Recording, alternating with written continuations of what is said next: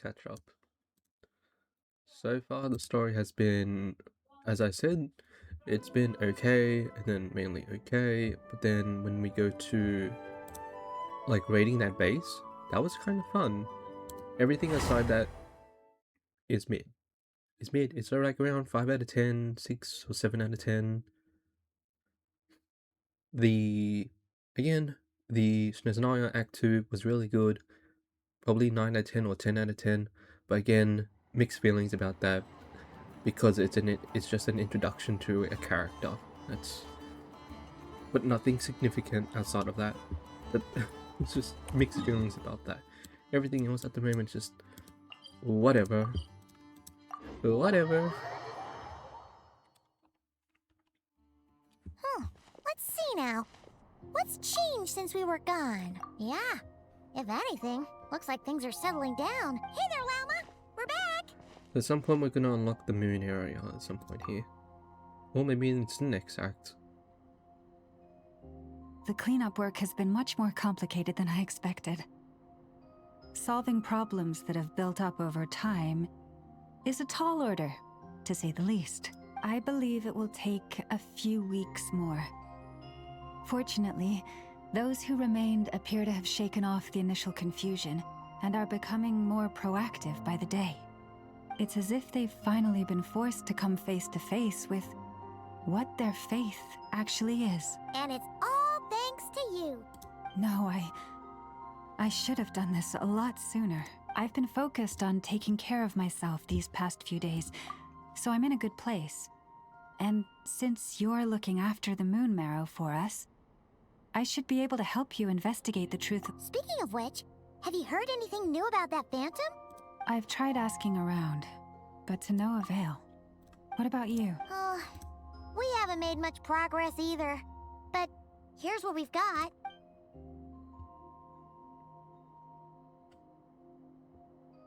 I think I've got the gist of it. Sounds like you've got your work cut out for you too. Don't forget to take good care of yourselves. In any case, please, come this way.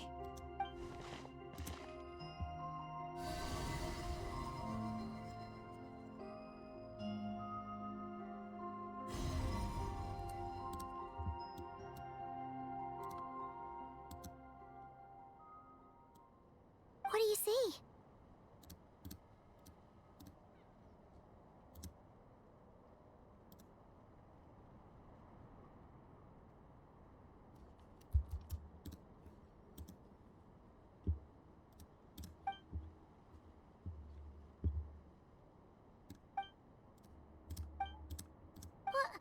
Is it over already?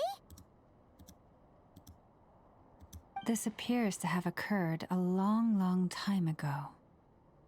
The memories I sensed are highly turbulent and disordered, so that is all my power allows me to discern.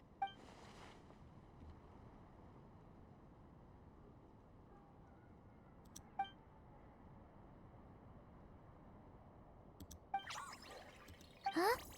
What's the matter?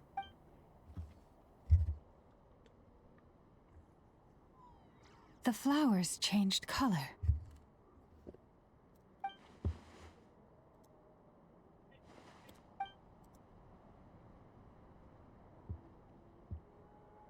Yeah, we should go see her and see if we can help her in some way. I'll leave that in your hands then. Oh wait, here you go.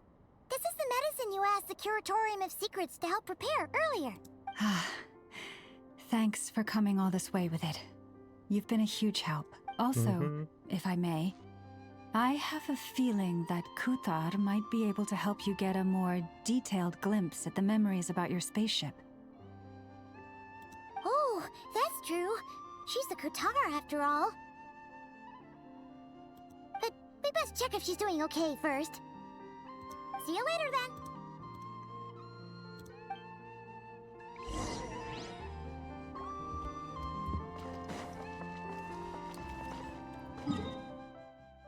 What the? Okay.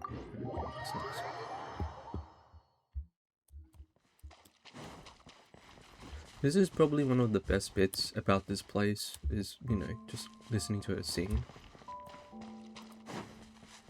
shit. The area is nice.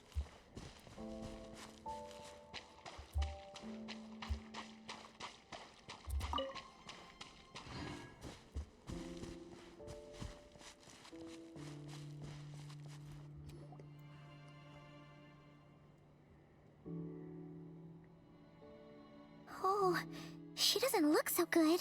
Sorry for disturbing you, but are you okay?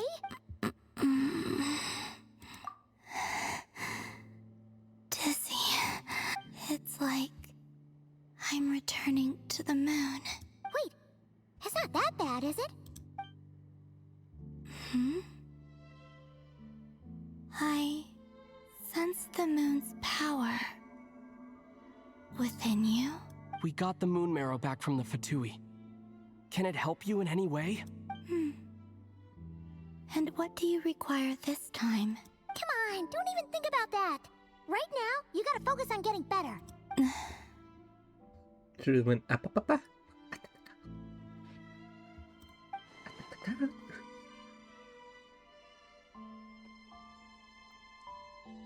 I might need your assistance in the future.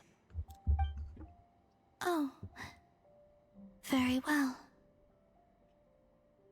Give me your hand.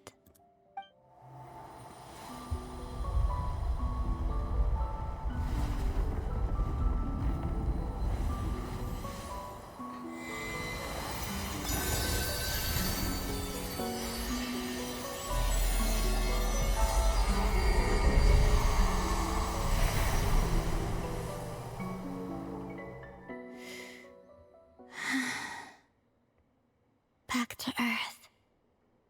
My thanks. Your feet never left the ground. But anyway, feeling any better?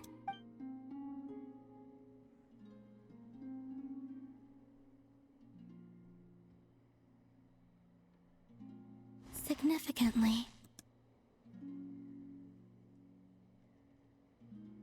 The moon within your body, it is as silent as a reflection in the water. Fascinating. I merely drew forth a ray of its light from the water. Enough to keep me tethered to the ground for now. I think I sense some other changes as well. That is the moon goddess's favor. All things I come into contact with will bear this mark. It is harmless, and will fade over time. Speaking of which, do you want to be the Moon Marrow's custodian, now that you've got your power back? It's supposed to be something that belongs to a god in any case, right? It is the remains of Arya, goddess of the eternal moon. So it does have to do with... Wait, what? Did you not know this already? Lauma just said it was different from the other fragments, and that she could sense divine power within it. And she is correct. When I drew that ray of moonlight from the marrow, I also drew some memories from within. That is how I know that it belongs to the goddess of the eternal moon. But Lauma also saw the past by using the Moon Marrow. Why didn't she see that?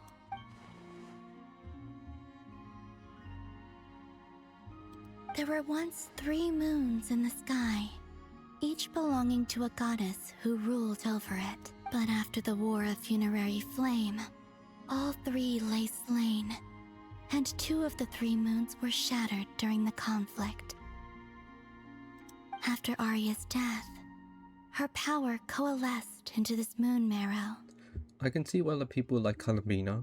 Even for me, I think she's okay. She's very chill, and I guess you could say elegant. The iridescent moon's remains have never been found. And while the frost moon's goddess died herself, her moon was never broken. As the prophecy stated, this moon would birth a new deity sooner or later. The entity the frost moon scions call the Kutar. I can sense that my power belongs to the frost moon, but it lies beyond the false sky, too distant from me. Forget controlling it. Sensing it alone requires immense effort. Oh, wait, let Paimon count this up. We have the Eternal Moon's Marrow with us. No one can find the iridescent moons. Does that mean you have the Frost Moon's marrow inside you then? No. It can only form after the moon goddess is dead. Consider it a form of energy core. You may as well ask if there are rocks on the moon. Oh, so you're saying that you represent the Frost Moon's power, right? Yes. Now, a god with a gnosis is named an Archon. Since you bear the moon marrow, does that make you a moon goddess? You do not wish to become one? That's not really the problem here. Also, why are you so eager to pass that title on to someone else? Anyway, never mind this becoming a moon goddess stuff for now. We're asking if we should return this moon marrow to you. I do not desire it. Huh? Nor does it desire to come to me. And what does that mean? When I came into contact with its power, I sensed a kind of rejection. I can only guess that this is because I, too, am a moon goddess. 2 moons will not rise at the same time, let alone consume one another. Guess it's stuck with me for now then. You sure that's gonna be okay? Lauma did say that you've hidden its power well, but the damselette sensed it just fine. And it's the wild hunt we're dealing with here, not some run-of-the-mill enemy. If it detects the marrow... The wild hunt? You speak of that phenomenon as if you were describing a person. Well, it sure looks like there's a person behind it all. Someone with a super clear goal, too. They've been after the moon marrow non-stop. That seems to ring a bell. Huh? Does it really? My colleagues used to mention someone. Back when I was still with the Fatui, he hailed from Conria, gaining abyssal power during the Cataclysm. And he had a consuming fixation on the moons. Conria? Well, we don't know if the phantom we saw has anything to do with that, but the details kind of match. What was his name? I only know what others called him. The Rayhir of Solnari. Huh. There was that title too. Wait a second. Dane mentioned him, didn't he? Does that mean that our enemy is Rarier, one of the 5? If that was the case, surely he'd be stronger than this though. I have heard that he disappeared not long after the Cataclysm, but when I asked my colleagues where he went, they replied, "Do you really not know?" Why would they say that? The tale of his final fate has it that he fell into the moon's reflection, from which there can be no return. Wait, hold up, pause. There's just too much information. I felt the same. They seemed to think that I should be the one who would know everything about the moons. But as I said, my prologue lies beyond the false skies. I do not even remember my name. Oh. Either way, following his departure, the wild hunt situation worsened drastically, and it has since become a byword for abyssal disaster. The present phenomenon may have inherited the same title, but it far surpasses its past incarnation in both scale and lethality. Oh, to think that we're up against one of the infamous 5 Sinner, that's way too much for us to handle. That incident on Star Sand Shoal must have been luck then. Or maybe he wasn't giving it his all. And even then, he still defeated Marionette. Oh? What did you just say? Would you mind repeating that? Oh, is this the Yuri action? That's your ex-colleague? So, we were on Star Sand Shoal together, and she was beaten by the Wild Hunt too. Did you just laugh? No. That's very Camino-like, yeah. Yeah, I can. She totally did. Are you two on bad terms or something? No. I simply imagined the put-out expression she must have worn in that moment, and found it interesting. She seemed quite shaken. Oh, she'll adjust soon enough. She's very good at that. Okay, anyway, we've gotten off topic. Now that we know how dangerous the guy targeting the moon marrow is, You sure you want to carry it around with you, Traveler? If Fatui intelligence is to be believed, Rerir would prevail even if all of Nodcry were to stand against him. Perhaps something restricts him, if only for the moment.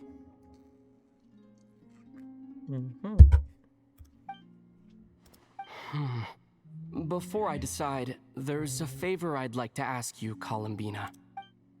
What do you need? Do you think you'd be able to show me what happened when my sister and I arrived in Nodcry? I mean, when our spaceship first landed. Sure. That was quick. As I said, this to me is but a single ray of moonlight. Nothing to it. Give me your hand, and ready yourself.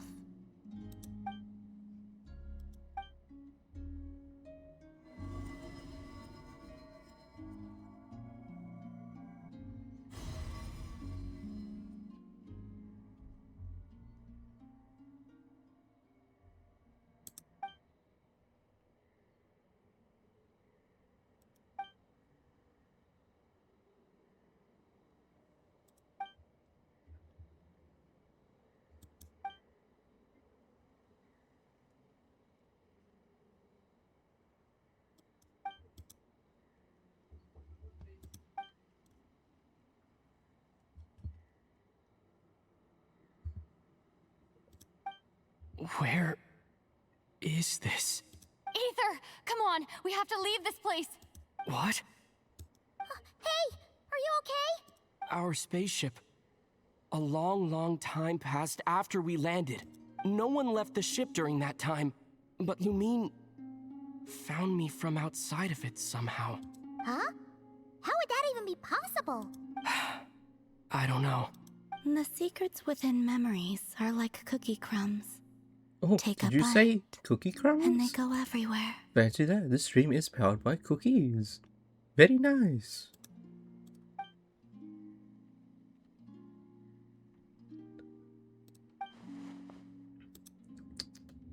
Cookies. All right. I'll keep the moon marrow with me. Well, if you say so. Paimon can't stop you, but still. Ooh. Will you need my help?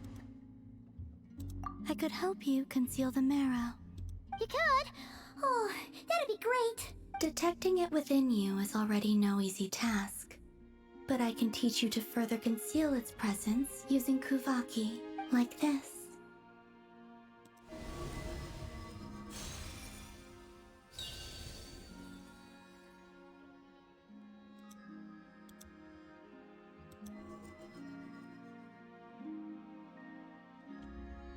Ooh, looks like a shield.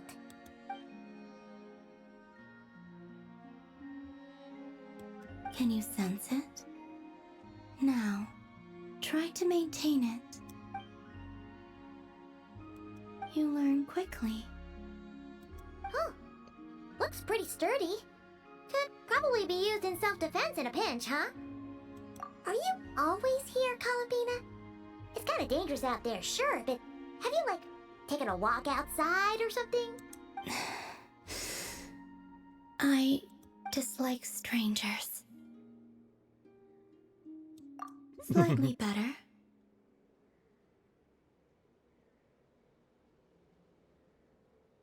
Yeah, the Frost Moon Scions have changed since you last saw them. Who knows? You might actually like them. I will consider it.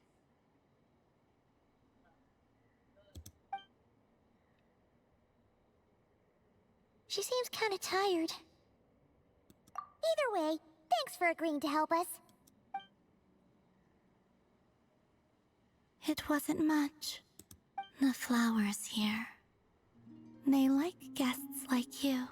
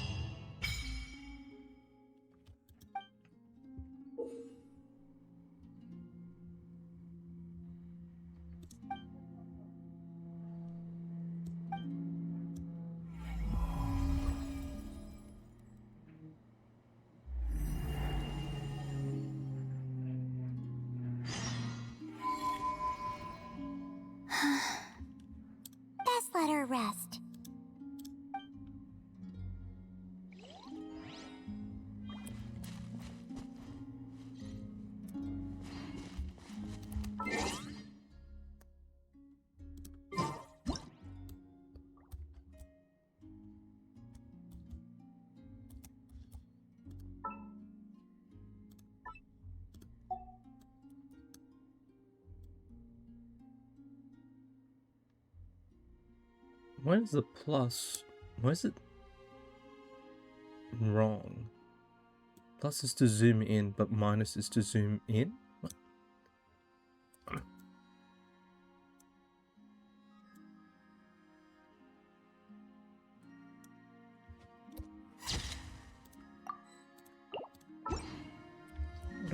That'll do. There you go.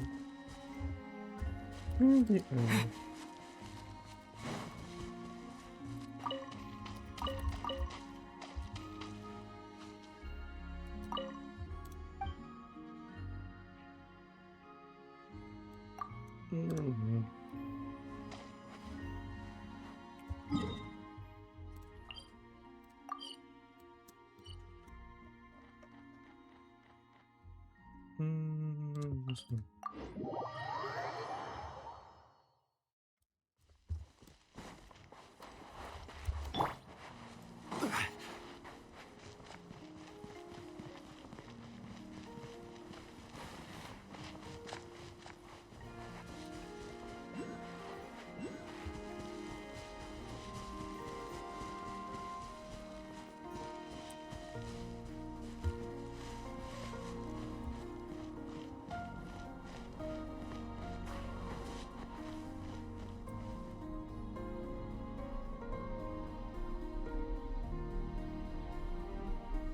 The Raker of Solnari. I've never heard that name before. Let's keep this news confidential for the time being.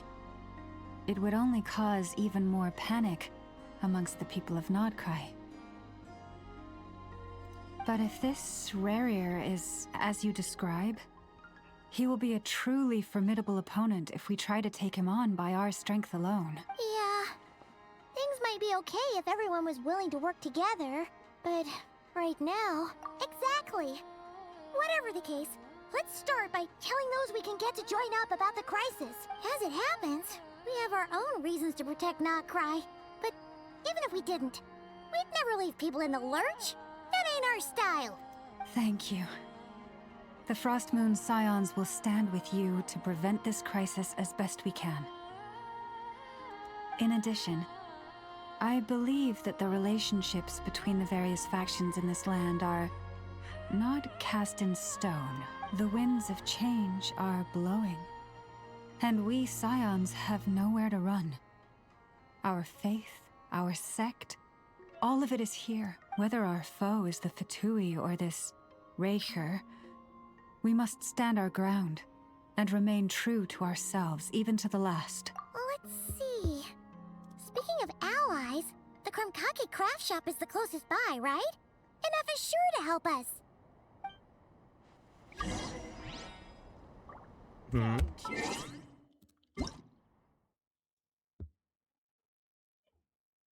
Navia's birthday? Oh, okay. That's cool.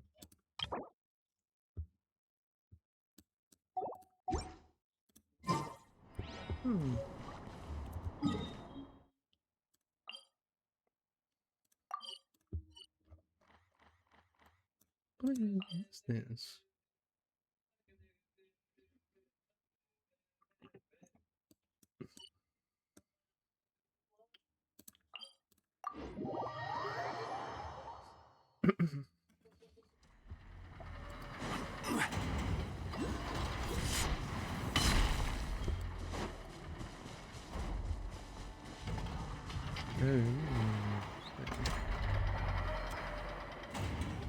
Friendly approach detected. We meet again. Listen! We've got updates on the Wild Hunt situation.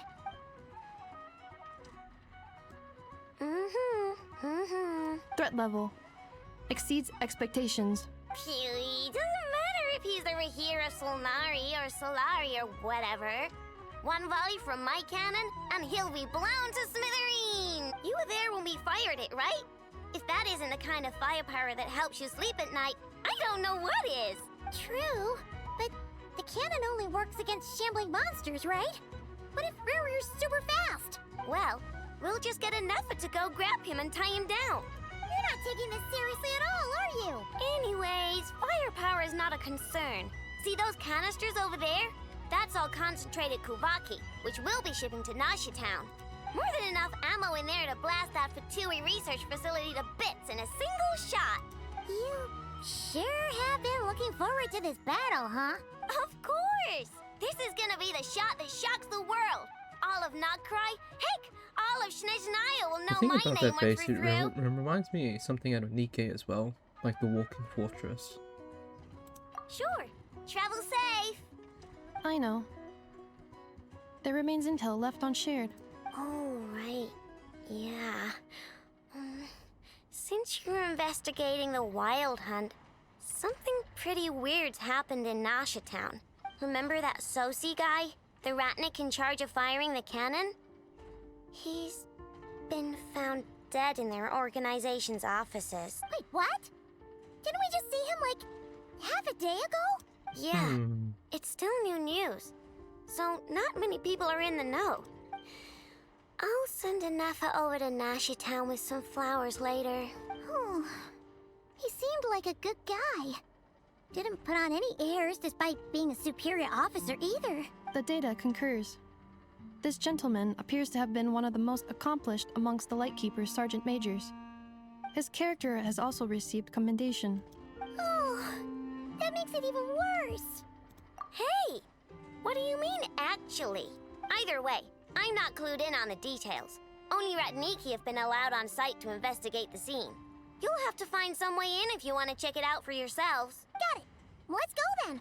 You coming along, Anefa? My tasks are incomplete. The last few batches of ammunition must be randomly inspected.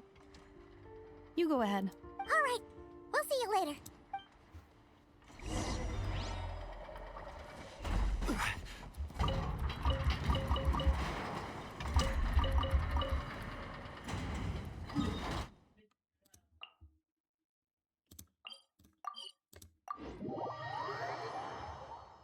Hmm?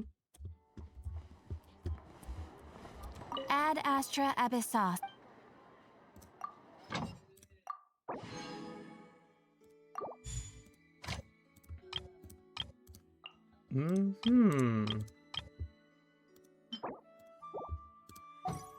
Same thing, just different material.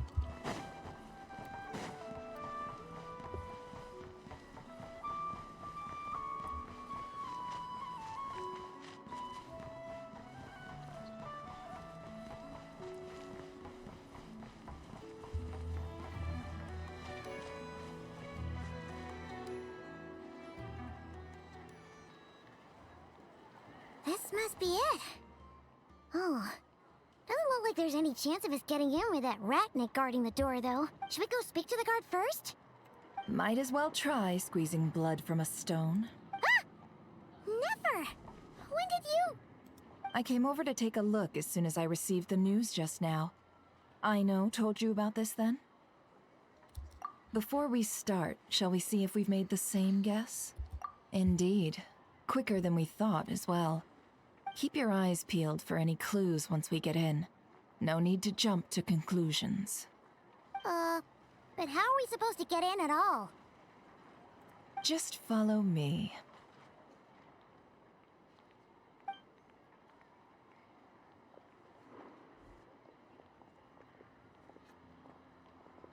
I'm sorry, but we're not open to guests right now. Sorry about that. They're here to investigate. All of them? The paperwork checks out. All right then. Enter.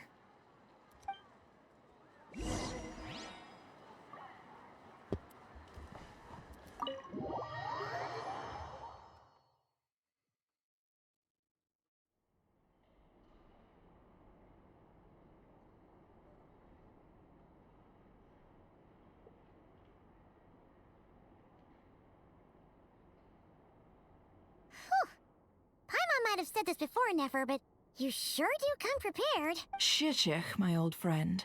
Fill us in, if you would. Greetings. If you would allow me. The murder happened not long ago.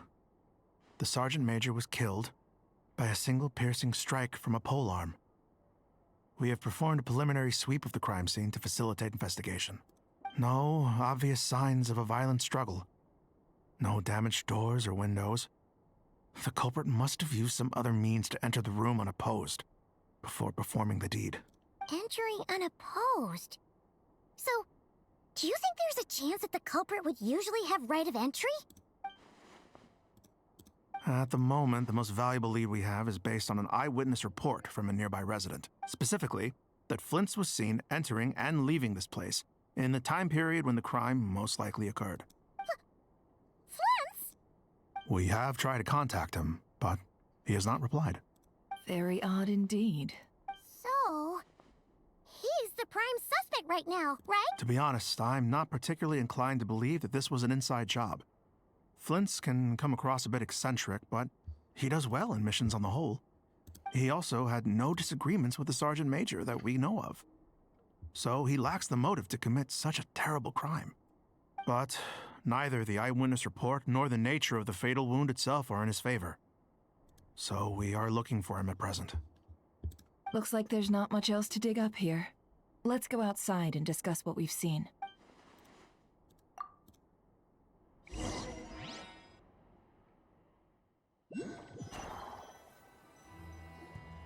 So, the evidence points to Flint's, and he just so happens to have disappeared without a trace.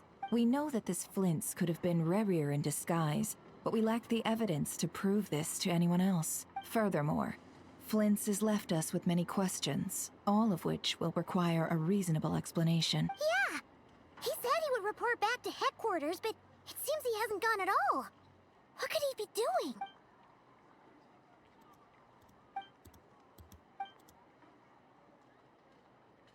Let's approach the issue this way. First, we must determine our culprit. Was it Flint's or Rerir in disguise? Yeah! What reason would Flint's have to murder Sosie anyway? None, as far as I know. And even if he had a motive, it would have been easier to do so out in the wild, rather than in Nasha Town. Yeah! They would have often gone out on missions together. Plenty of chances there. Yes, but there's one thing worth noting here. This means that he has been hesitant to abuse this ability, or allow it to become common knowledge. Likely so that he could act in secret under other guises. But no matter what, borrowing identities comes with risks, right? What if you bump into the person you're imitating along the way? Precisely. In other words, his goal must have been worth the risk, similar to how he came in disguise to obtain the moon marrow. He likely knew then that the real Flint's would not appear and get in his way during this time. We'd have to ask Flint's ourselves, I'm afraid. But we shouldn't jump to any conclusions here. We can't discount the possibility that he might actually be the murderer himself. And there are other, less likely scenarios. Flynn For said he only instance, operates at night. Rerir may have already killed Flint's long ago. And yes, that is our ticket to a breakthrough. Then we've got to find him before the Lightkeepers do, or we might never see him again. Steady now. Our friend should be back soon. We've tracked him down to a beach north of Nasha Town. The Wild Hunt is present too, so we're putting a force together. I'll have you know that this is top secret information I'm leaking here. Don't worry. You'll receive a top-class reward in return. The beach is all yours. I'll stay and slow the Lightkeepers down. Things might go south if you bump into one another. Oh right, before we go, should we reveal Rarir's secret? Since he's trying to keep it all hush-hush, why don't we just pull the curtains on his little trick? That'll teach him to sneak around pretending to be other people. Hey, why are you laughing? Oh, I was just imagining how satisfying that would feel. But I'm afraid this revelation would only stir up more chaos. Setting aside the matter of evidence, some may trust Flint's on our account, whereas others would suspect him on account of his behavior. Tossing him into a swirling tumult of public opinion like that might just give Rerir more opportunities to capitalize on. And think about it. Once people learn that he can masquerade as those they trust, would they continue to welcome friends into their homes with such open hearts? Unease grips the hearts of those in Nasha Town already. Yeah, you're right. You've really thought of everything, huh? Nothing for it then. We've just gotta find Flint's. Indeed. But just in case, let me stress once more. We should neither be excessively afraid of Rarier, nor trust in flints too lightly. This light source is of special Lightkeeper design. It provides illumination within Wild Hunt anomalies, and can briefly dispel the abyssal fog within. All right. We'll have to deal with that mess, too. Yeah, this'll be important. Thanks a bunch, Nefer. You're welcome. I've charged it to your account, by the way. Hey, you!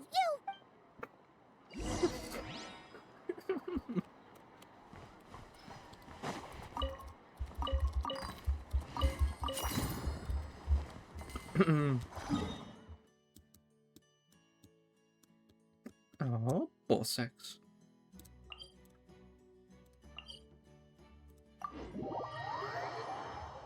Gonna have to walk them.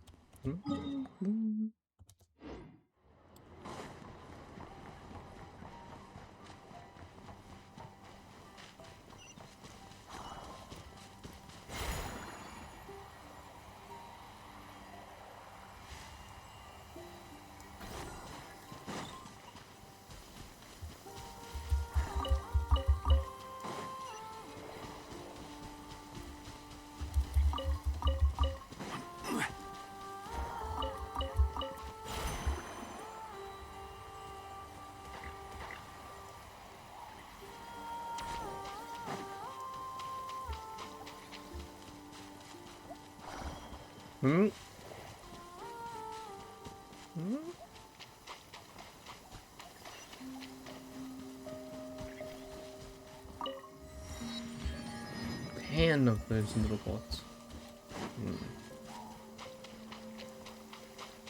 Oh, hang on. Oh, yeah, I can see in the distance. Just up there.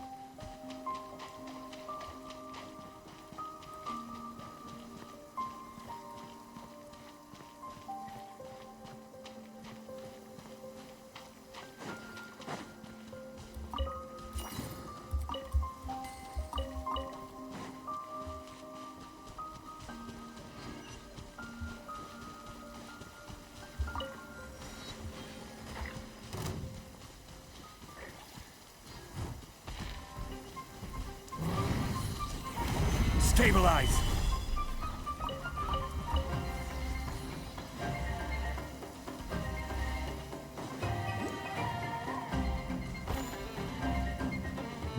It's below?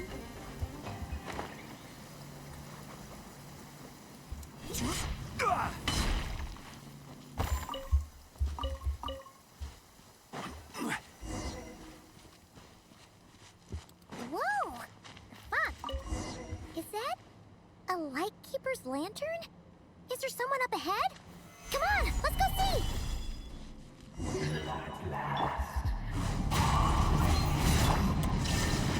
Monsters!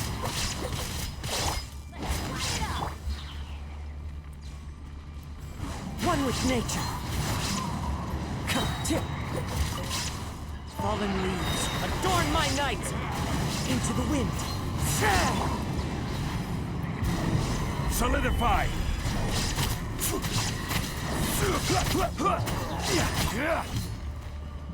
This is order. Illusion shattered. The wind knows.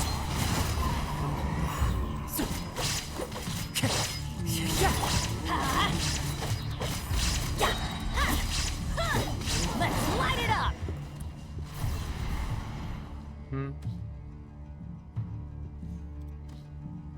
This monster was lurking near the lamp. That must have been a planned ambush. We're not falling for that again. There's something inside it.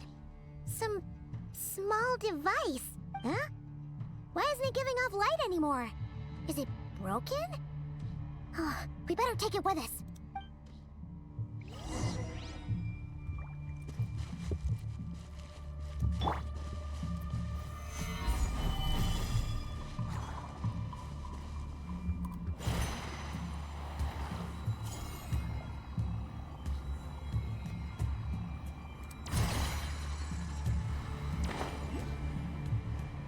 Is someone there? Please, help me! Isn't that Flint's voice? Did you hear that?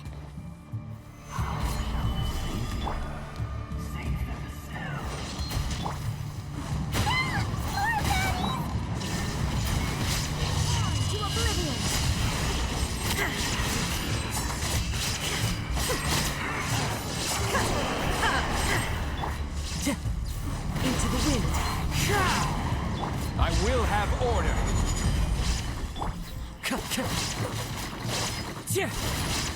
One with nature. Shine down! Let's light it up!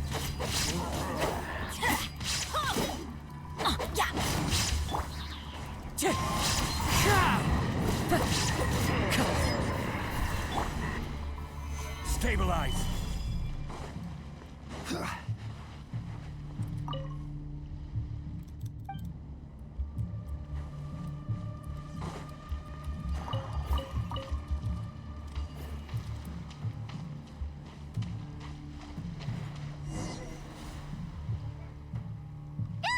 We'll be in trouble if these spooky shadows touch us!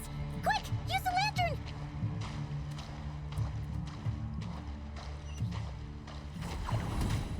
Huh?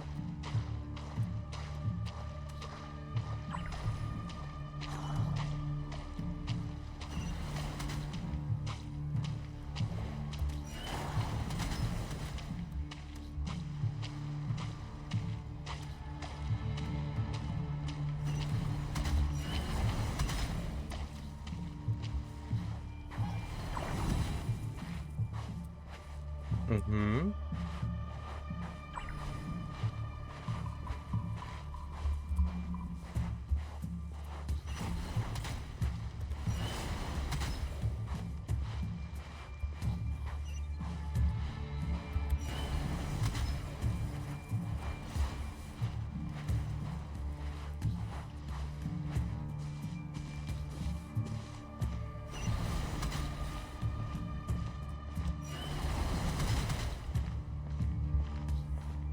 Bruh, Daniel's story was more terrifying, I couldn't say.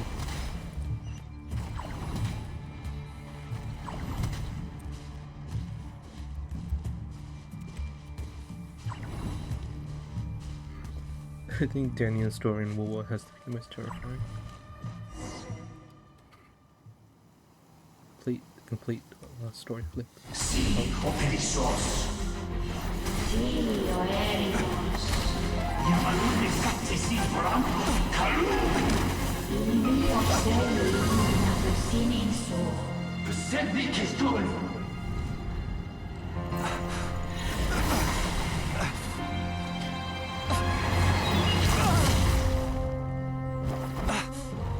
Hand it over. That was mine from the first. You're a fool. You again.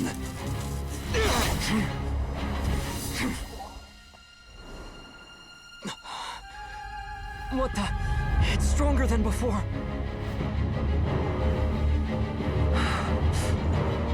Lantern now!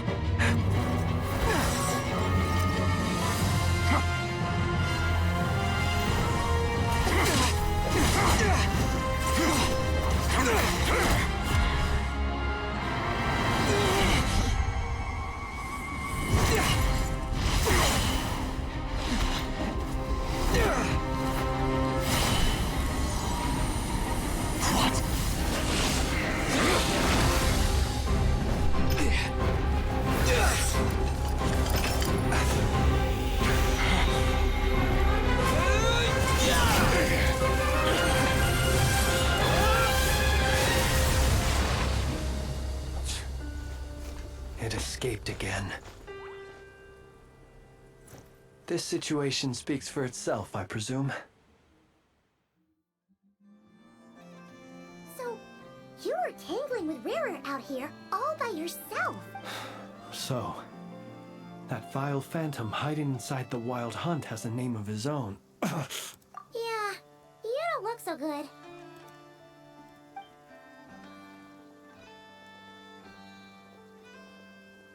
Sorry you had to see me like this. All the same, you have my sincere thanks for your aid. To think you had the power to so easily cleanse the filth staining the lantern, which tormented me so. Might I ask what magic that was? Or whose pupil you are? I believe I might have saved some face had I mastered just a fraction of such abilities. and an enviable constitution it is. A pity that such abilities cannot be acquired. Why did abyssal power just burst out of your lantern anyway? That is a long story. Many moons ago, when on wild hunt clearance duty, I shattered one of its cores only for a special crystalline object to fall out. I sensed a power surging within it that was at once familiar yet strangely illusory. I freely confess to being an avid collector of ancient gems, coins, and other curios. And curiosity it was that had me store this crystal inside my lantern. Afterwards, I wound up collecting a few more such crystals quite by accident, and discovered that they could merge into a single piece without my prompting. Though my understanding ends there.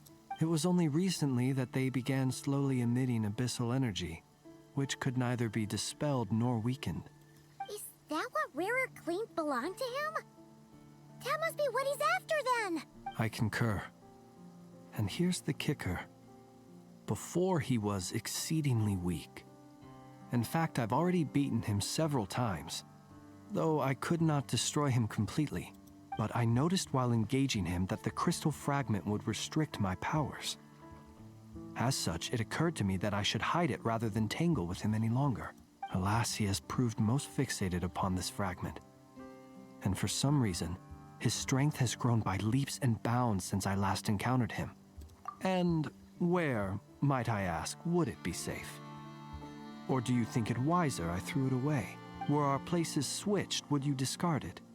Knowing that its perilous might was beyond your ability to counteract, yet capable of causing greater harm should it lie beyond your grasp. Yeah, throwing it away would mean giving the bad guy what he wants.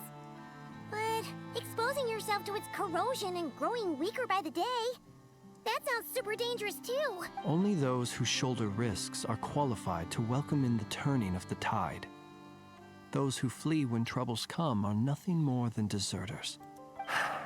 Though I shan't deny that I have your fortuitous arrival and most outstanding assistance to thank for my continued ability to speak such platitudes. Either way, it seems this fragment is now utterly still. That must have made it useless to Rarir. I doubt he would have retreated so readily otherwise. I imagine this wasn't the only reason you came looking for me, though? Well, no, but...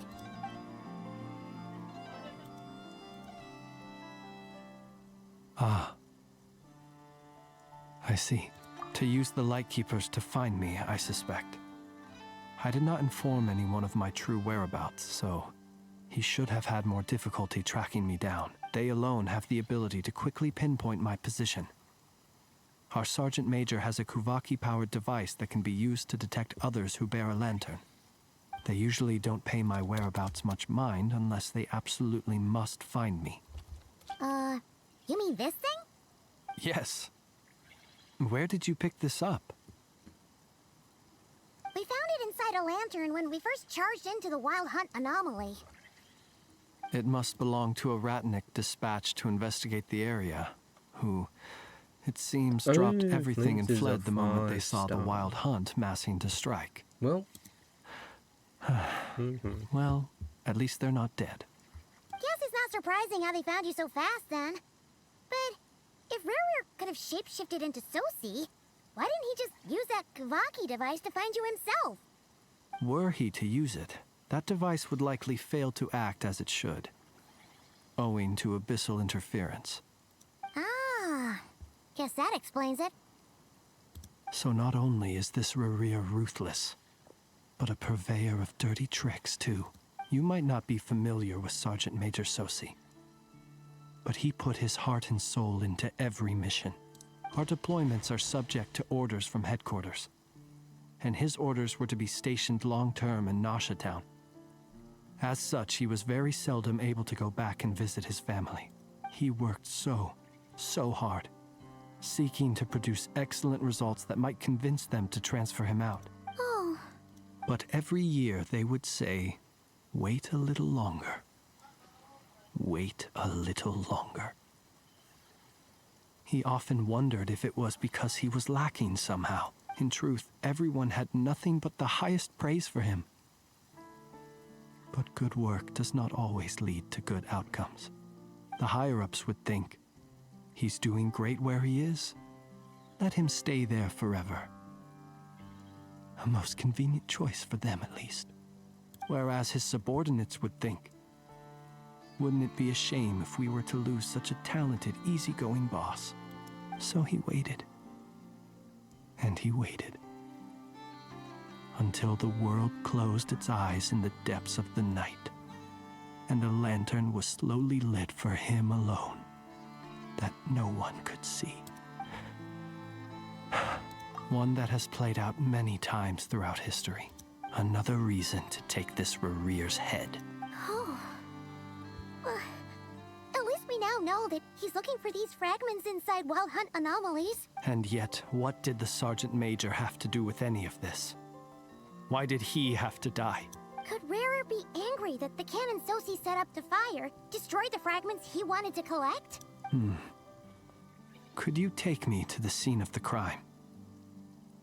We shall just have to exercise some discretion then. Come on. Let us be on our way.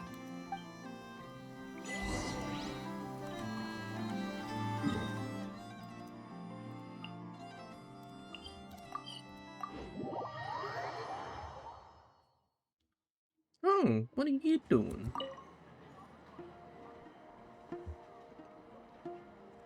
Huh? That's not the price we agreed on.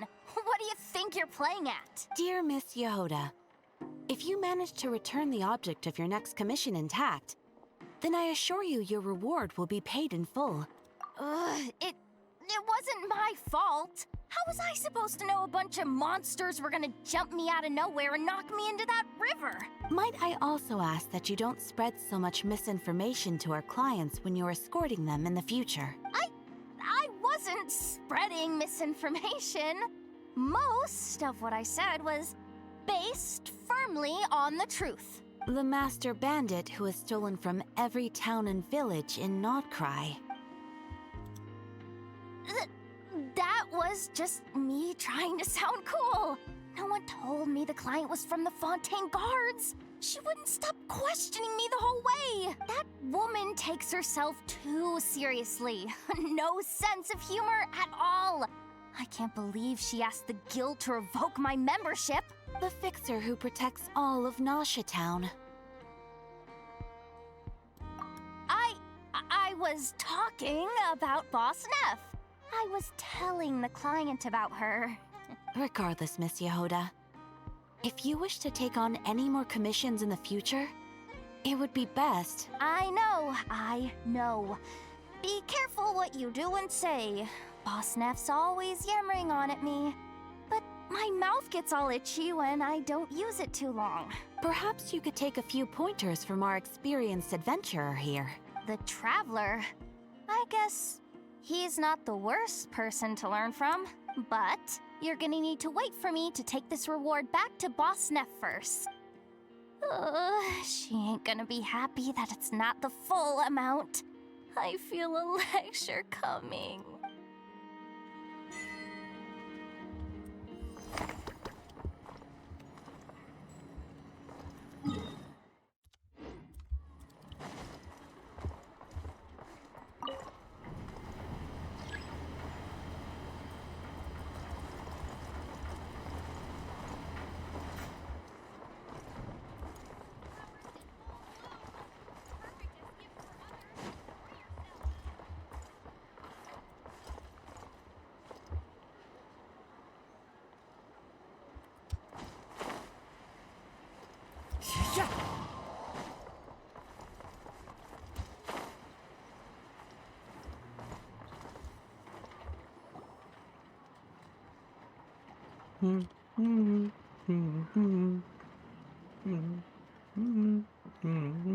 I understand the situation more or less. Much has happened, I see. Either way, I suppose we were lucky not to receive a warm welcome on the way over here. It seems my fellow Lightkeepers do not wish to make this case public just yet. Yeah. Guess Nasha Town's already been enough of a mess lately. Let's stop here. Any further and the Ratniki might detect us. Since you two can enter, I'll have to request that you kindly pick me up once you're inside. Oh? And how are we supposed to do that? You'll know when the time comes. See you later.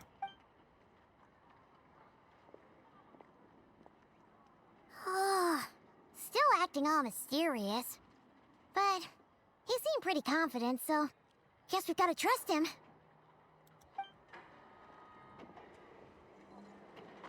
Hello? Ah, you're the special assistants for this investigation, right? Yep, that's us. Well, you're just in time. We're basically done investigating the crime scene. All that's left is to finish writing up some records. Then properly dispose of Sergeant Major Sosi's remains. If there's anything else you'd like to look into, this is your last chance to do so. Sadly, no. The motive behind the killing remains a mystery. And while we somehow managed to get news of Flint's, an unexpected accident caused us to miss him. But considering that Nefer from the Curatorium of Secrets came forward to help investigate, I have no doubt that a breakthrough's not far off. We'll do our part too. All right, we're going in. See you later.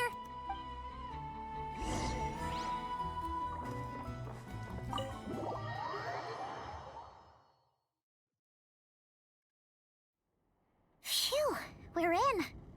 Thanks to Nefer's reputation, once again. But we still know nothing about how Flint's is gonna enter, or how we'll pick him up. Never mind how we'll leave later on. Something the matter? Huh. That looks like Flint's lantern. But where is he exactly?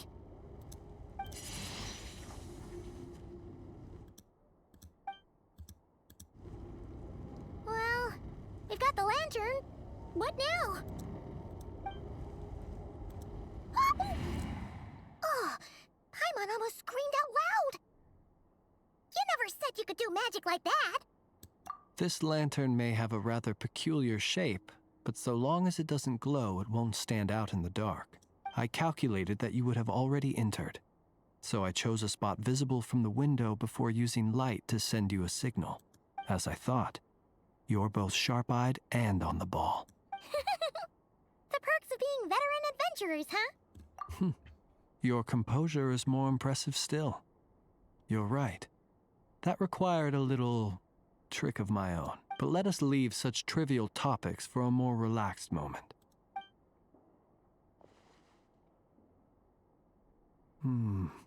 Just as I thought. Come, try sensing it yourself.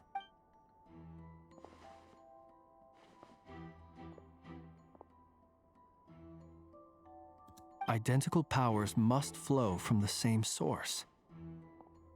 It was the Wild Hunt, then, that took my form and killed the Sergeant Major. But why do this? To sow chaos by depriving the Lightkeepers of one of their commanders? If the Wild Hunt's true form is powerful enough to stand against the world as you claim, I fear not even the full force of Lightkeepers could stand against him, let alone the handful of us stationed in Nasha Town. He would have no reason whatsoever to pick quarrels with individual ants. Let's look again more closely. We must leave no stone unturned. Well, that makes things simpler. In that case, allow me to disturb the fallen.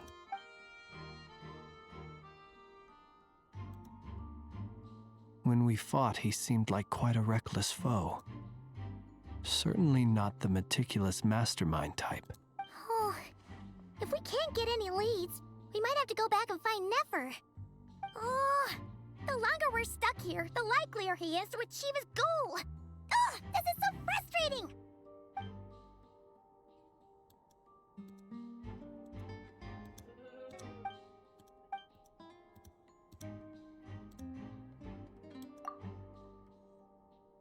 You mean this? I'm not well versed in machinery, but that means his mechanical arm is malfunctioning, right? It might have been broken in combat. No, that's not right. Paimon remembers this signal. We saw it before while repairing the cannon. It doesn't mean that the components are damaged. It just means that they're due for regular maintenance, so the device has stopped operating. But the real problem is that... Yeah, he even helped us find the maintenance port. It could still be a coincidence, but considering it hasn't been long at all since we were repairing that cannon... The Sosi you met could have been Rerir in disguise. In other words, he played the Sergeant Major before disguising himself as me. That's right! If only there were some way to prove it. You mean Hintsa? We had a short chat with him once at the tavern, but it's so late. Guess it'll have to wait till tomorrow. I know where he lives. The situation is critical, so let us now take up the role of uninvited guests ourselves. Ah, yes. And one more thing. Remember to pick me up by the window.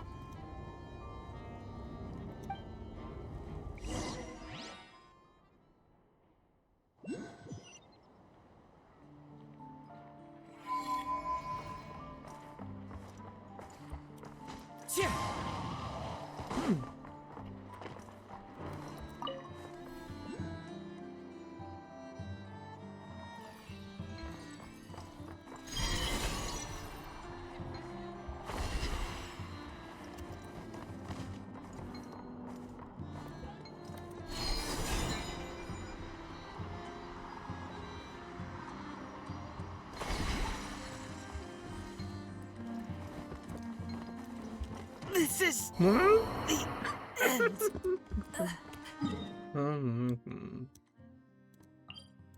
No.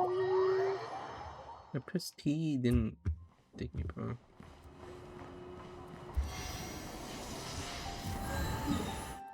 Huh?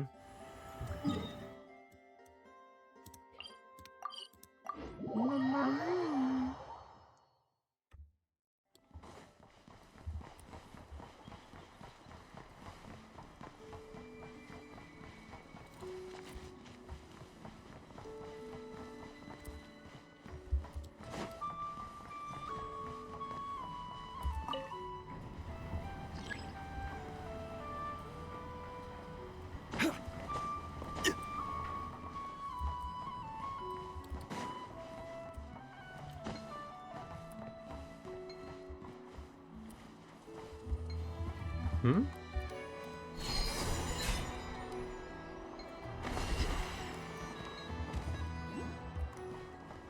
Yeah, but you know, it's here somewhere.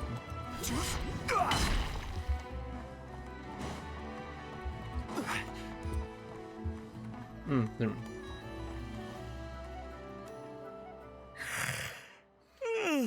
Oh, it's you two. And Flint's.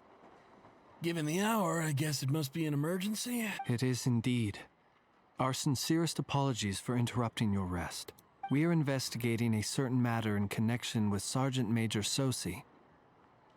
We'd like to know if he has sent you a request for maintenance to be performed on his mechanical arm. Sosi. Oh, so the rumors I heard, are they true? You know what? Forget it. I'm sure it's complicated. No further questions from me. Just a moment. I need to check my records. Thank you for your understanding.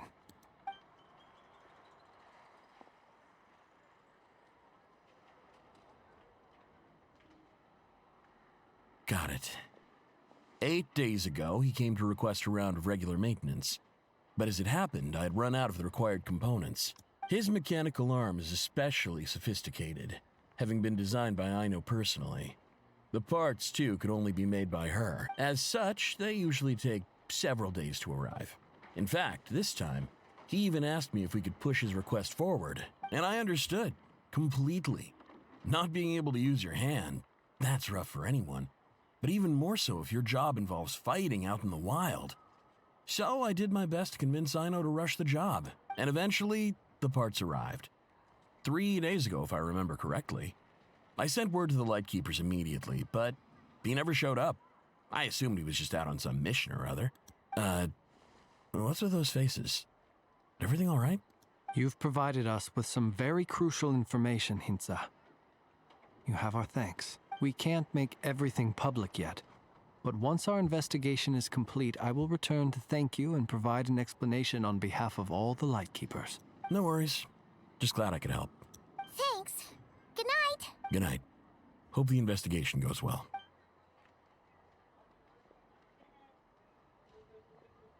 It seems that it is as we guessed.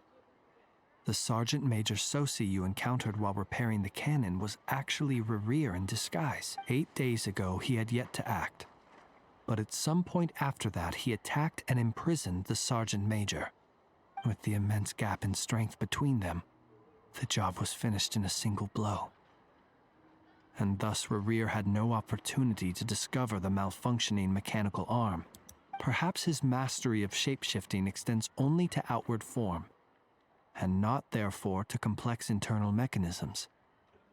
Hence his oversight of the uniquely mechanical traits of the Sergeant Major's arm, and in turn, this flaw in his disguise. You're saying he thought no one would realize his mechanical arm is actually made of some kind of black muck on the inside, so long as it worked, right?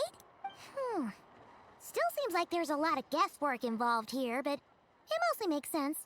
This also has me stumped for the moment. The cannon has always been used to destroy the Wild Hunt, and it works as intended.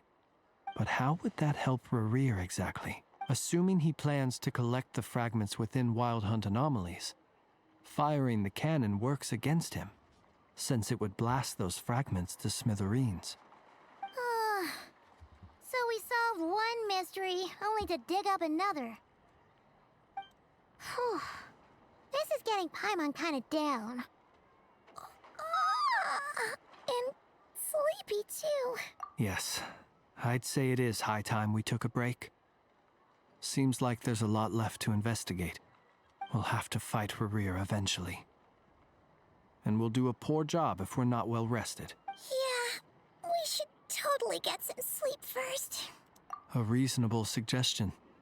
I have no doubt that my quarters have been turned inside out by now, at any rate. My colleagues have never failed to live up to my expectations of their discourtesy. Well, guess we'll just have to pick you up as usual. That would be good, yes. Feel free to put the room costs on my tab.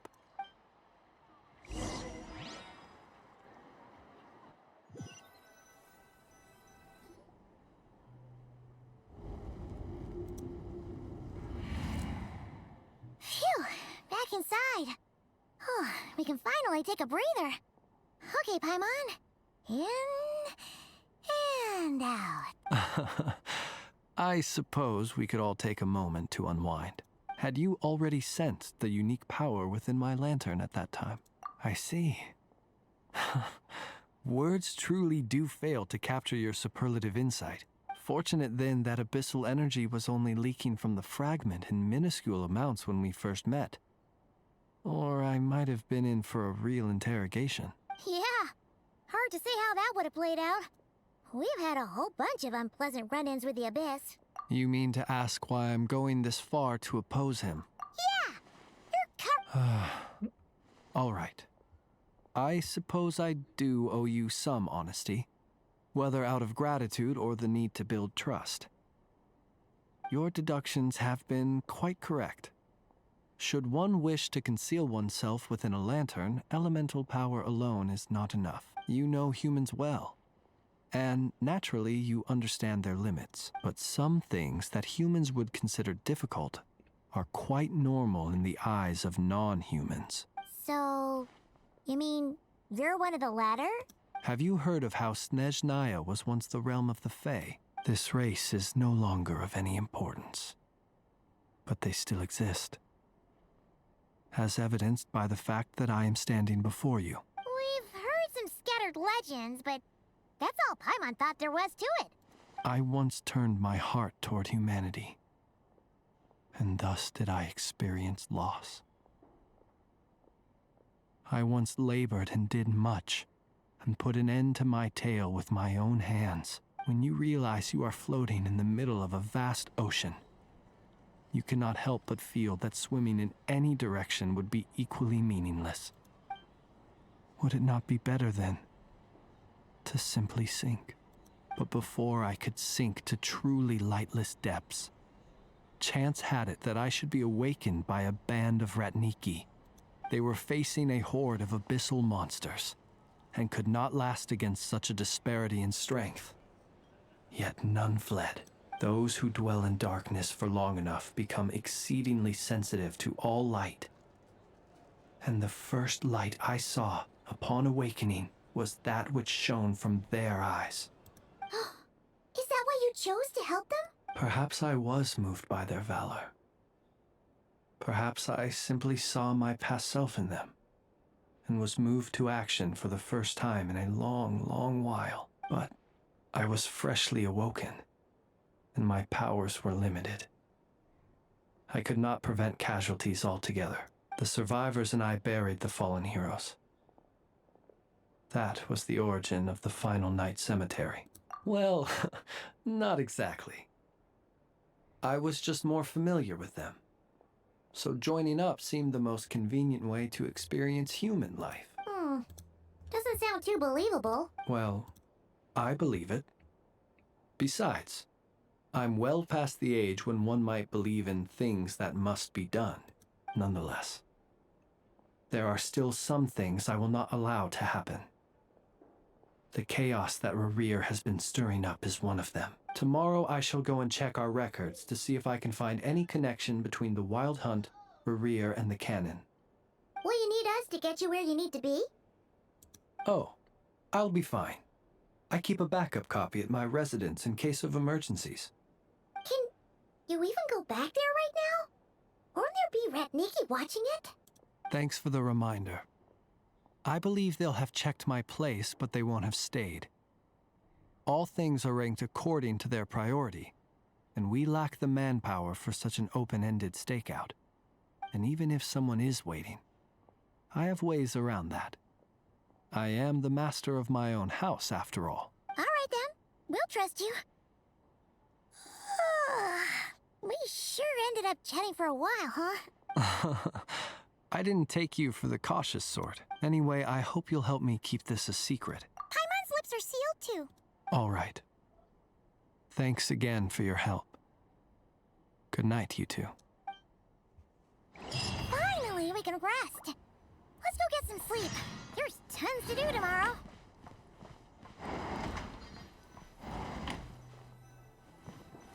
Okay, so from here, I'm going to AFK and get food, and I'll be back.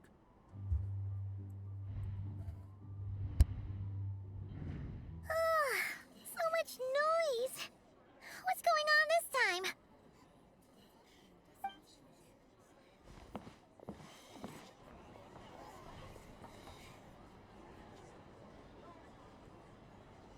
Hey!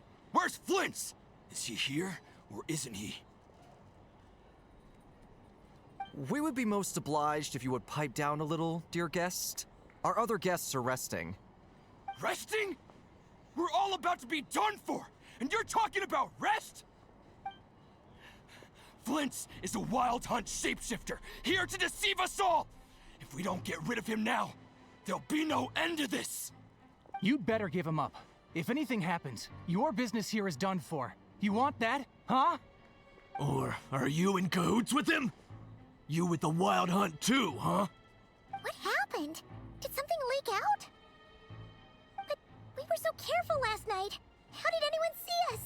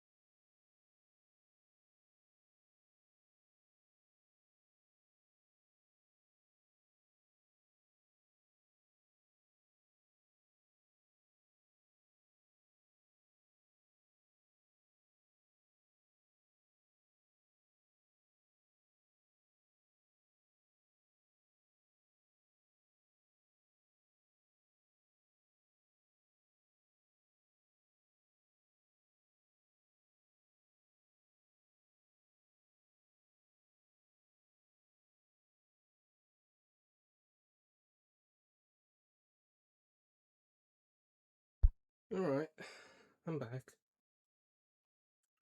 If I had to give a rating for Not Cry so far, it's a 4 out of 10.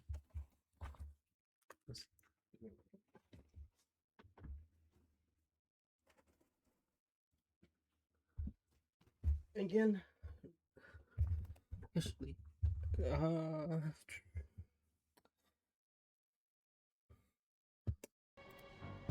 Flynn design is good.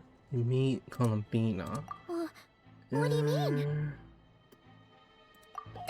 This is so confusing! Marion, I guess you get to meet her People finally. are no match for Flint, The raid on the they're super base, I heated guess right that's now. the 4 points I All have. the unusual stuff about But him will make it any easier to explain either. I've seen people's streams. You're supposed to meet Dottore, the doctor here, in this My hunt apologies. region, My apologies. but it's kind of taking a while. Calm down, everyone! What into that is the meaning of this racket? Are you intent on depriving both the And then Voynich there's the Guild moon area and the that you're Curatorium of supposed to reach Secrets of even a moment's rest? Boss, do we really have to entertain people who don't respect the rules? Call a few of your boys and have them thrown out. So I'm And what assuming hole there's did you crawl out of? 4 or 5 acts for Not Cry, but A watering hole, of course. The one you've just disturbed. they're really A place beating to get a around the bush moment's with this respite feeling from all the story recent filler at the moment. unhappiness, and to escape from all this talk of the wild hunt, or strange ghosts and phantoms. Who'd have guessed people like you would come bursting in, shrieking louder than any ghoul? The fair is It's a matter of utmost like the design importance. is good, We've got but solid evidence. outside All of we need being now just like is an to confront infographic, Flint that's face pretty to much face. the goal in the Exactly. story. And Nothing you else. sure don't look like an impartial party either, Nefer. Maybe Oh, 4.5 don't out of I 10? now? How about this then, boss?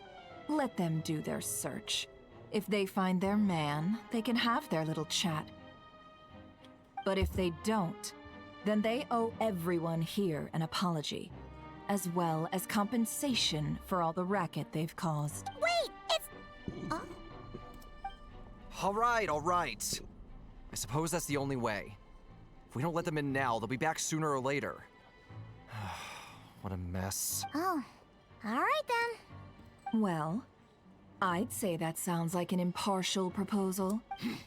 Come on, everyone! Move it!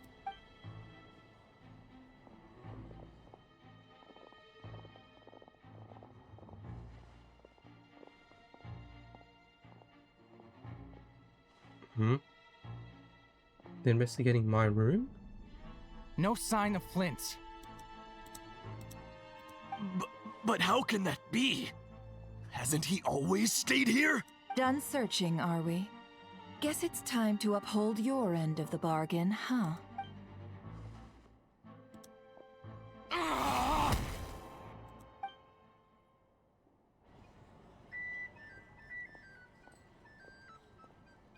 So, Paimon, you've been waiting to ask me something, haven't you? Yeah, how did they even find us here? My inside man with the Lightkeepers informed me that you paid the crime scene a late-night visit. I surmise that you must have rendezvoused with Flint's and obtained some new information. Then, early this morning, a group of people gathered at the town gates. This right now is spreading filler. amongst them that the It wild plays hunt nothing could important to the disguise story. itself by taking on familiar faces. It's just... Everyone started throwing out the This- names this of is just possible stalling. suspects. No one It's like, seemingly hey, was exempt. we have some empty bit in the story And amidst it that we all, need to put in Flintz's name started to, gaining more know, and more traction. I'm sure his I'm solitary assuming this lifestyle was may have played a filler part, at the time but I because wouldn't they're probably, discount you know, Revere throwing designing the fuel on moon the area fire and in everything's like, secret. we need a bit more time, So, we're gonna have to store in Did the story. Flint make his escape So, after hearing about Here this? we are, about a murder case. And that's where I, Yehoda, the quick-witted, fleet-footed backbone of the Curatorium, got my chance to shine.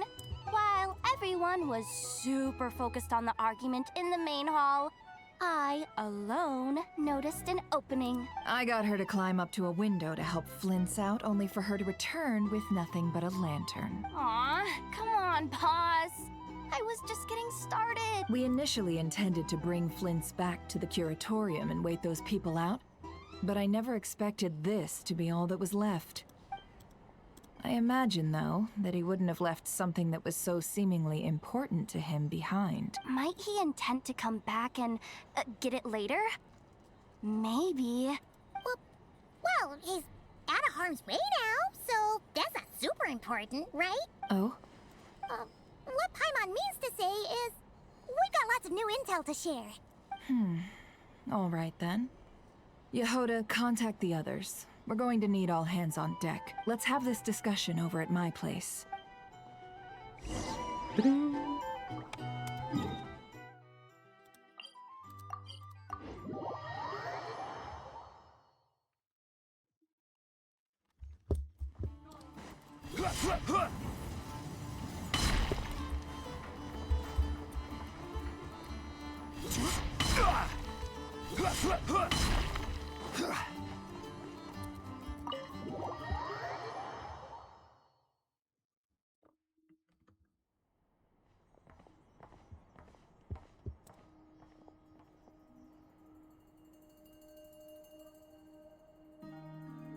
I see.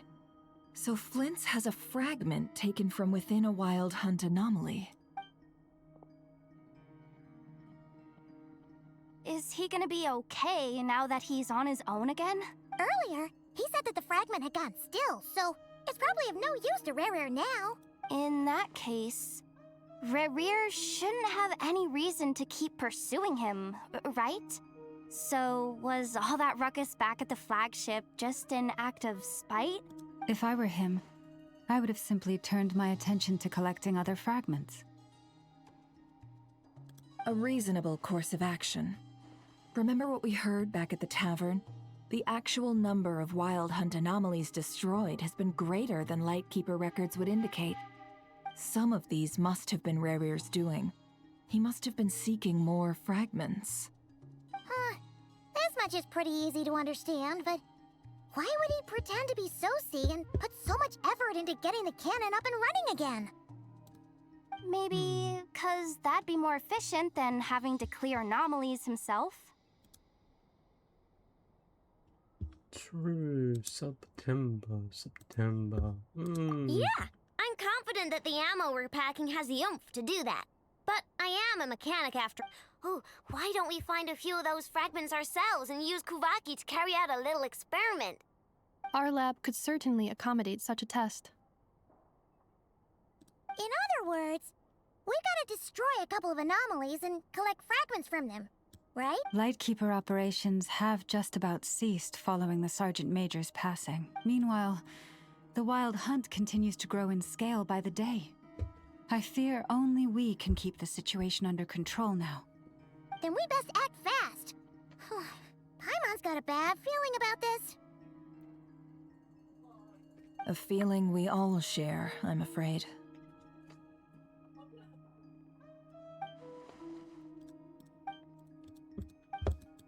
There are 3 Wild Hunt sites that must be dealt with urgently.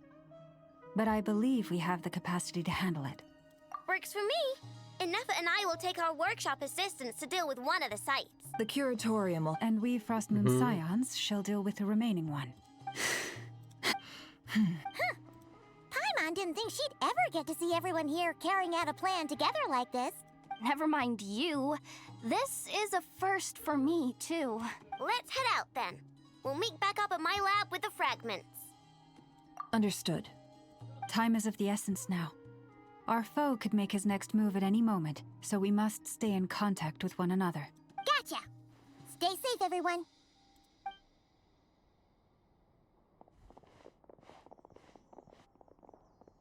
Huh. Anyone seen the lantern? Has Flint's dropped by already? Well, considering what you said earlier, you know where we're going next, right?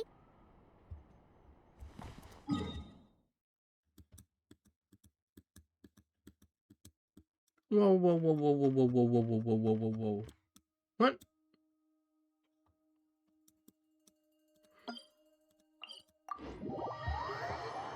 An area I haven't unlocked yet.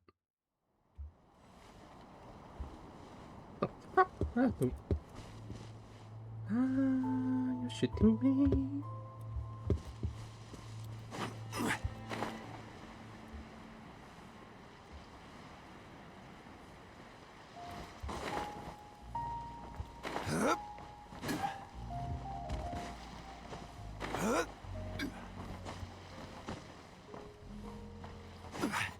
Rise!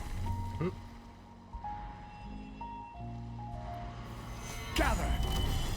Now I see me. Teamwork is dreamwork! The wind knows me. There is no escape!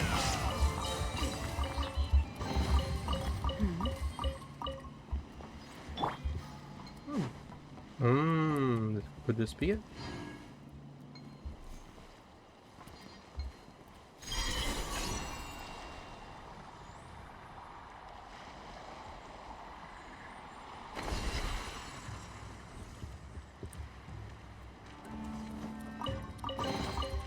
Unsolicited, and all the more valuable. What a waste of time! Solidify! Illusion shattered! Order guide! Ha! There is no escape! Let's light it up! Take too long.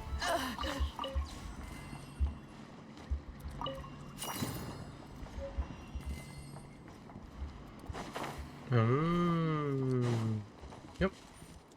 Wait. Adventure time!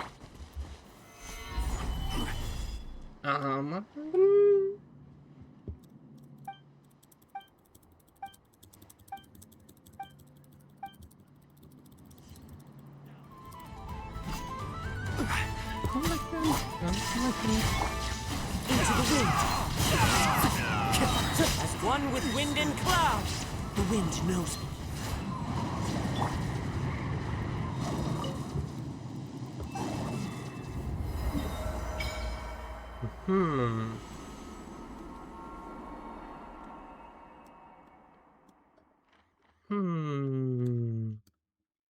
Best to get this waypoint. They really fucked up the statue.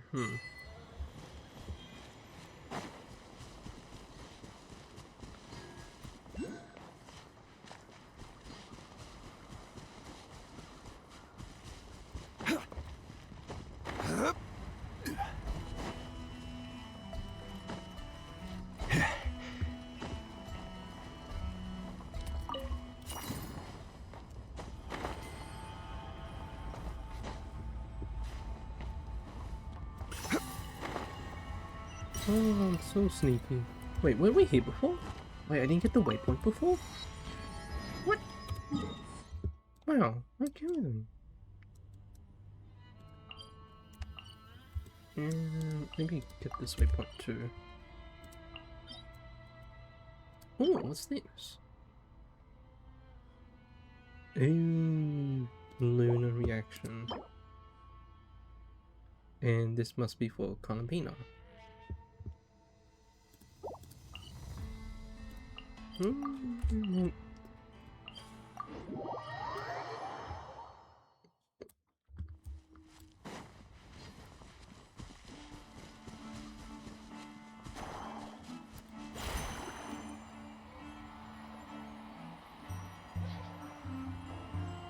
It's right here.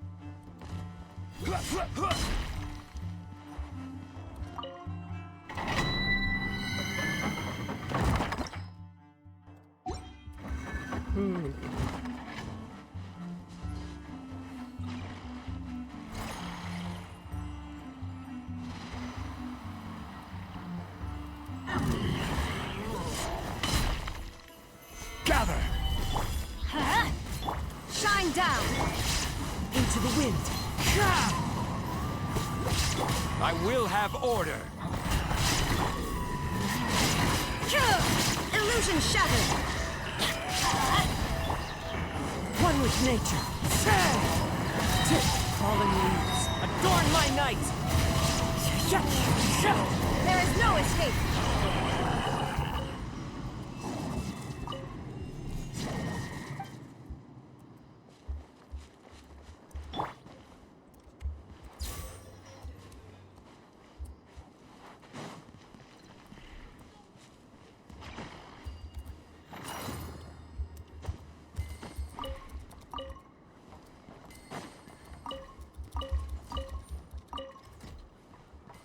Beaky, beaky.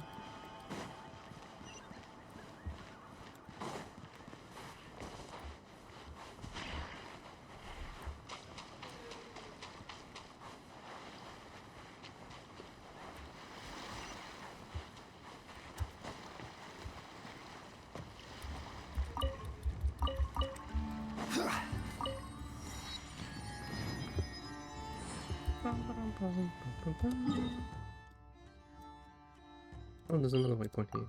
Oh, cool. Take it.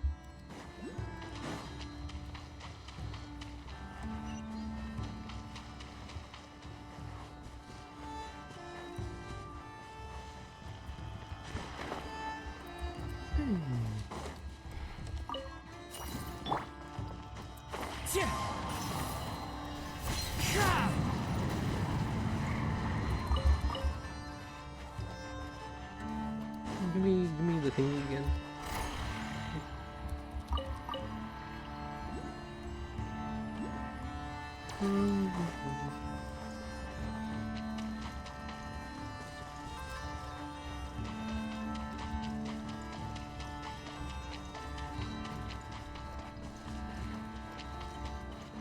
Jellyfish. Nothing. Wait. Guess there's a route.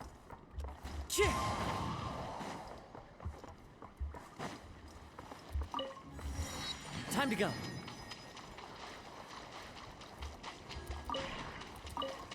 Give it to me again. Don't know where it comes from, but okay, sure. I don't mind the free movement.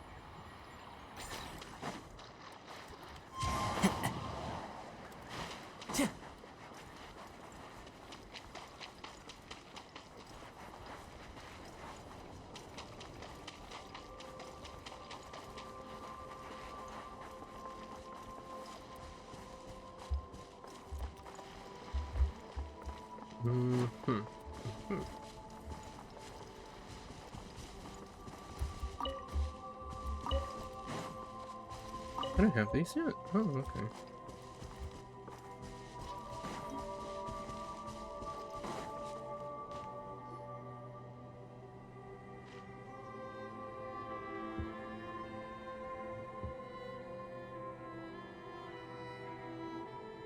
Oh, no one's guarding this place, just like he said. This way. Let's move. We're running out of time.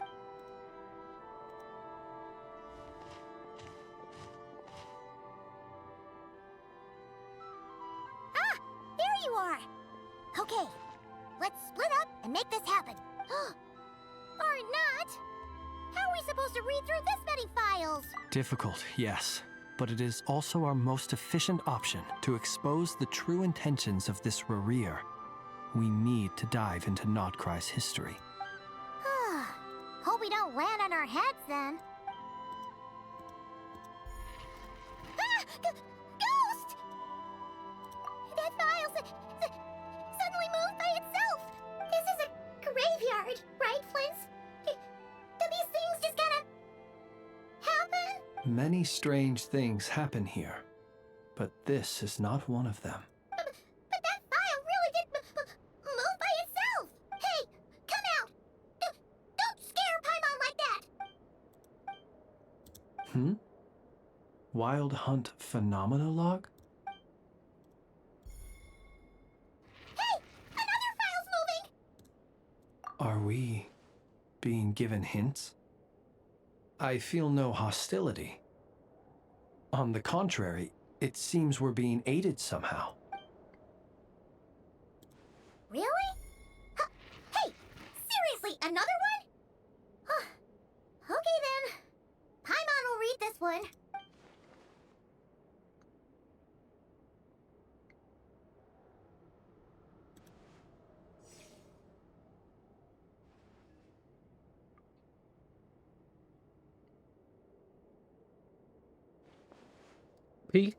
Peak story right here, see? Peak story. Wow. Finally wow. finished. Yeah. Paimon sure could use a long break from long words now. Hope she can remember it all. The material I've read through has all been about past Wild Hunt incidents of enormous scale. Paimon as well. Guess that makes 3 of us. Whatever this is, it seems to want us to notice something. Let's bring our files together and give them another look through. All right. Paimon will go fetch hers. All these incidents look pretty different. Wait. I've noticed something.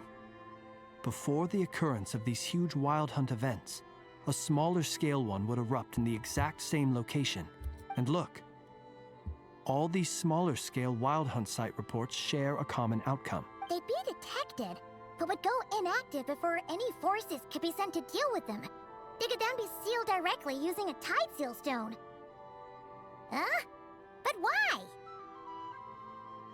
Some of these records are too old. I doubt he had regained the ability to act freely yet, or we would have met long ago. Ah! And here's another similarity. Kuvaki and nearby soil completely drained. Could this be important somehow? Kuvaki and the Wild Hunt are mutually opposed forces. We Lightkeepers previously believed that these small Wild Hunt sites would temporarily go inactive due to being neutralized by the Kuvaki present in the soil. But now that we've synthesized all this data, there is a key issue this hypothesis cannot explain. The story's pretty much just filler. Indeed. No offense to Despite the name, I would not call a tide seal stone's sealing powers watertight exactly. But for it to fail and the situation to deteriorate in such short order... Paimon feels like she's almost got it. Yes, that might be it. It could be that when Kuvaki and Abyssal energies meet, the stronger side will suppress the weaker one. And while Kuvaki can indeed destroy small-scale Wild Hunt anomalies, should Rerir be strong enough, the Kuvaki might be his for the taking instead. Paimon kinda gets where we're going with this. What are you referring to? Oh, we had a real close encounter with the Abyss in Netland. It's a force that tries to taint everything. It's hard to explain in detail. Was there a gap between him pretending to be Sergeant Major Sosi and the cannon being fired? There was. Aino needed to make some adjustments after we finished those repairs. Rerir, disguised as Sosi, left at that point, leaving him more than enough time to shapeshift into you, return to the Lightkeeper's office and set up the crime scene, before heading over to the cannon's target area and absorbing the Kuvaki. It all makes sense. And all that just for the fragment I had with me. It begs the question, what makes it so special that he needs it so badly? That's odd. We shouldn't have any guests. I'll go take a look.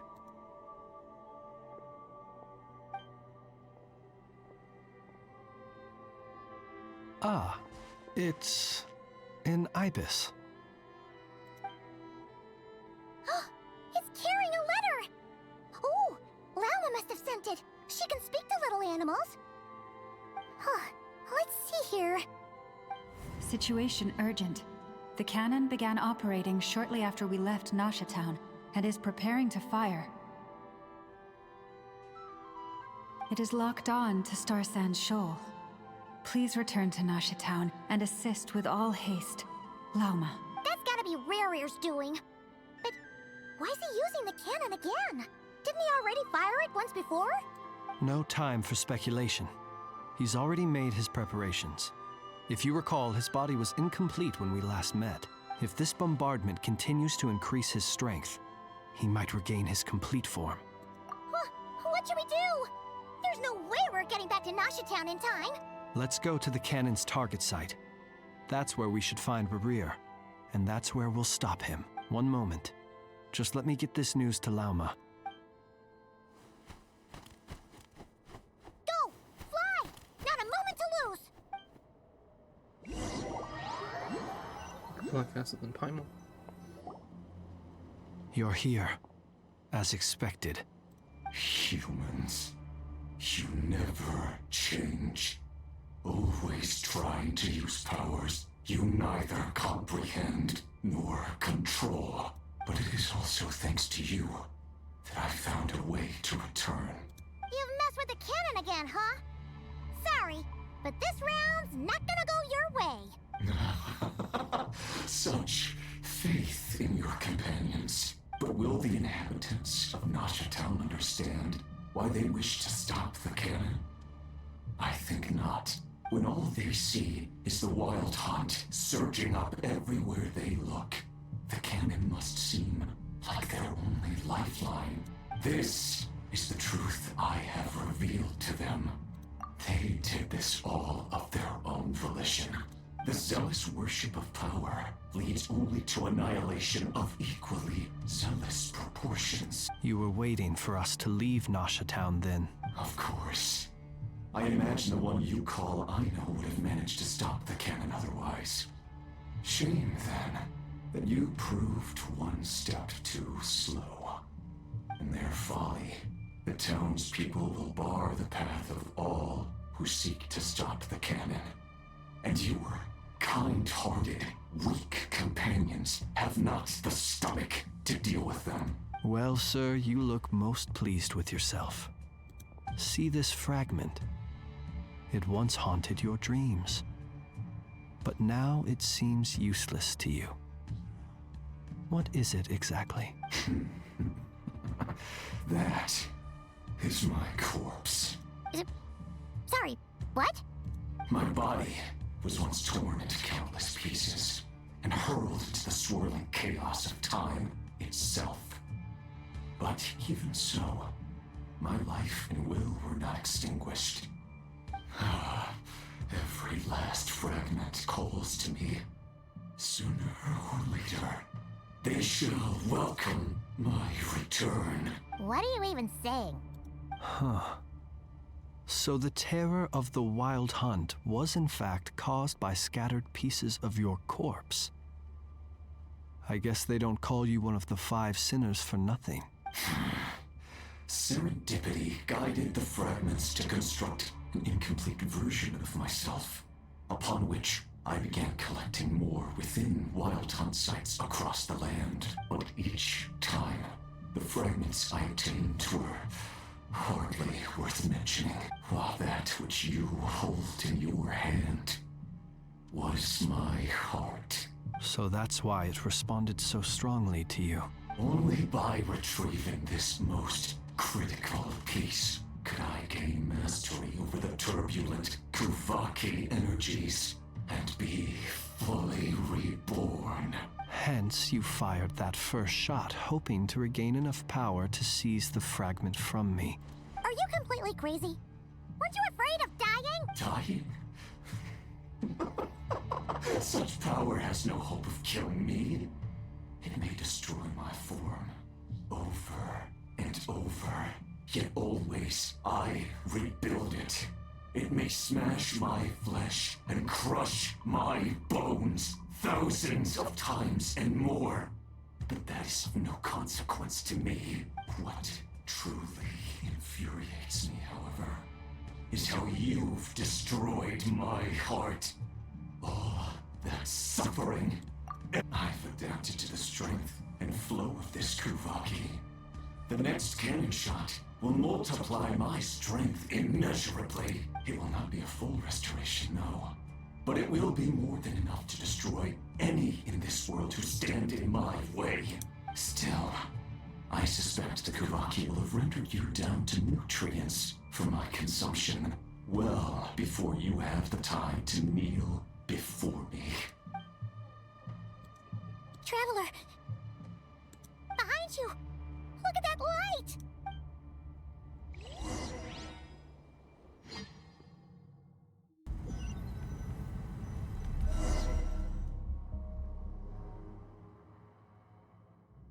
Dang it!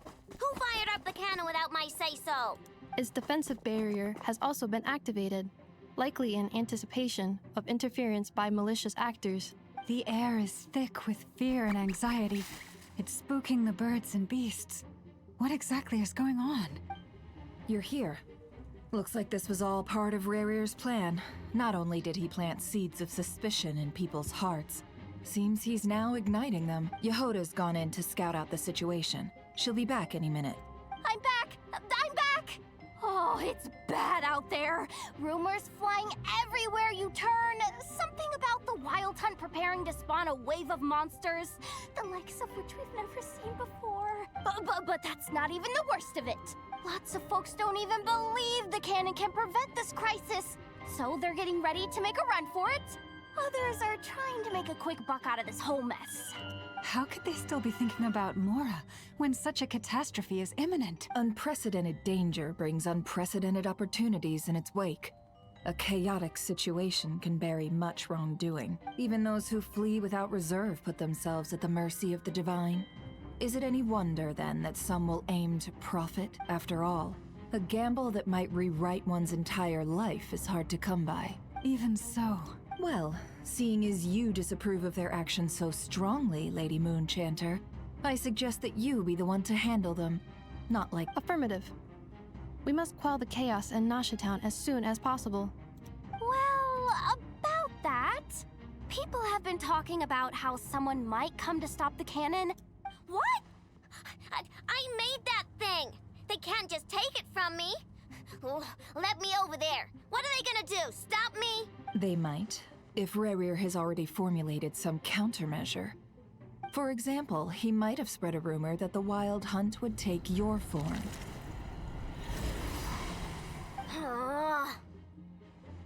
Possibility, high. If they view the cannon as Nasha Town's only hope, they are likely to conclude that anyone who tries to stop it must be with the Wild Hunt. We will face strong resistance, but they're just ordinary people. Brute force must be avoided, if possible. There's no time. Let's go into the town. I'll find some way to calm the townspeople. Oh, you're back. And you have a letter? The traveler won't make it back in time. So they're heading straight over to Star Sand Shoal instead. Wait, what? Isn't that the cannon's target? Why would he go there? Assessing risk level. Maximum. So if we can't prevent the cannon from being fired... Then he's prepared for the worst.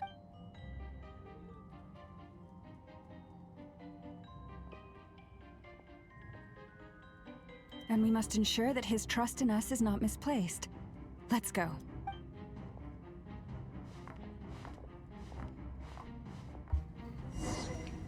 Ah, you know that was a pretty smooth transition. I gotta give it to them. That was pretty smooth. I can't sprint. What are you waiting for? This place is burning too!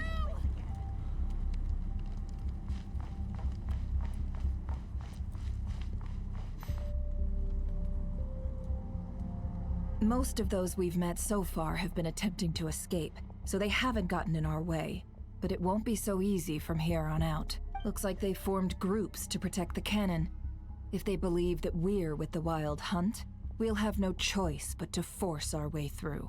Is that Lady Lauma? But are you really her? It's you, Rixa. I believe you recognize this power, having lived on Hisi Island for so long. It is not something that anyone else could imitate. I do, yes. So it really is you, my lady. But why are you here? Really, I believe you, but the others, well, they'll be on high alert. The townspeople have been misled into believing that they needed to activate the cannon. I am here to stop them. But... I know what you wish to say. Our island and Nasha Town have never had close ties. There should be no reason for me to intervene. But you chose to leave the island. You had the resolve and the courage to start a new life. It is unfair, unjust, that you should be dragged into this mess just as that life was about to begin. I seek to redress this injustice, not only for you, but for everyone here who wishes to live their lives free from this chaos. Please, have faith in our long-standing friendship. Thank you, my lady. Thank you. Then come. I need you to step forward alongside me, and to do your part too. All right, I understand. Seems we chose the right person for the job. Huh? You're not coming with us? We won't be able to calm this storm by our power alone. As such, I'll need to contact some... let's call them friends in high places, shall we? Let's go, Yehoda. Okay. See you again, everyone! That is, if we can.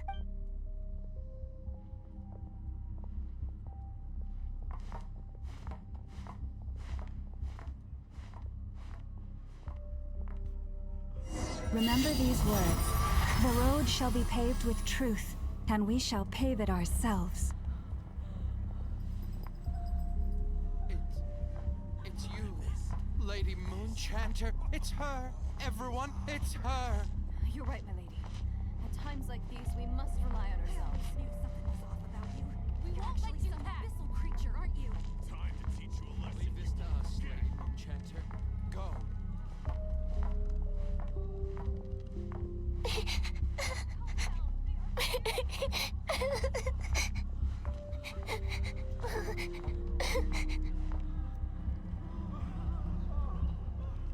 Lady Moonchanter, there's a child here! It's all right now. Go, quickly.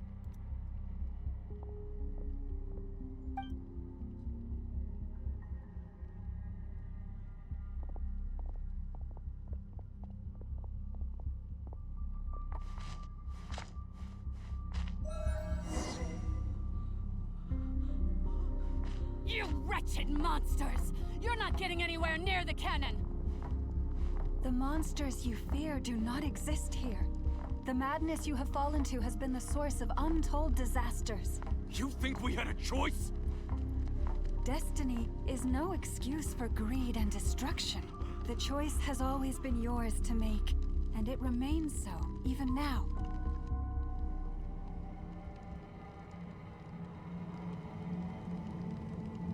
Thank you for bringing us here. We can quickly overcome the barrier by going upward from over there. The cannon is all yours now. Got it. Thanks, Lauma. Inefa, give her a crown kake. Orders received and immediately deferred. Departure takes priority. Please, everyone, listen to me. I will not deny that we hold different beliefs. But in the face of the immense threat that hangs above us all, otherwise rifts will surely form, prized open by those who harbor ulterior motives. If your fear is born of helplessness, if you flee because you know not how to fight, then follow me, you who are lost. I am no god, but so long as we hold our candles steady and unite beneath the same moonlight, no deception or rumors can be concealed from us. Let us resolve then to defend ourselves and to stand firm against the false illusions by which our foe That's seeks one to thing I beguile disliked us. about Genshin is that what you see the character can do in game, but when you actually get the character from the banner, there are certain skills that they can't do compared to Let's War. go, Inefa. This way up. And a prime example is Ameth. Clearly, she may not be able to pilot the mech, but she can call down the mech. Adjusting route. Make ready. Yeah, sure, but she does have her own mech as well, so she can be in her own form or her mech Out of the way, small fry.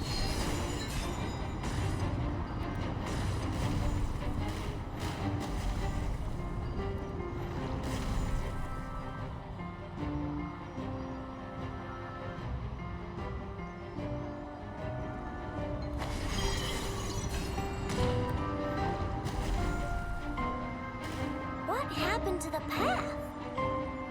Track missing. Fall imminent. Come on, come on, come on! And get out of there! Whoa, nice! Preparing barrier breakthrough. Brace for impact.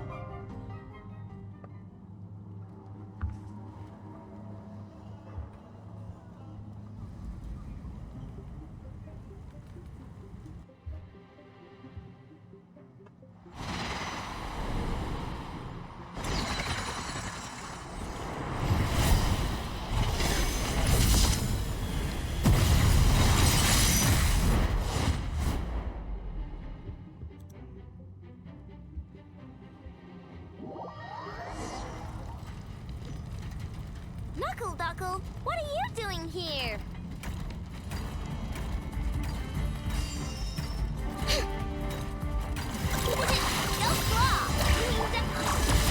Preparing for dust up.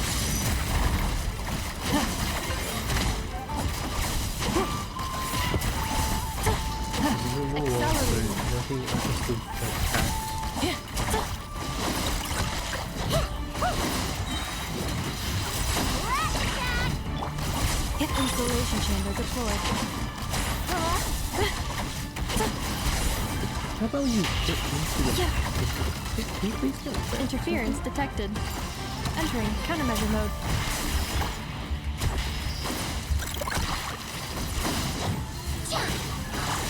Ultimatum protocol. Have to kill the robot.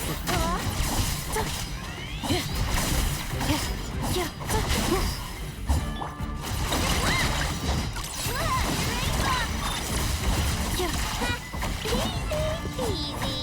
What made you think I couldn't take out one of my own designs, huh?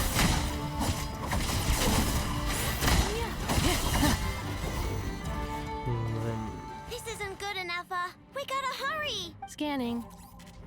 Kuvaki ammunition fully loaded.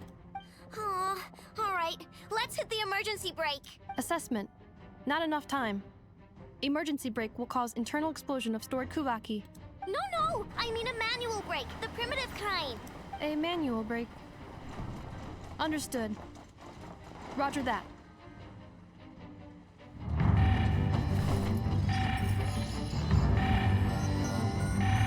We are out of time.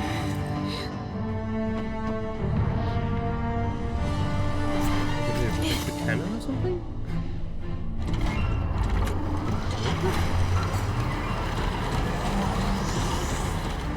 All your efforts have been futile. It is too late now. Perhaps you're right. Why aren't you running?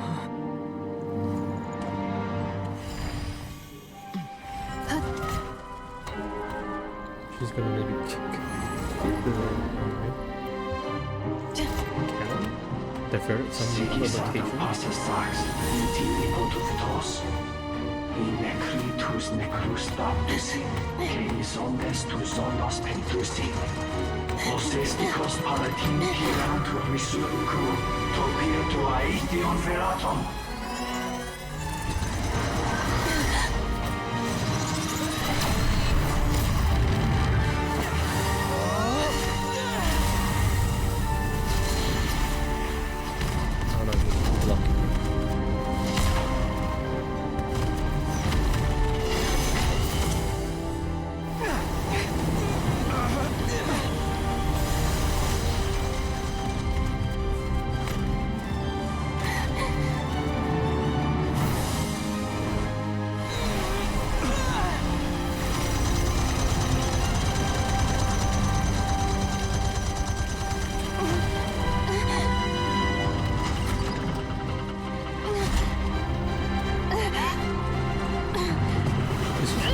To Wally or something.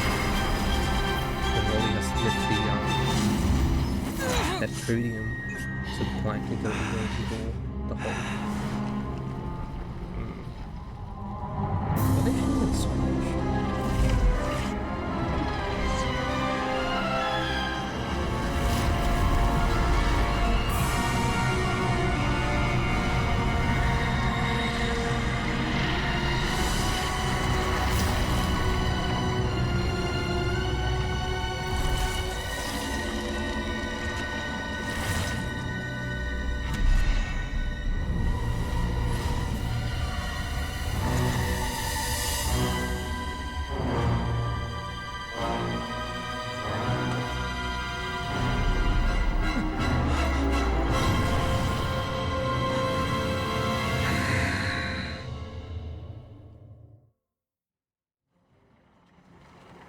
Interesting. Wait, blasphemy against death? So he... Oh, so he could actually go toe-to-toe with Renova. Think? Well, that's not good. Sluggish, torpid. This body is a disappointment. I can barely muster 10% of my original strength. You've ruined everything again. Let me guess. You didn't get a human body back, did you?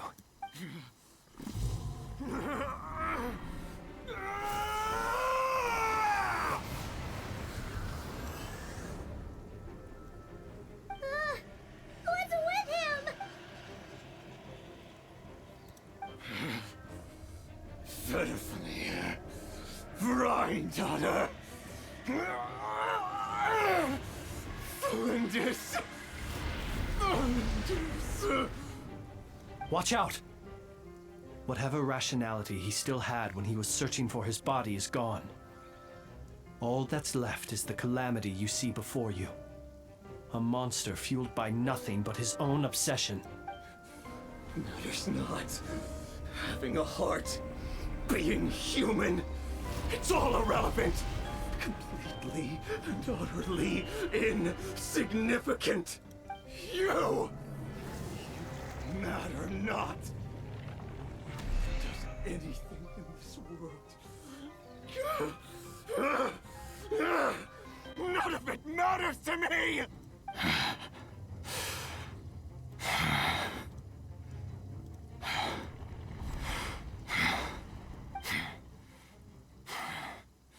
Fools. Time to die!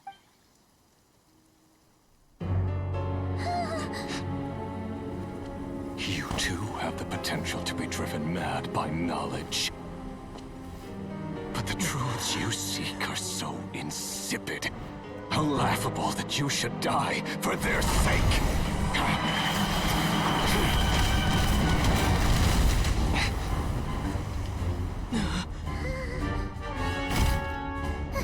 You're wrong. The unknown is but a fog to be dispersed. Knowledge is the true pillar of the world.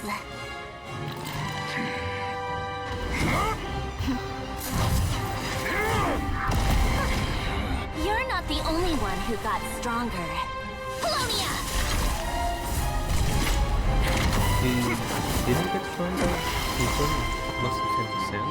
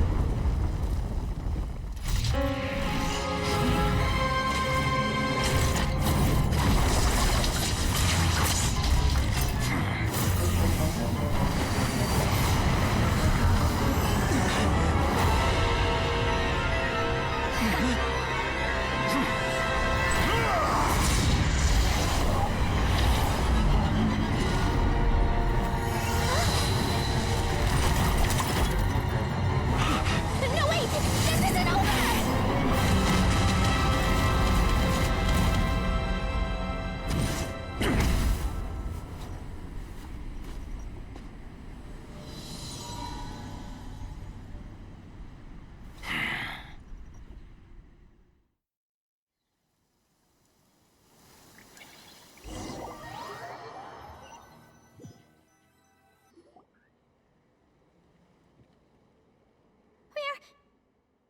We're safe?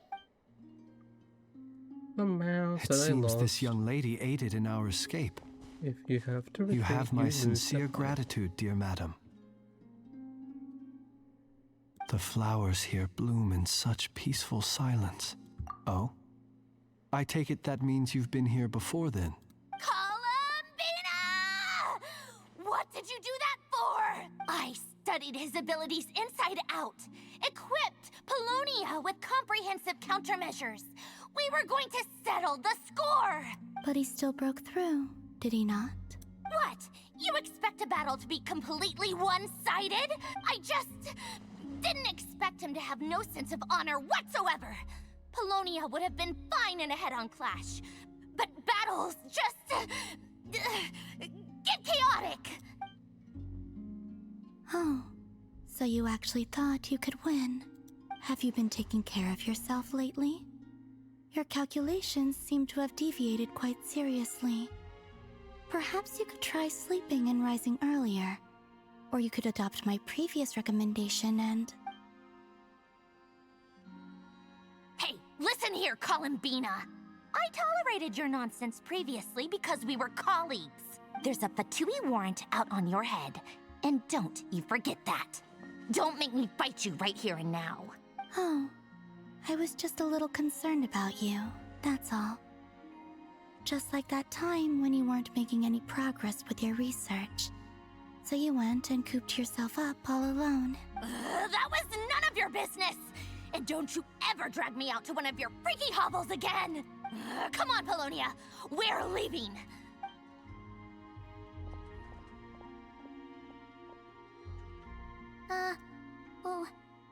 Well, anyway, thank you. I was worried about you, too. Not only because the remains of the Eternal Moon Goddess cannot fall into his hands, but also because you've done much for me yourselves. And then well, I brought your associate along for the ride, too. But that was as much as I could do. You're not afraid to speak your mind, miss.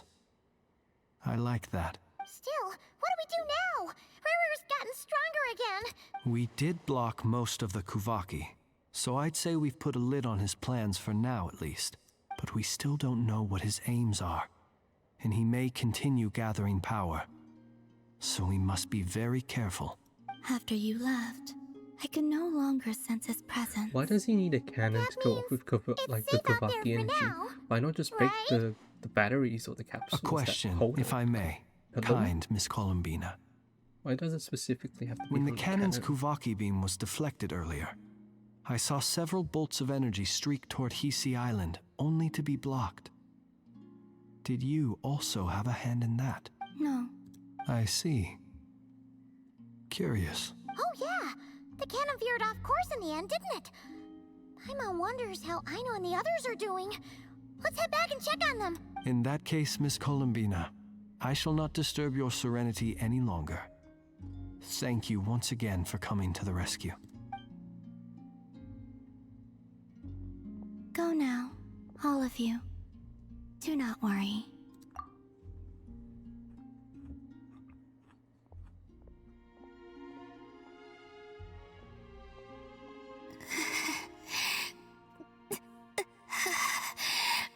My strength still isn't returning. It seems my time is running out.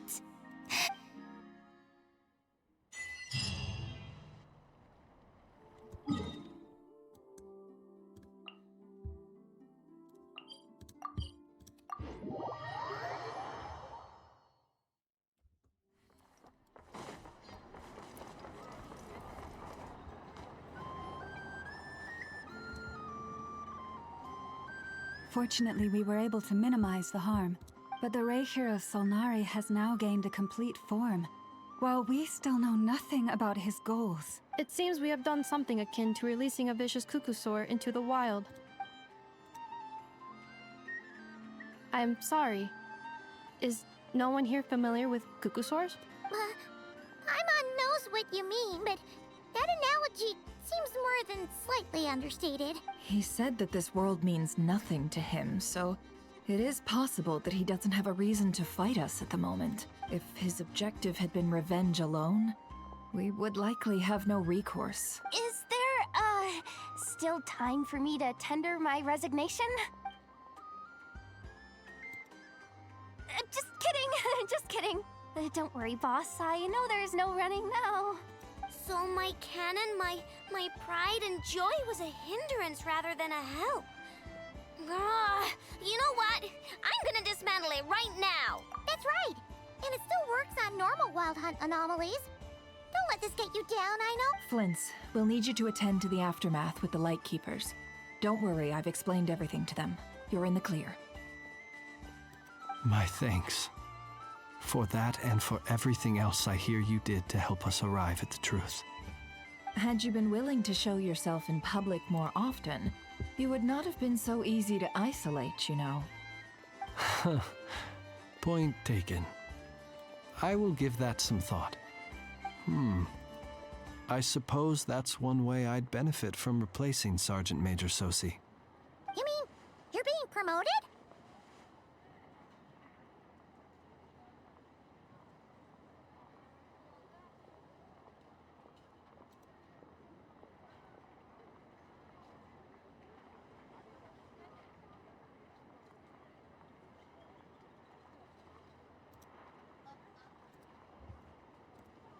Was Paimon the only one who didn't get that? Well, if you've got a moment, would you like to come with me?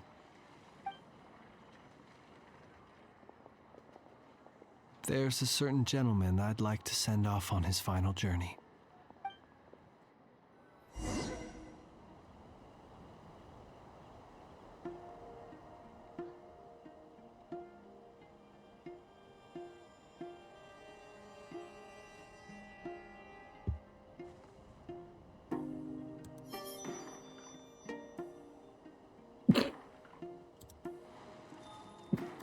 It's Hecarim as Uma Musume.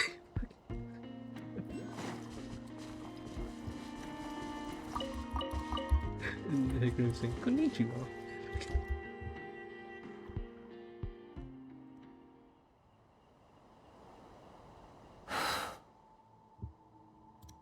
This man was like a lighthouse.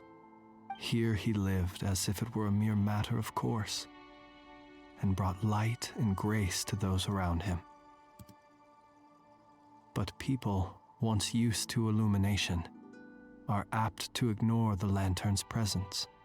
Slowly, gradually, he came to think as such himself. I have achieved too little. I must do better. There is more work to be done. Perhaps his end was tragic. But I remain proud of the way in which he illuminated the path for others. Every shadow born of the light shall remember it. Oh, poor guy.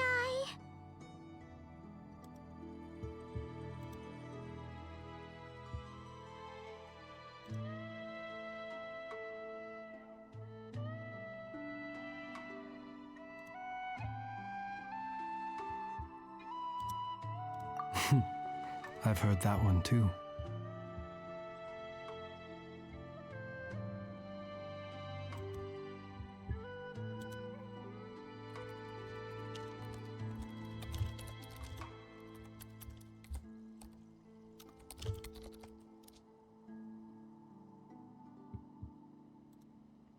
Is that so? Well, you're right. It may seem that our efforts were in vain, that Rerir achieved his goals, but we will pursue him to the last, even if the outcome is not what we wish for. It is not dissimilar to the role of a graveyard keeper. We do not seek to bring the dead back to life, only to grant them peace.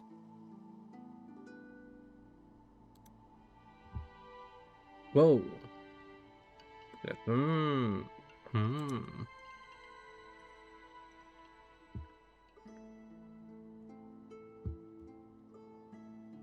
Hoyoverse game MMORPG runs on Unreal Engine 5. The loop gameplay is about contracts for hunting bosses.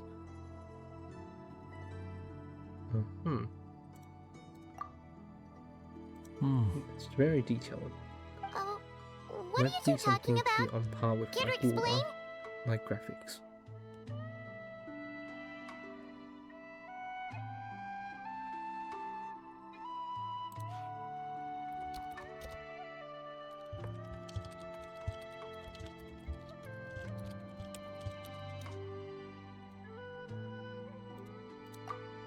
Okay. Either way, the Lantern Fae is not playing the leading role in these final rites. Lightbearer, with your blood you have paved the road to glory and justice. Even as we hurry on, bruised and battered though we may be, stay a while and look back upon the world and all its love and hatred until it closes its eyes in the depths of night and a lantern lit for you alone flickers softly into life. Thank you for everything, Sergeant Major Sosi.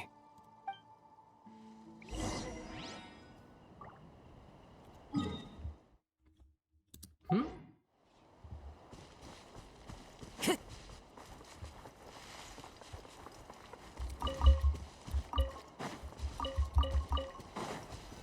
it's the Wanatar! Should we go after her? Or do you have someone else you'd like to meet?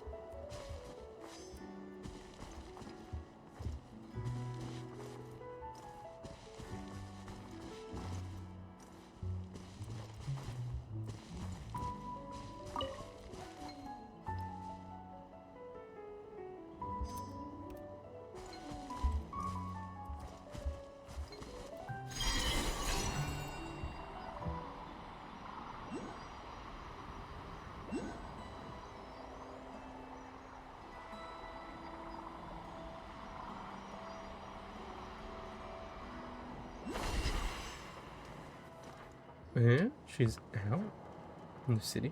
Columbina! What are you doing here?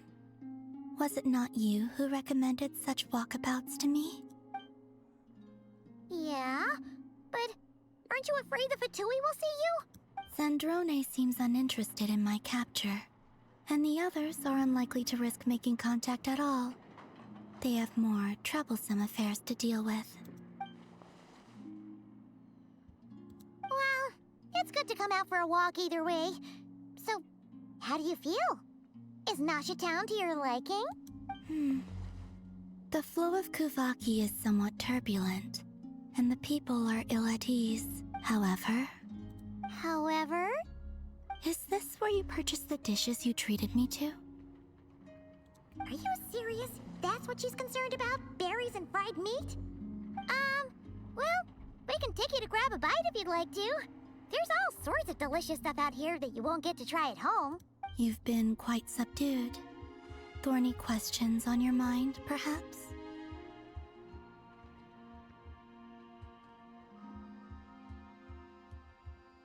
I could not gain any insight into his schemes, I fear, now that he has donned a shape and form. Selling his power short would prove a fatal error, but that power of his plays host to an obsession that borders on mania. I cannot say if that fixation is directed at the moons or at something else. Perhaps understanding the subject of his fixation shall prove key to repelling him in the future.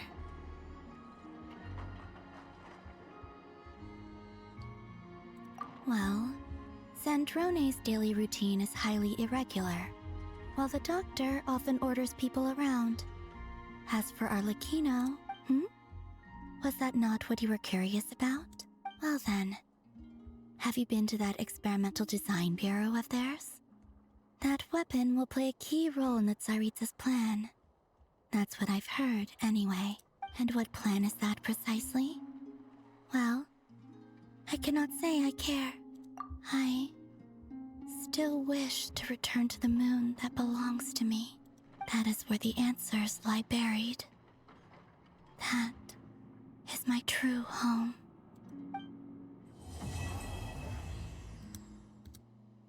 Okay, that's Act 2, I think. Now we're going to Act 3, maybe Act 4, whatever. Interesting. You followed me this far. Why not show your face? Haha! Right, right. Right you are. I forgot to introduce myself. The name's Varka, Knight of Boreas, and Grand Master of the Knights of Favonius.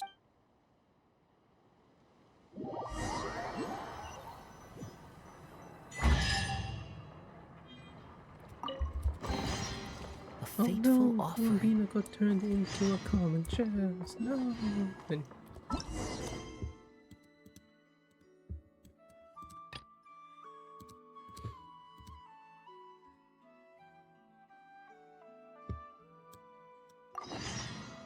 There are Yeah, leaves do I really around, care to unlock commissions? just Oh, the tune to I accompany. don't care.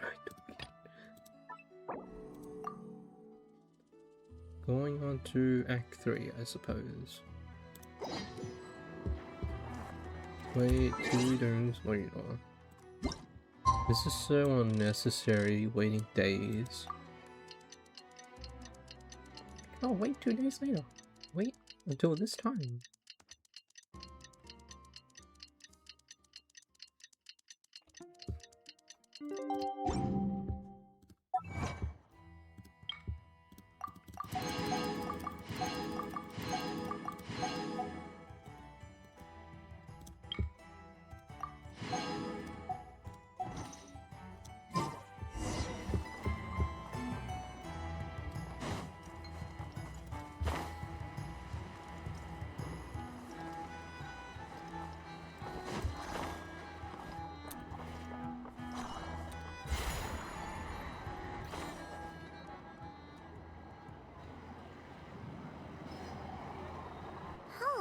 It's been a few days since we said bye to the others in Nasha Town.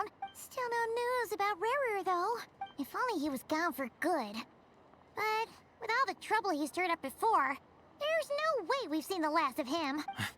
Hello! You must be the traveler in Paimon? Mr. Flint has been looking for you. Unfortunately, there's been a serious wild hunt attack over at the quarry. The wild hunt? Oh, uh-oh. We better get over there, right away! Come on, let's go! Act 3, yep, see? Gotta stall. Buy time. Make that moon area. It's like, oh, we gotta drag out the story, you know? Gotta put in some filler bullshit. Not only about the moon area, but also the boss with the doctor as well. That also is here. So I'm assuming there's 5 acts or something. There has to be like 5 acts. This shit is taking too long.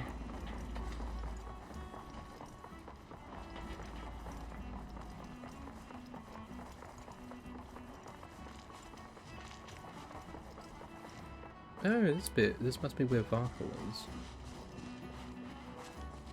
You're right, Varka. You probably meet him here in the story.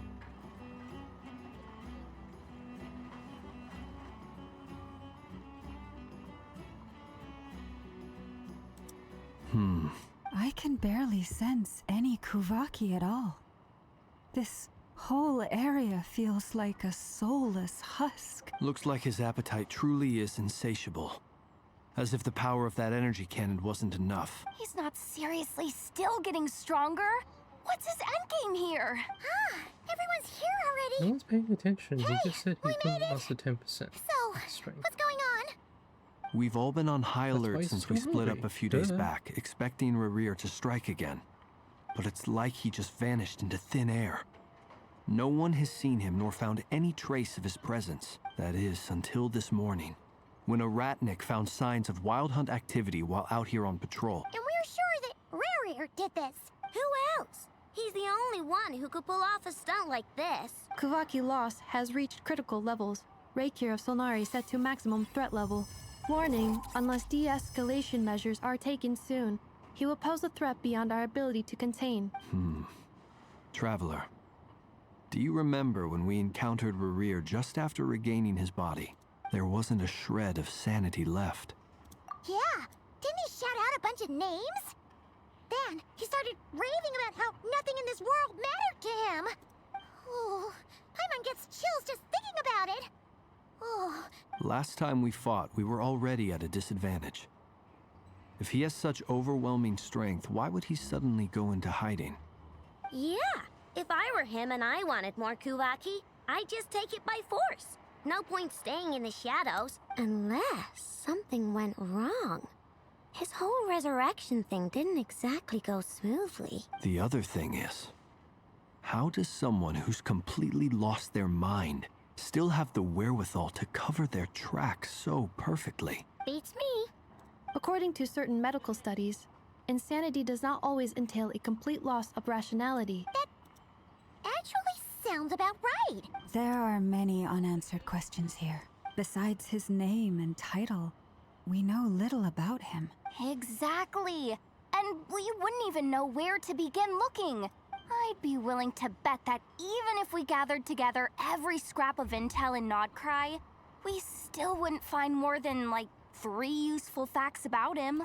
So, if we do nothing, he'll just keep getting stronger. Last time we had Marionette and her big robo-buddy to help us, and we still barely held our ground. Oh, Paimon's head hurts just thinking about it. Well, I do have a little hunch about his next move. Somewhere like the Eye of Craddy, or the Pillar of Embla. A perfectly reasonable hypothesis. I agree, we should split up. Right now, Rarir's goal seems to be gathering Kuvaki, not fighting us directly. Wait, why Hisi Island? If I recall correct... That's right. Yes, it could well be a potential target of his.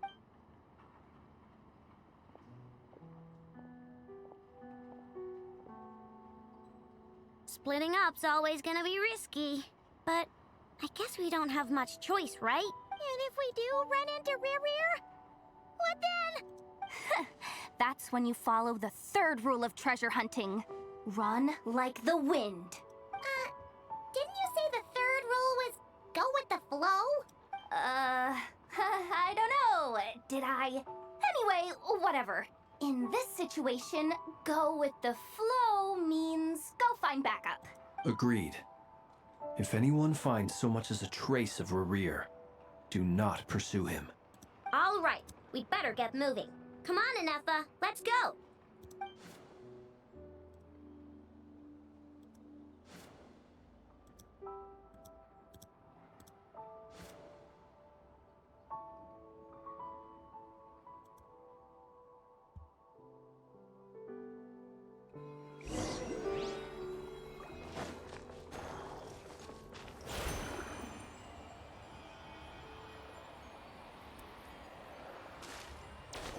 What the fuck?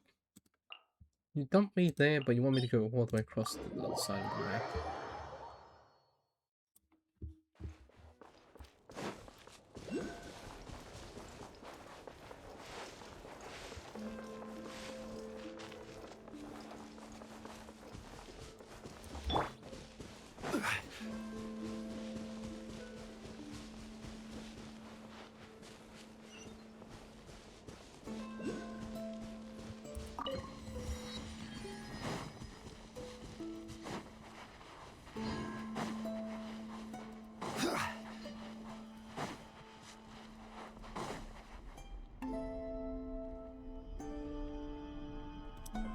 Any leads? Nope. Diddly squat. No clues to where he might be hiding. It feels like we're sitting on a powder keg that could go off at any second. Oh, I hate this feeling. So, you guys didn't find anything either? Not loving the word either. How about you, Flint's? I questioned a few Ratniki and eventually narrowed my investigation down to one suspicious individual. But by the time I got to his place, he was already gone. Almost as if he knew someone was on to him. Either that, or he's just extremely cautious and doesn't stay in one place for long. He's been biding his time for a while now. No idea. Since regaining his body, he seems to have lost all interest in the fragment in my possession. All we can do now is hope that Aino and Anefa turn up some leads. Darn it, Rarir! Wait, he's actually here? I didn't mean it! I swear! No, it's coming from Silver Moon Hall. The Lady Kutar might be in danger. Let's get over there, quick!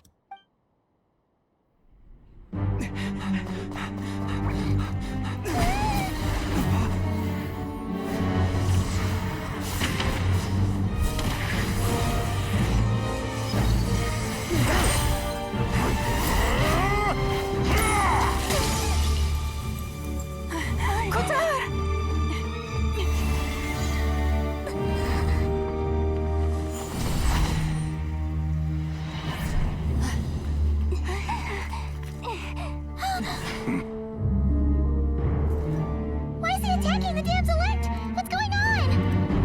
questions. Stop him!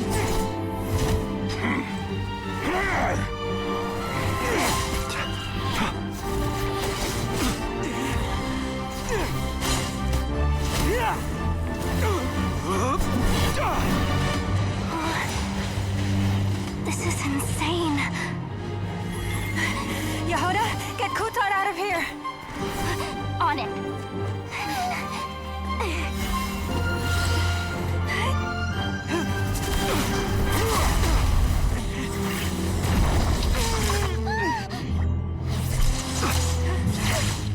Look where your feeble light has gotten you. Now you shall plunge into darkness. Felindus, soon I will find a way. Watch out!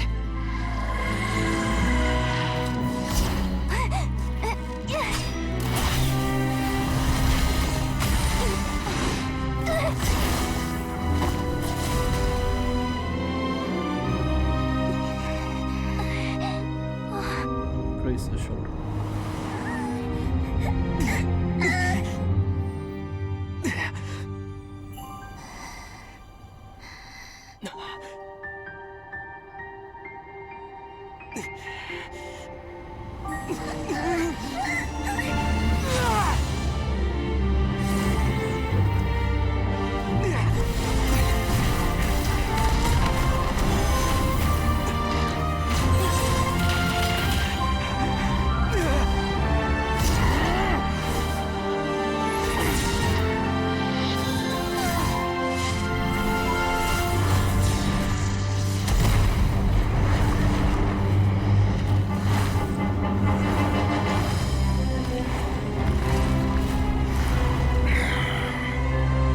Find them.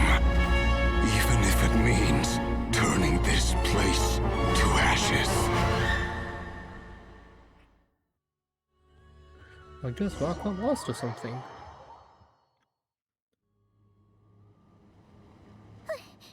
That was too close. We barely made it out of there alive. What's that guy's deal? How'd he get so crazy strong? He's a threat to this entire nation. I doubt his strength could even be measured by conventional standards. I have a question. When me and Anefa showed up, we saw him chasing after this lady like he wanted her dead.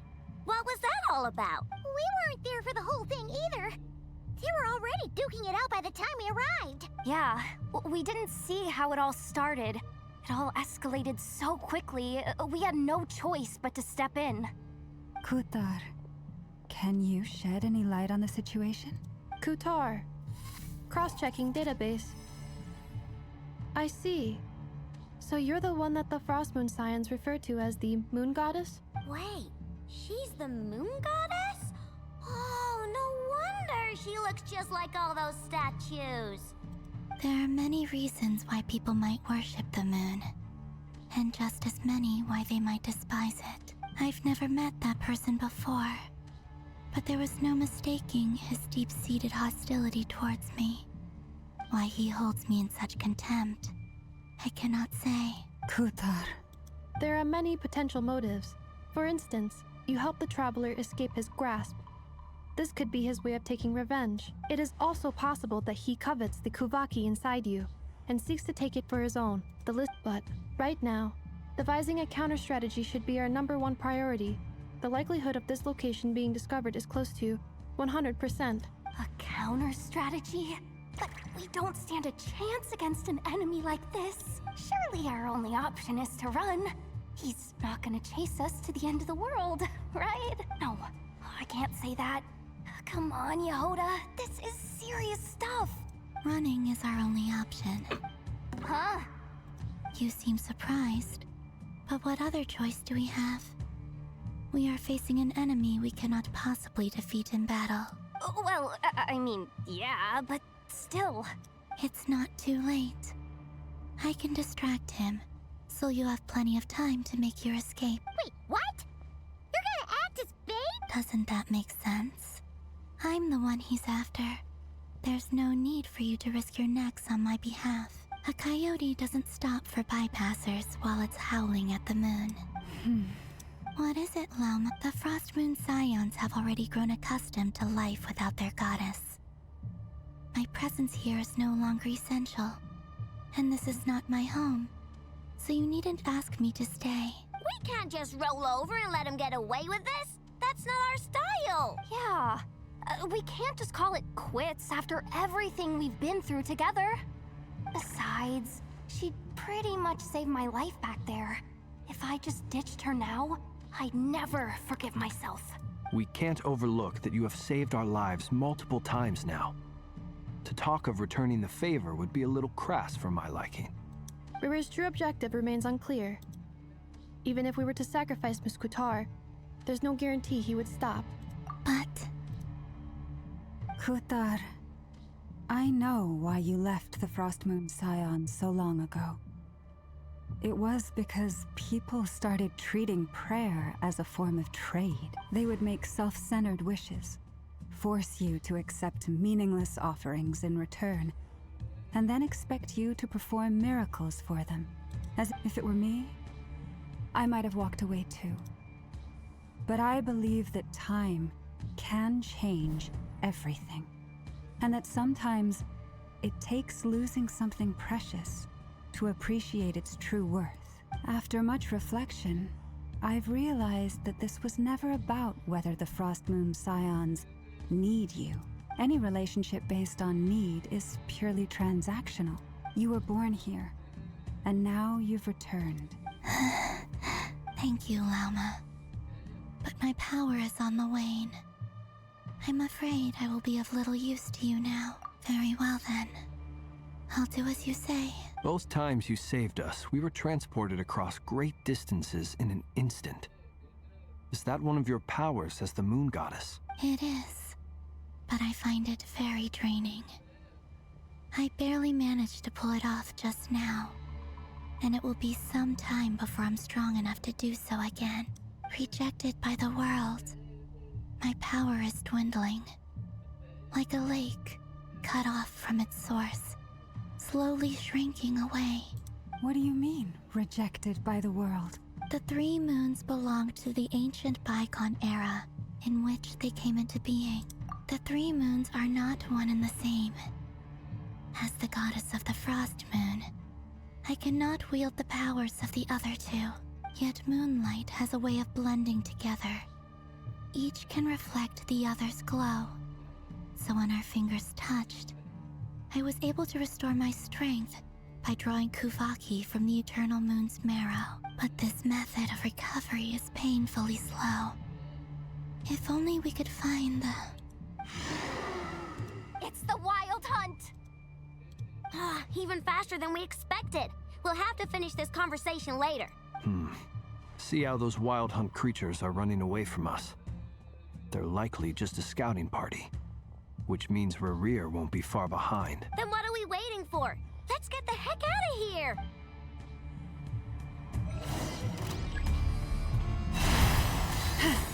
Oh, it's all fire.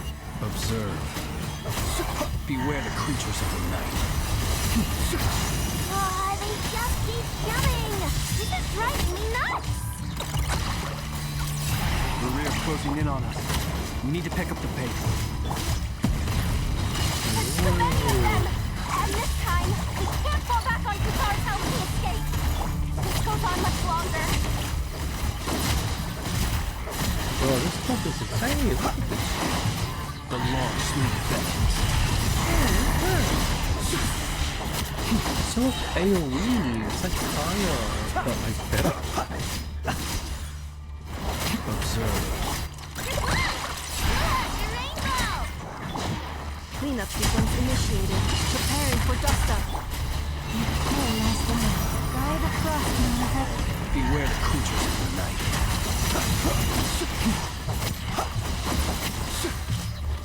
Be silent.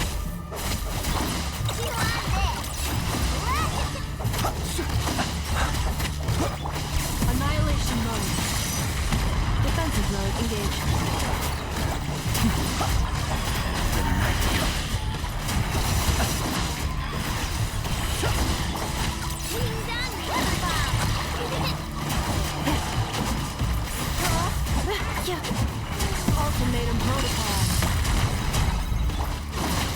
deserve. Close your eyes. To dust. The long sleep bed.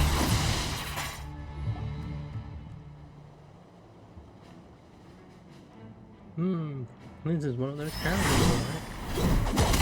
The you? Was it Barker? Barker.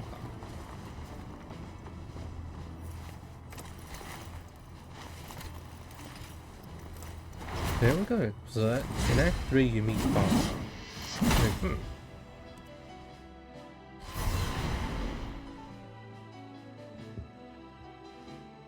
What's the matter? Bit off more than you could chew? Who are you? Uncle Varka! You're back from Amsvartnir? Whoa! You're Varka? Grand Master of the Knights of Favonius? We could save the intros for later. Right now, let's get you all out of this hellhole. Follow me. I know somewhere you'll be safe. Oh, is that where I think it is? That's the one. Come on, move! There's no time to waste. You get to try maybe Varka, or is it just gonna time skip? Most likely time skip. Time skip. Yep. Wow! Where are we? This is so well hidden. Well, that goes without saying.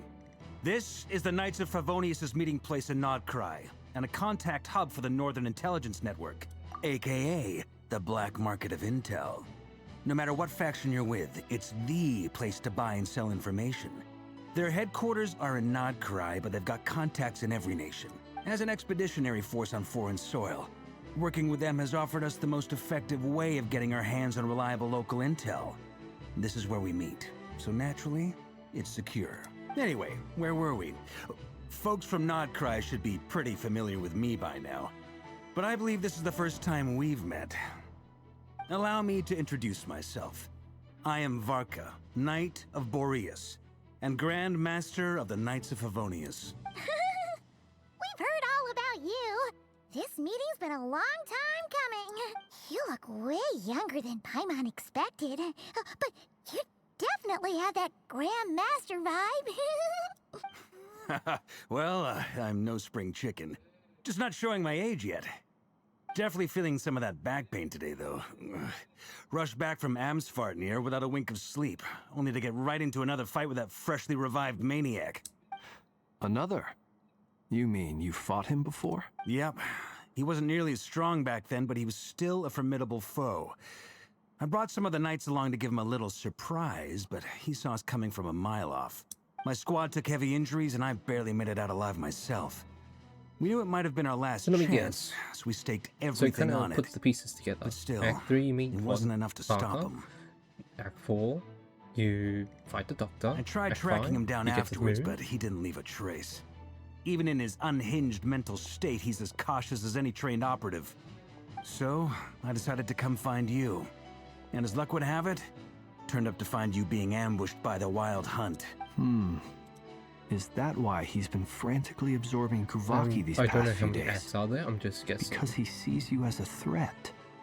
But Maybe I'm most part of the likely equation, case. but even One if I act, weren't, one thing. I'm sure he'd still be gathering power.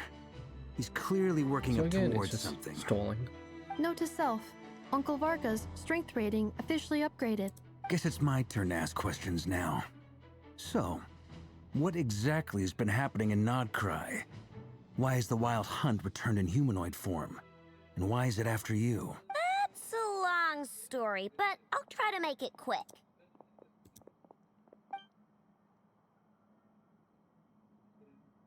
Wow, I had no idea so much had happened. Sounds like you guys have really been through it. So, the Kutar is actually a Fatui Harbinger. And all this Wild Hunt activity in Nodcry is the work of the Raker of Solnari, one of the 5 sinners. Oh, that's a lot to take in. Need some time to wrap my head around it all. I'm truly sorry, Mr. Varka. You stood with us against the Wild Hunt, and did everything you could to stop it from escalating into a full-blown catastrophe. And then, the one time you're away, it all comes to a head and all your hard work gets undone. You've got nothing to apologize for, Miss Moonchanter. You can plan 100 steps ahead and still slip up. That's just life. No one knows what tomorrow holds.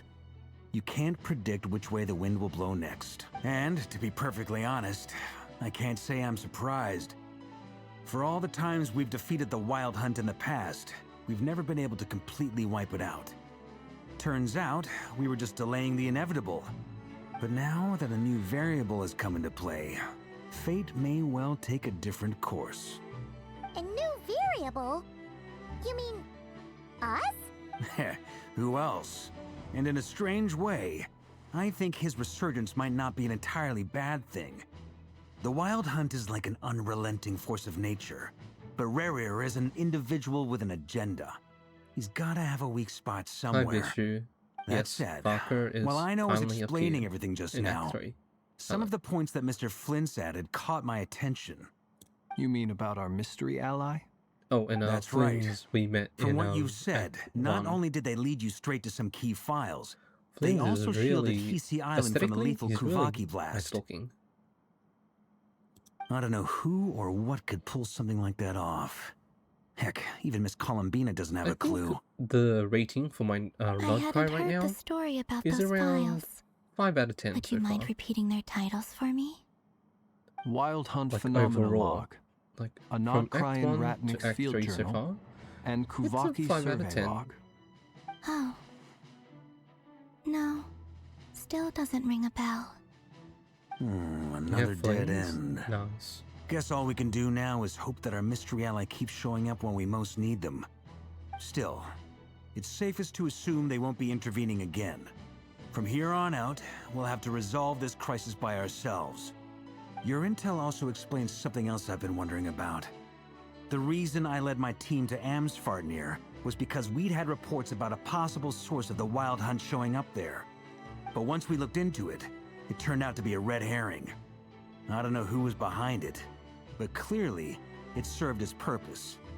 I doubt it's by chance that he happened to make his comeback while Logged my in for attention was Flint on his diverted. release, pulled him And from until everything you guaranteed, told dropped me, it back out. it sounds like his scheming began well before his return. Did you get his weapon as well? Maybe luring me away was all a part of his plan. But is it even possible that he orchestrated all of this by himself? The Moon Maiden and the Raker of Solnari. Nodcry of all places. The way everything is unfolding, it can't be a coincidence. So, what do we do now? Got any ideas? Right now, we've got at least 3 things to consider. Let's go through them one by one. First, we need to figure out how to take down Rerir. If we can't beat him in a straight-up fight, the rest won't even matter. To my knowledge, the bulk of Nodcry's fighting force is already gathered here. But even with everyone united, we're still no match for Rerir in his current state. Weapon? I don't even let know what alone his with his weapon looks power like, still so growing. I can't say. What if there was a way to tap into a new power of our own? But I'm pretty sure with How Genshin, so? you could slap Have you thought energy of something, region Three weapon, moons once or watched like over this the world. sacrificial The eternal weapons, moon was so you the can get largest. like The frost moon was skill the twice. brightest. But with energy And the region, like iridescent as moon was the Favonius most weapons, mysterious. you can get that faster back ult. then, So I'm the guessing three just moon those 2 goddesses wielded weapons immense are already, power, yeah. enough to shape the Damn. workings of the world itself. Just I slap now a bear combo the a day. frost moon's power, and the eternal moon's marrow resides within the traveler. Hold on. Are you suggesting? The iridescent moon, the last piece in the puzzle. That's right. If we can find the iridescent moon's marrow, I will be able to regain my strength much more quickly. The 3 moons are said to stir the tides and illuminate all things. Perhaps they hold further secrets beyond our understanding. According to my analysis, the solution is feasible. However, it is subject to one major condition. How do we— I know a way, but we will need to visit the Fatui's Experimental Design Bureau. The Experimental Design Bureau? Are you Very wrong. saying we need to involve Marionette? Yes. I must speak with Sandrone. It's a long way from here to the Experimental Design Bureau. There's a high chance you'll be spotted. You shouldn't go alone. Then that's settled. Next up, our second priority. Somehow, we need to figure out Rerir's end goal. As you saw for yourselves, When he was still in his wild hunt form, everything he did was for the sake of recovering his body and resurrecting himself. His first act since then, after laying low for a while, was to try and assassinate this young lady. People's obsessions often reveal their greatest vulnerabilities. There must be a reason why he despises the moon so deeply. Perhaps it sheds some light on his title, the Raker of Solnari. The Wild Hunt has plagued Notcry for centuries now. If we want to stop it for good, we have to get to the root cause of what's driving it. It's true. We still know very little about him. If Kuthar hadn't given us that lead, we wouldn't even know his name. But where would we even start? I doubt even the Intel Queen of Notcry has a clue, and she has info coming out of her ears. Oh? That's a rather hasty conclusion for someone who's so painstakingly meticulous when it comes to dealing with machines. Ah! She hurt me!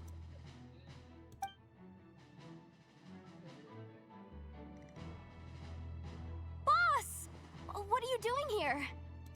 I'm now asking myself the same question. I received a letter from a humble knight of Favonius, requesting a meeting to discuss a major business deal. But it looks like this humble knight had something else in mind. Details, details. Miss Neffer, the important thing is that you've arrived at the perfect time. Since his failed ambush, I've been racking my brains trying to come up with a plan to fight Rarier. Given the severity of the situation, I think it's fair to say that our only chance lies in uniting as one. And I'm talking all the factions in Notcry. We can't do this without the Curatorium. But I knew it'd be a tough job to win you over. So, I took the liberty of reaching out for a little chat. Wait a sec.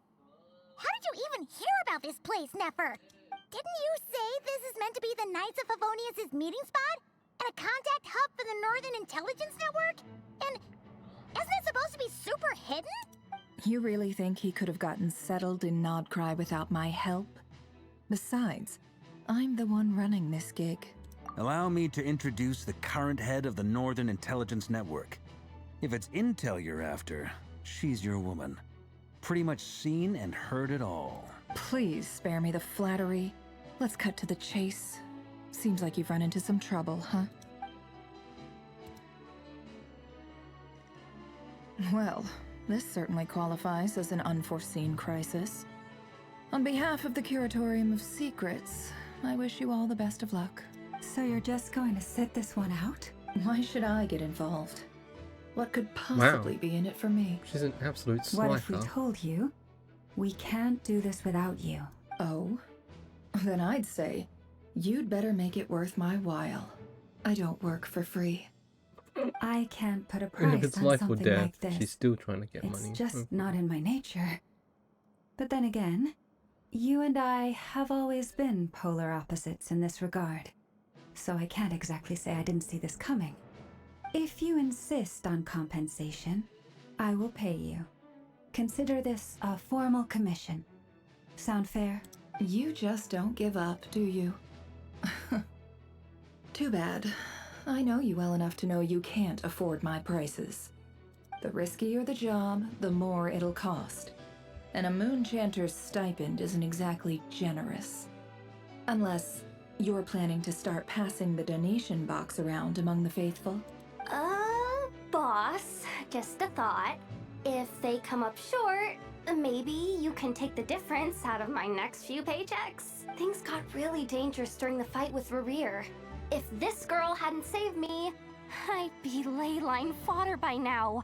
I'd be gone for good, boss. If there's any way we can make this work, I'd really like to help her. Please? I'm begging you. This is why I'm always telling you never accept favors. They are the hardest debts to repay. You have to be careful who you get involved with, or you invite all kinds of misfortune. Very well, Yehoda, I will help. But just this once. Don't count on this happening again. Flins, that fragment that Rarier was after, do you still have it on you? Of course. Let me borrow it. I need it to follow up on some leads. Wait, you actually have some leads? Shh. This is top secret information. I get it. We all have things we'd rather keep to ourselves. Plus, I know we can count on you. So we'll leave the intel gathering in your hands. And that brings me to the third and final item. We need to find a way to distract him. We need time to make our move, so someone will have to stall him. I'm in for this part, no matter what. Anyone coming with? Count me in too. Come off it, you two. Quit playing heroes. I'm way ahead of you here. Inefa did a scan of the Moon Goddess's Kuvaki signature, and we're gonna use it to make some decoys over at the Kramkake craft shop. Anyone who's in, follow me. Once they're ready, we'll deploy the decoys across Nogcry. So as long as the rest of you keep moving, he won't catch on to your scent and won't be able to track you down. I like it. Genius idea. No biggie. All right then, we'll split into 3 teams. Once your team has finished their mission, return here and wait for the others. Dismissed!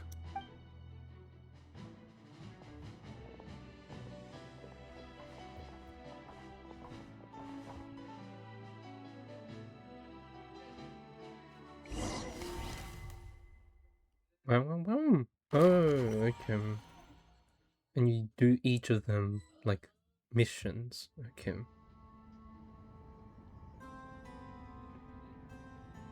Lady Damselette. Wait. And you two? What are you doing at the Kuvaki Experimental Design Bureau? We've been doing our best to mind our own business lately. But if you're just gonna waltz up here like this, you're seriously pressing your luck. Don't blame us for doing what we have to. Huh. You really think that's gonna scare us off? We're not looking for any trouble. I just want to see Sandrone. Do I need to remind you that you're still a wanted fugitive for deserting us? Out of consideration for our former ties and the crisis we're all up against, we'll let you leave in one piece. But don't even think about trying to get inside. Let them But... Are you going to make me repeat that? No, my lady. Sandrone seems to be in a good mood. Must be maintenance day.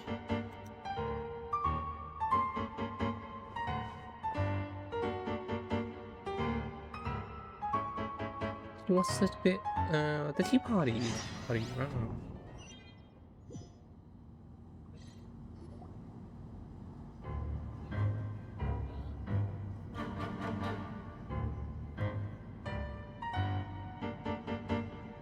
So tell me, to what do I owe the honor this time? Actually, before you answer that, just so we're clear, we're not colleagues anymore. Why is the music so loud? I promise it's nothing big. It seems like you've gotten the wrong idea here. The only reason I let you in was because I was bored. It seemed like a way to kill some time and satisfy my own curiosity. Whatever miscalculations I may or may not have made in the past, I haven't lost the plot enough to even consider sticking my neck out for your sakes. I'd like to speak with Arlecchino. What? Huh? You mean the knave? I'd like to speak with Arlecchino. Is she in Nodcry? No, she's not. Once the work on this facility was completed, she went back with the Rooster and Regrator. The only ones in Nodcry are me and... What is it you need to speak to her about anyway? Rerir is hunting me. If I'm going to face him, I must first retrieve the lost moon.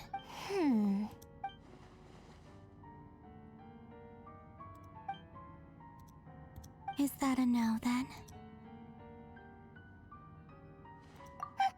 As if I need reminding. I was this close to settling things with him before someone decided to whisk me away to their weird little garden. Have you held any tea parties lately? Tea parties? Yeah, obviously. You don't seriously think we'd pack it all in just because you aren't here. Tea parties. If anything, they've been more eventful than ever. Just me, Arlecchino, and a bunch of insolent, insensitive guests who won't stop asking where you've gone. Oh, they've been a real joy. I bet you served them the worst tea you have. Just like you used to do to me when I upset you. Huh. Who cares about how good the tea is when there's no one around to drink it? I keep losing people. First Rosaline, now you. I'm running out of people who can make me laugh. Honestly, what could be more ridiculous than a multi-centenarian goddess who's only ever had the plain herbal tea she received as offerings? You'd always brew a different type of tea for me each time. Was it really just to see how I'd react?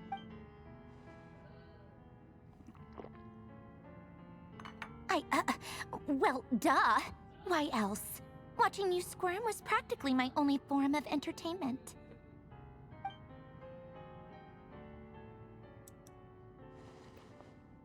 Oh, yeah. And Capitano sometimes used to bring Tartaglia around, too. But I guess we won't be seeing him again. Well, I guess we are overdue for a get-together. Polonia! Have Febronia pass a message to Arlecchino for me. It's time for tea. Will suffice. Pass along a message for me, too, if you would. My body cannot contain the marrow of 2 moons, so I'll be leaving one of them in her care. Excuse me? Who said you were on the guest list? If my tea meant that much to you, maybe quitting the Fatui wasn't your brightest move. Back when you were under the Tsaritsa's protection, no one would have dared come at you so openly. But that protection didn't come for free. In fact, I paid dearly for it. At the end of the day, it was just another transaction. I just got tired, that's all. I never wanted any part in their grand ambitions, and I've had enough of being treated like a bottomless supply of power. It brings back memories from the old days, when I was still worshipped as the moon goddess. Centuries on, it may be a different group of people, but I see the same greed in their eyes. I figured you'd leave eventually. You didn't have as much of a reason to stay as I do. The Tsaritsa gave you shelter and protection, but that was it. Nothing more, nothing less. Meanwhile, the Fatui demanded everything from you in return, until it was more than you could bear. I get why you left. And frankly, I have no interest in dragging you back just because the higher-ups told me to. But if you keep hanging around with this riffraff, the next time we cross paths, we might be enemies for real.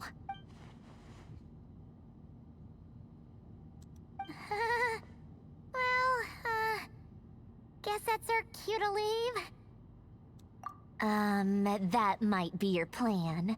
But it sounds like someone else wants you to stay a little longer. Huh? What do you mean? See for yourselves.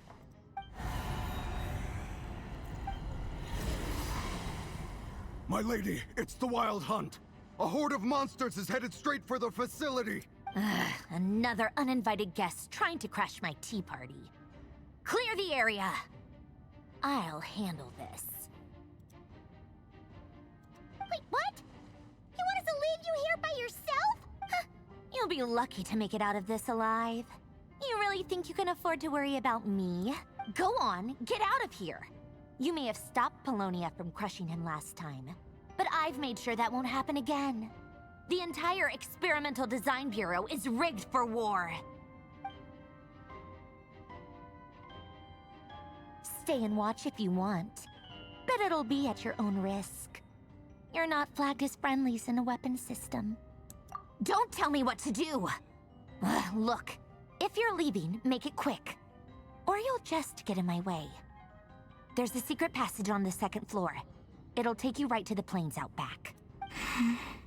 Stare all you want, Columbina.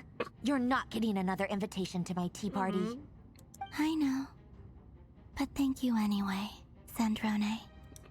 This is exactly why you shouldn't hang around with those people. All their melodrama and sentimental nonsense is rubbing off on you.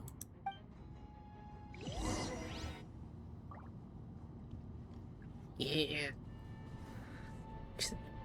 Come on then, Mr. Ray here. Let's pick up where we left off. It's your Wild Hunt monstrosities versus my beautiful creations. Let's see who comes out on top.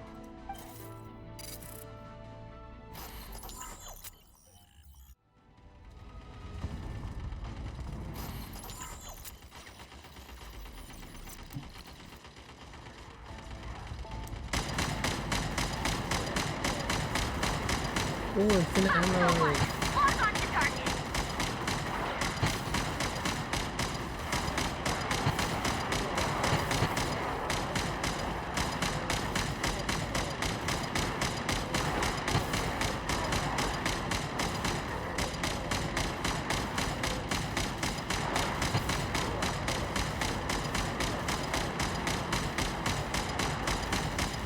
Headshot, headshot, headshot, headshot.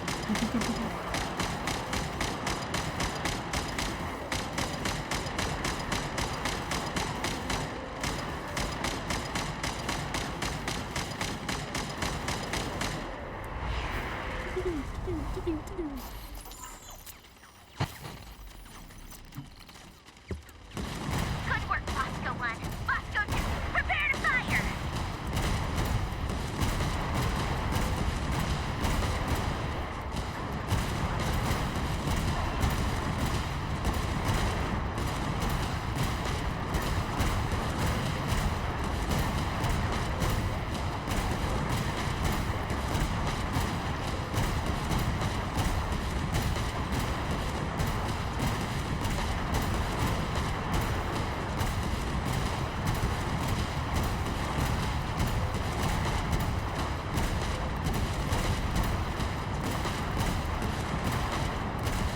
Lamau gets full camp. Lamau get bombed.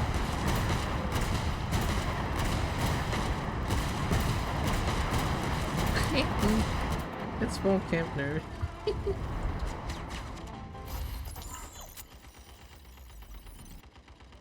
Oh wow, it's sniping? Keep them pinned down. Don't let them get near.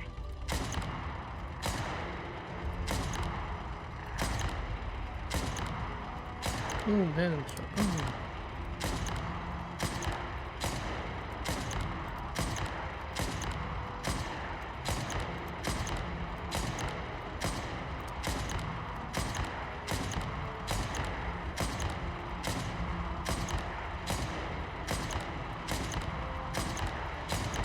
Oh, headshot. Oh, headshot. Oh, headshot.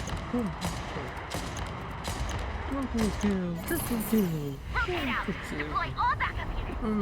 Get in there and hold the line. This is pretty fun. Pretty fun. They're more tenacious than I thought. Please bump up the range to 5.5 out of 10 overall.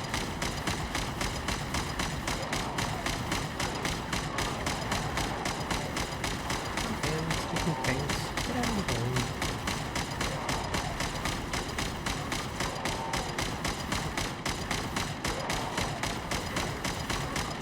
Don't worry. Once this is over, I'll put you all back together again. I promise.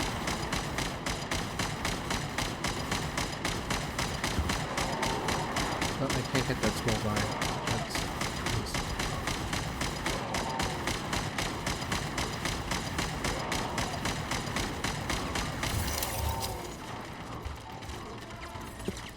Finally, the Raider himself. Time to... Huh? Where'd he go? Uh-oh.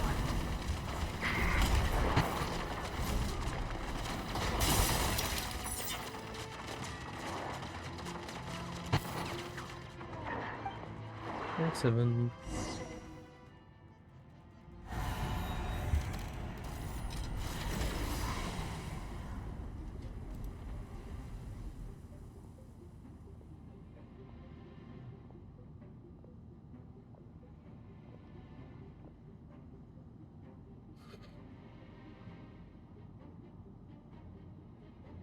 Polonia, get him! I've upgraded Polonia again since our last encounter, and uploaded every last scrap of your data. So let's finish this, once and for... She's not here. Where did she go? Hey! Over here, you big... Curse it. Moon. Go. Keep searching. She cannot have gotten far.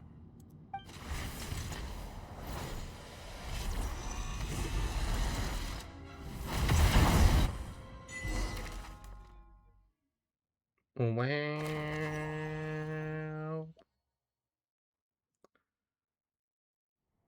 Yeah, we'll put that at 5.5. Maybe that's generous. Maybe 5.2. 5.2. Or maybe 5.3. 5.3 sounds solid. So this is your method for investigating Rarir's past? 5.3 It out of almost all. looks So like from some Act kind 1 to of Act 3. ceremony. 5.3 so far. There's some fun stuff, but most of it's just like stalling. Good deduction. But it's quite a different affair That's from what what they you're could used do to if with they're the gonna Frostmoon stall. Put like Scions. something fun in the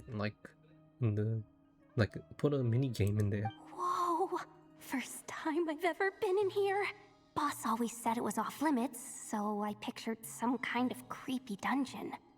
But it's oh, I guess this must be Sumero decor? That's where Boss is from. And that nice shopkeeper who sold me my treasure compass. I'm not sure exactly what you've got planned, but it looks like you're all set. When do we begin? Whenever we wish. But for some reason, I've got a feeling this isn't going to end well. I've never faced Rarir myself, but from what you've told me, his power is beyond anything I could imagine. I, Get on the other hand, am rejected, just an Lamau. ordinary businesswoman. Our paths should never have crossed, yet here I am, forced to make an enemy of him. If you ask me, you're about as far from ordinary as it gets. So what are you saying? You're getting cold feet? Once I take a job, there's no backing out. Still, I have to ask myself if the power I'm relying on will even work on an opponent of this caliber. And also how to make sure I come out of this alive if things spiral out of control. Death is the one thing we can take for granted. It is the great equalizer, however fortunate or unfortunate we may otherwise be. So it's important to consider how to spend what lifespan we have left. Come on, boss. Lighten up. Quit talking about death. It's bad luck. Oh, T1 was For once, I agree with you. Ooh. When you're up against a foe like Rarir, there's no such thing as being too prepared. Is there anything I can do to help? That won't be necessary. I've already made up my mind. Time to cash in a precious favor I've been saving for a rainy day. Yehoda, I need you to find someone for me. The sooner the better. Find who? That shady merchant who sold you an overpriced treasure compass the other day. Come on, boss. You're pulling my leg again. In what way is she shady? She showed up when I was completely lost and sold me a neat little gadget that was exactly what I needed. Trust me, she's a good person. Anyway, I know who you're talking about. Don't go anywhere. I'll be right back.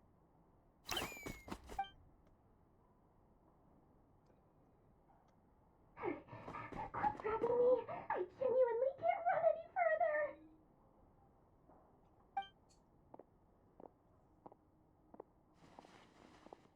Hey, aren't you? What is it? What's the big rush? You dragged me out of a dream where I was literally swimming in Mora. I'm charging double my usual attendance fee. See, look how easygoing she is.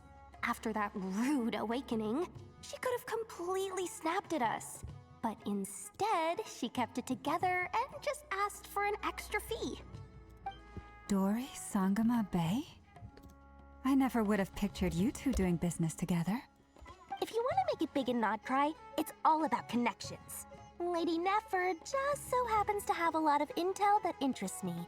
And she also did me a big favor in the past. It was back when I first arrived in Nodcry. My trusty assistant, the genie in my lamp, had an adverse reaction to the Kuvaki and fainted. And wouldn't you know it, that's when I suddenly find myself in a life-or-death situation.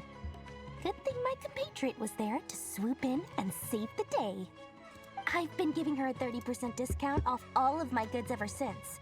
Now, so that no one here feels left out, I'm willing to extend a 20% discount to fellow friends of Boss Nefer. Plus, any other friends you send my way will enjoy 10% off. What can I say? The great Lord Sangamabe is nothing if not generous. So, let me guess. You've run into some trouble. I've got everything you could possibly need. And the more you buy, the more you'll save. You guessed correctly. What have you got in the way of survival gear? The one type of gear I've never been short on. What are you looking for? A jetpack fresh from the Academia's labs? An ancient suit of armor dredged up from the bottom of the sea? At the very least, I need to know what kind of opponent you're dealing with here. If even you're worried about staying alive, it must be pretty serious. What if I told you it's someone with the power to bring a nation to its knees? Is that so? Then we really are talking top-shelf treasures. I don't have anything like that in stock right now. I'll have to ask my supplier. Your supplier? A powerful woman, make no mistake. I can't reveal her identity, but luckily for you, I hear she's planning to visit Notcry in the near future. If you're willing to wait, I can ask her when she's here. Then, let me put it another way. What would you do if you encountered an enemy like that? Roll over and serve yourself up on a silver platter? Of course not. I have a handy little trinket from one of my generous suppliers, which... Hold on. What exactly are you getting at? No, no! This is for my personal use only! Let's just say I'm borrowing it, all right? Just for insurance purposes. You'll get it back later. Favors are the worst kind of debt to owe, and now you've got a chance to repay one. A win-win situation, don't you think? Fine. You can borrow it for 5 days. No, make that 3. And for every extra hour after that, I'm charging you 1,000,000 mora. Deal? Deal.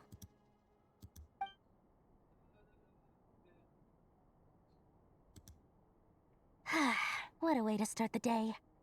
Now, was there anything else you wanted? Or can I go back to bed now?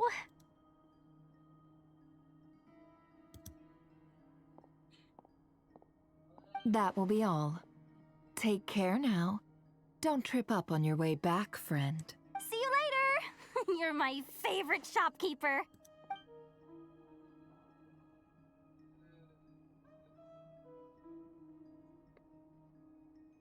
What even is that? Excellent.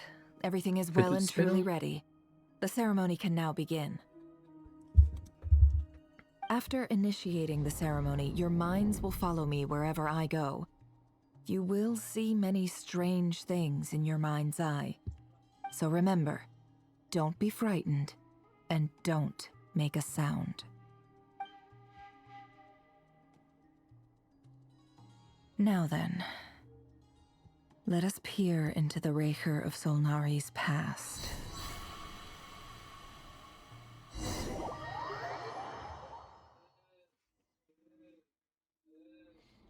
Was there just combat or was it I made it. I don't recognize this style of architecture. Must be Conrian. Simple furnishings, table and chairs. It's a more ordinary house than I might have expected. Looks like the fearsome Raker of Solnari came from surprisingly humble beginnings. Unless this passed for luxury in Conria. Unlikely. It was said to be a very prosperous nation in its heyday. Anyway, I'll keep exploring.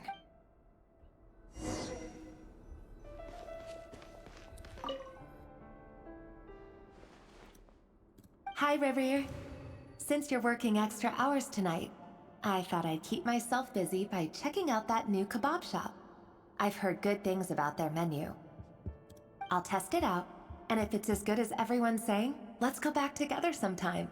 P.S. New stash from the Universitas Magistrorum. I brought some goodies home. A few teacups and a pin rack. Hope you like them. They didn't sign their name, but they must have been close. Sounds like they were living together.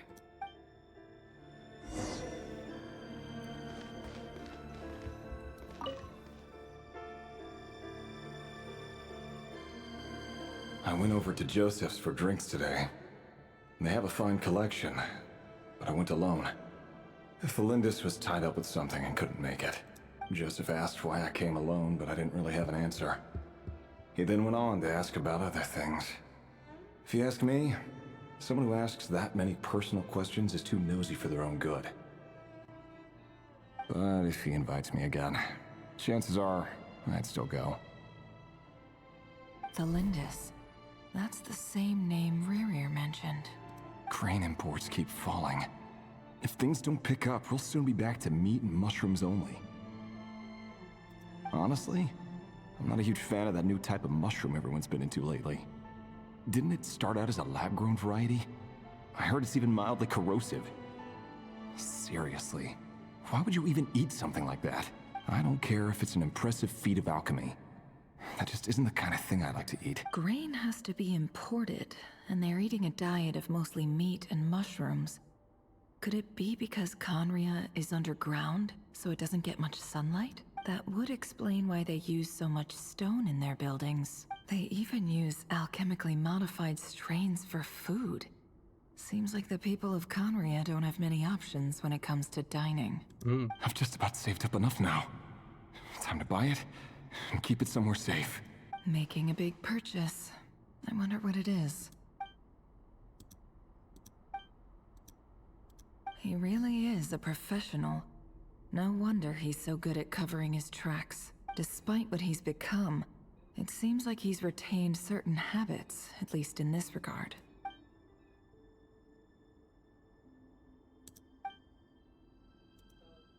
Did Rerir rip it out himself?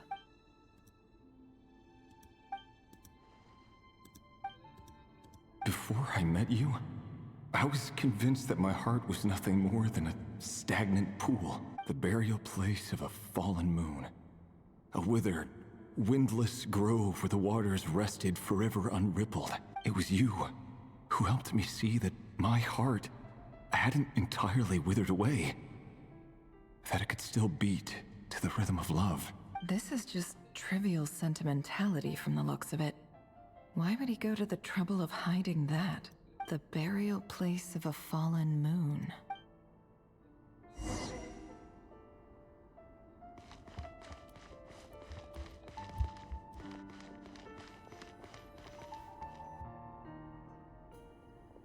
Rerir, over here.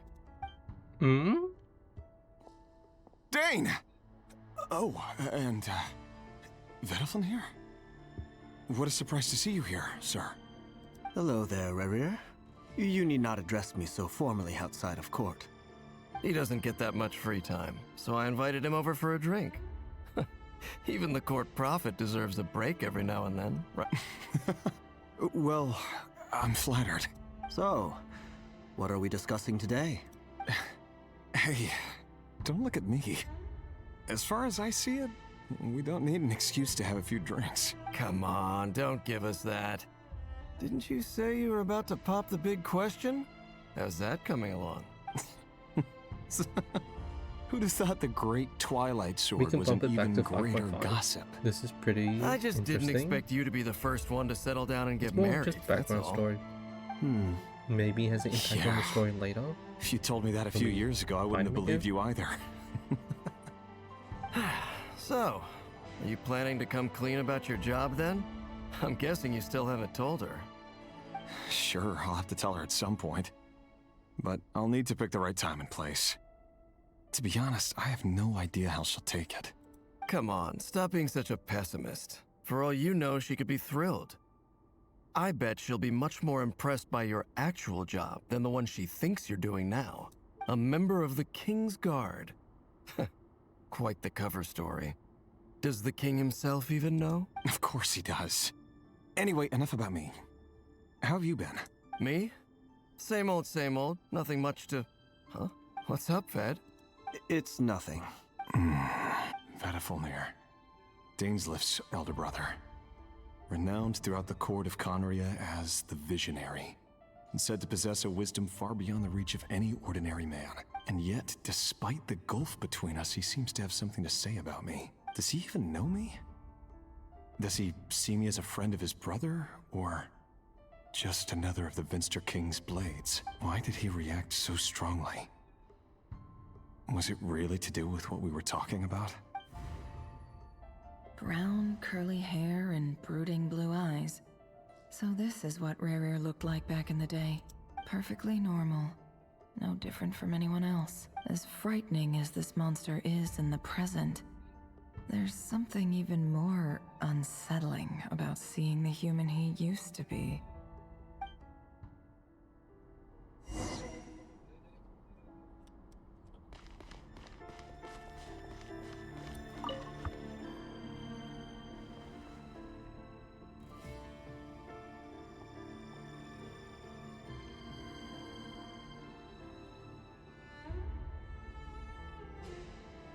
Felindis?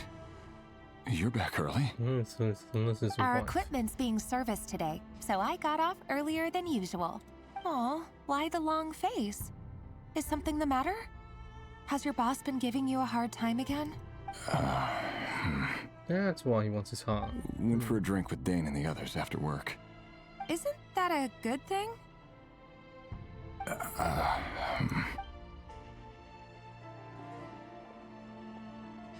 Vedifnir showed up today too. You know, Daneslif's older brother. Ah, Mr. Vedifnir. Yes, I've heard of him. They say that everything he says ends up coming true.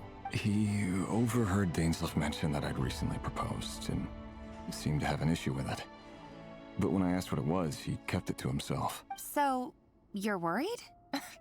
You can be such a child sometimes, Revier. We're nobodies. Why would the Visionary be concerned about us? I'm sure someone in his position has much bigger fish to fry.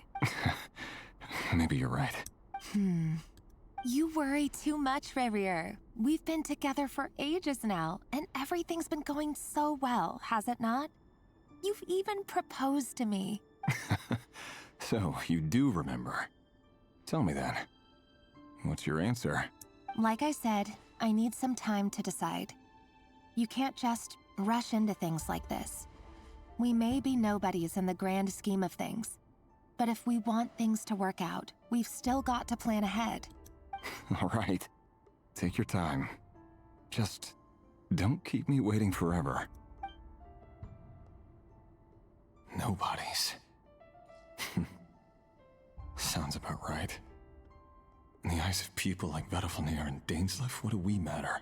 Can someone whose gaze is so fixed on a far-flung future even see the present clearly?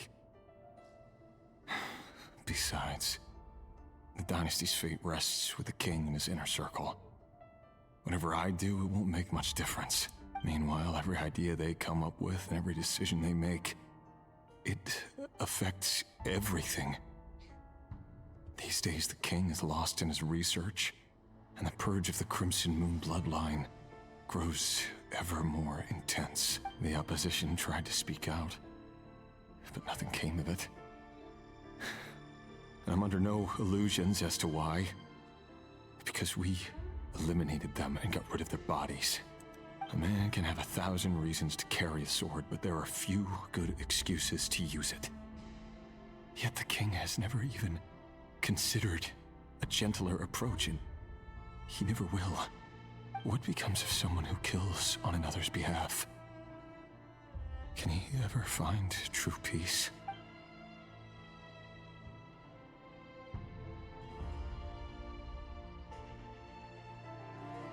Felindis?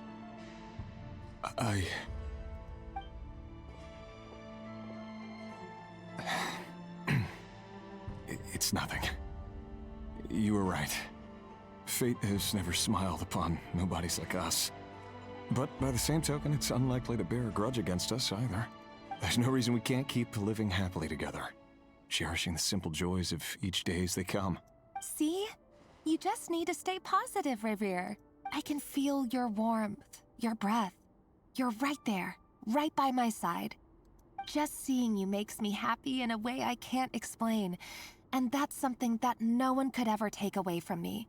So smile, my love. Let go of that frown. You're right, Felindis. I've just been overthinking things. That's better.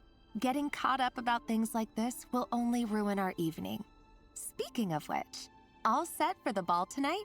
I need to go get ready. You go ahead. I just have a few things to take care of, then I'll come join you. Even busier than the big shots, huh? Fine, I'll go get started. But don't be late. If you keep me waiting too long, I won't be a happy bunny. Relax. I'll be there. Seriously, though, you drive a hard bargain. You're really gonna leave my proposal hanging and still expect me to take you to the ball? Well, that goes without saying. I already told everyone I'd be coming with a dance partner. Besides, they're two completely different things. Let's take it one thing at a time, all right?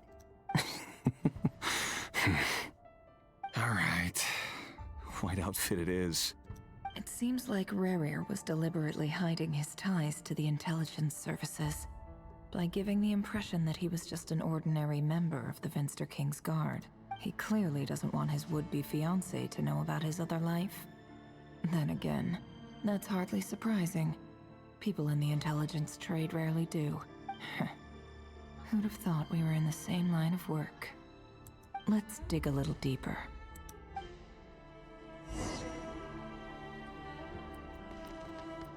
Oh, that's kind of cool. Check out that. Let's bump it to 5.6. 5.6.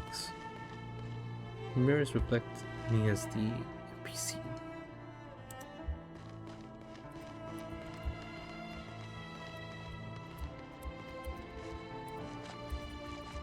That is pretty neat.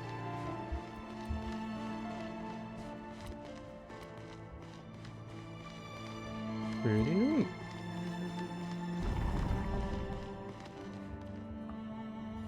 Our last operation was a resounding success, and all thanks to you, Rehir of Solnari. In total, we apprehended 32 dregs of the Crimson Moon, and 67 accomplices. After all these years since the dynasty's fall, so many of them still linger on. Indeed, it cannot be denied. Yet it was destiny that the Crimson Moon should be overcome by the eclipse, and that His Majesty, the all-seeing Venster King, now guides our nation on the path to prosperity. Conria has no further need for a dead moon. That's not entirely true. Much about the Crimson Moon era was worthy of remembrance. And that's exactly why they keep trying to see it restored. Many of its secrets remain unsolved to this day. As it happens, that's precisely the field of study my partner is devoted to. You still haven't told her what you really do for a living. Where would I even start? How do you tell someone that you're one of the king's hand-picked executioners? That your hands are steeped in blood? You didn't choose this life, any more than I did. Orphans like us don't get a say. But I'll sure as heck be the one to pay for it. Speaking of which, we need to be more rigorous in the way we identify direct descendants of the Crimson Moon. Someone, it seems, has strong opinions about my future plans. Most likely my marriage in particular. I have a feeling that we may soon become targets of the Crimson Moon's retribution. Your concerns are not unfounded. They've taken out many of our colleagues these past few years, and for that very reason. Take care, Rehir of Solnari. I look forward to toasting you at your wedding. Thanks, Thorkel. You look after yourself, too.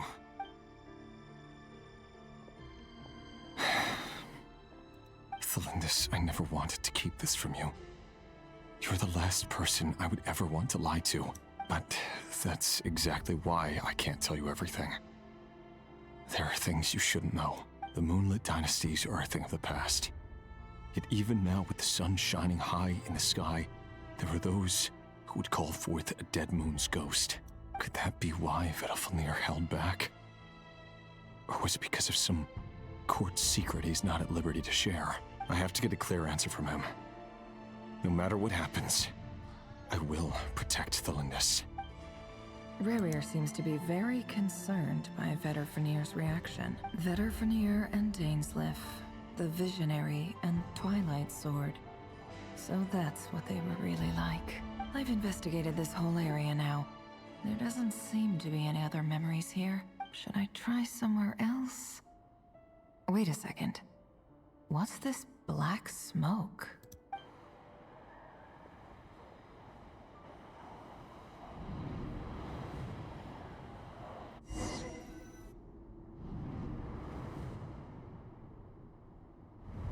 he's late after all. Just you wait, Rarier. You're in for it. Big time.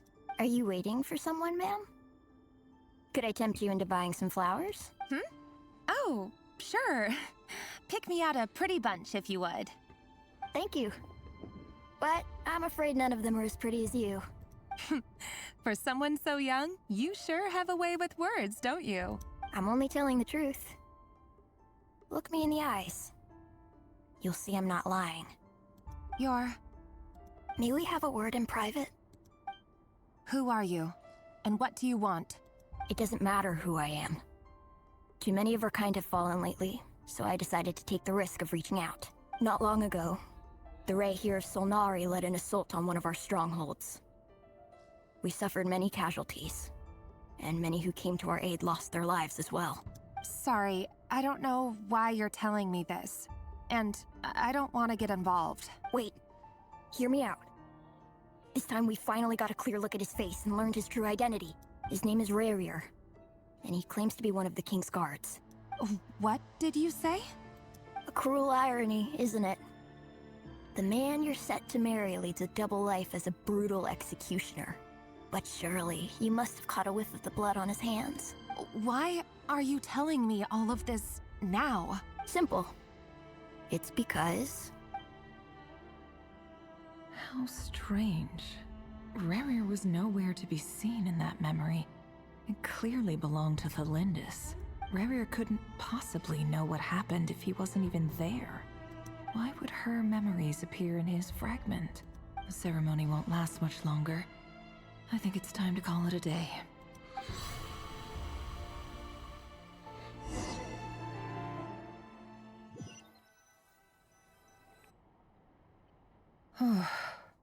So that was your doing?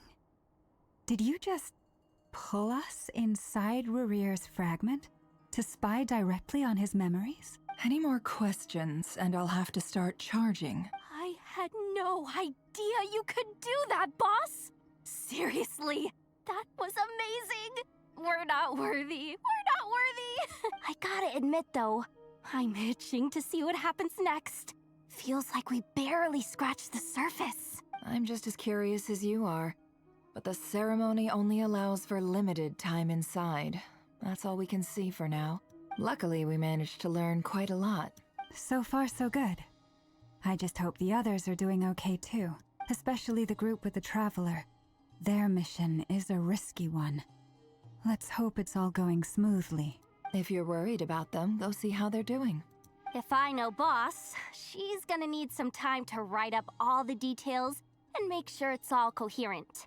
I'll stay behind to lend a hand, but feel free to head back and meet up with the others.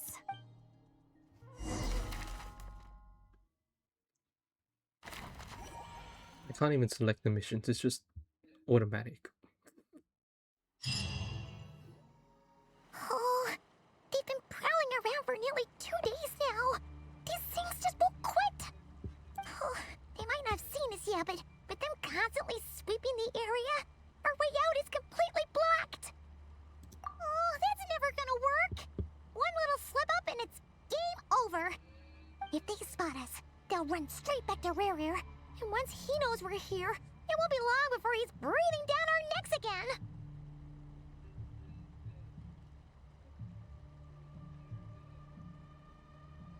Oh, guess you're right. All right, time to zip it.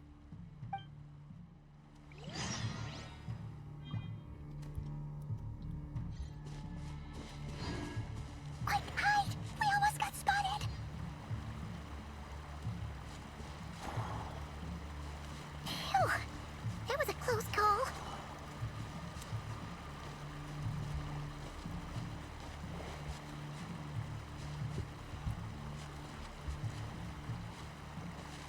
Watch out! They're coming this way!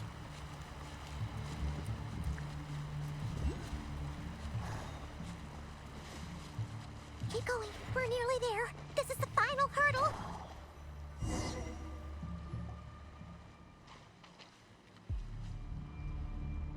Oh, there's no end to these things.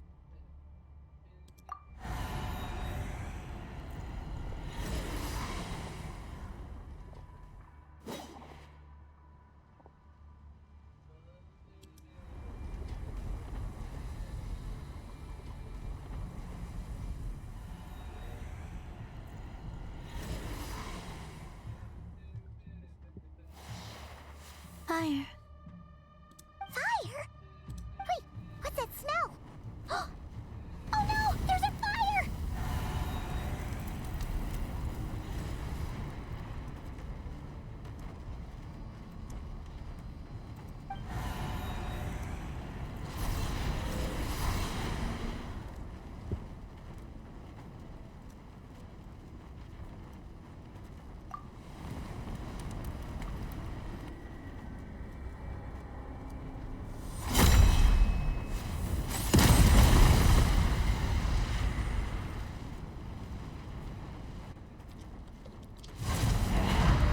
Zandrone was right. You look weak, Columbina. The old you would never have let such lowly creatures bar your way. Word has it that you did something for the Tsaritsa, and that's why you've lost most of your power. Freedom comes at a heavy price, doesn't it? It's Arlecchino! You came! Hello again, Columbina. And greetings, guests of the House of the Hearth. It's been a while, Arlecchino.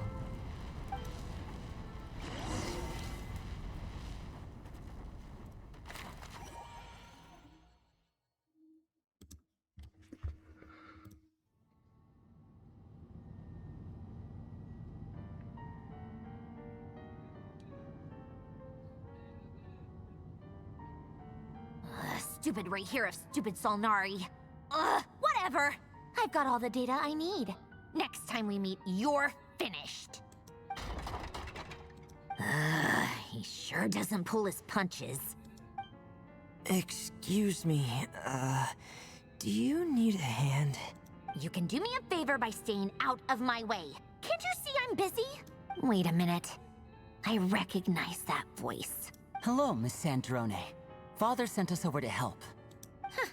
How considerate of her. Hey, Fremine, get over here and help me fix this. Lenny, you do your thing. Just keep your sister away from my machines. Nearly every machine that cat girl touches ends up going haywire. Go put her on cleaning duty or something.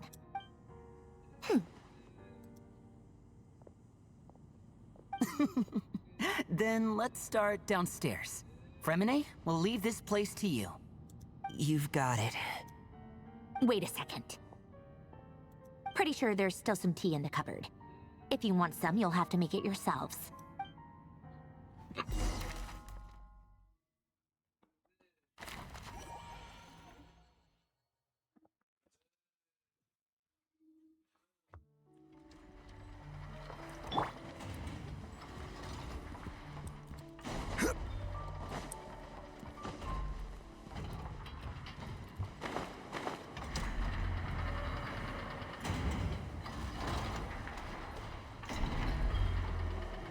I don't think, maybe it's like a grinder, I don't know, maybe we could go in there.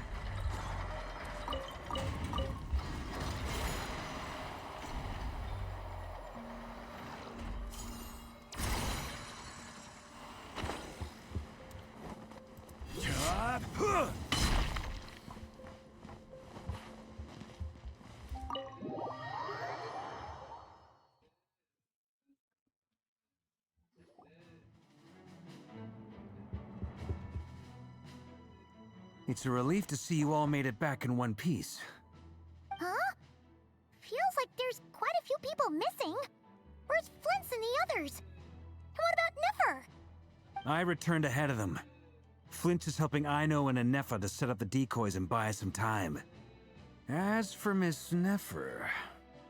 Boss is still wrapping things up on her end. She sent us back to fill you all in on the top secret intel we've been gathering. I see. Then let's get right into it.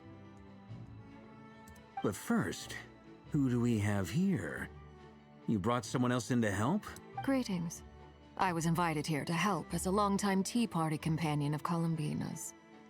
You may call me Arlecchino. Surely it can't be. Those eyes. Oh, where have I seen them before? Wait, of course.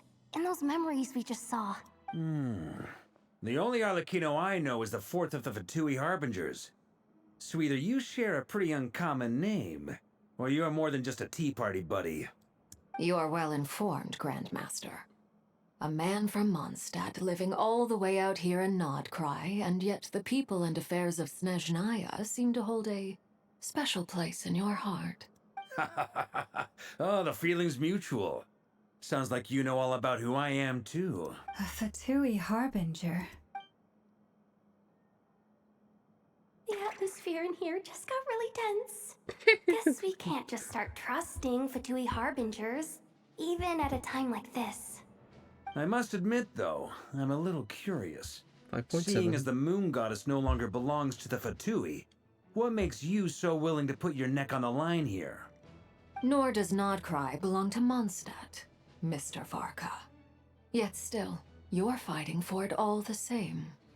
Things don't always have to have a tangible payoff. Sometimes, stopping things from spiraling out of control is a higher priority than chasing the spoils of victory. Of course, I can't say there's nothing in it for me at all. But that's between Columbina and myself. Forgive me. I don't mean to doubt you. It's just that the Fatui really have been the source of many of our troubles. We have our own way of doing things here in Nodcry. But ever since they arrived, the Fatui have treated us with nothing but hostility. I know there's been a lot of bad blood between us in the past. I've done my utmost to avoid friction whenever I could. But sometimes fundamental conflicts of interest simply can't be settled amicably. That's why I'm here solely in a personal capacity. This has nothing to do with the Fatui. As a gesture of good faith, I'll be frank. I can help Columbina track down the iridescent moon's marrow, which will help her restore more of her power. Anyway, what else is on the agenda? Let's begin. She says she'll be frank, then completely skips over the details. Looks like she doesn't want to give away too many secrets after all, but she clearly wants to change the subject.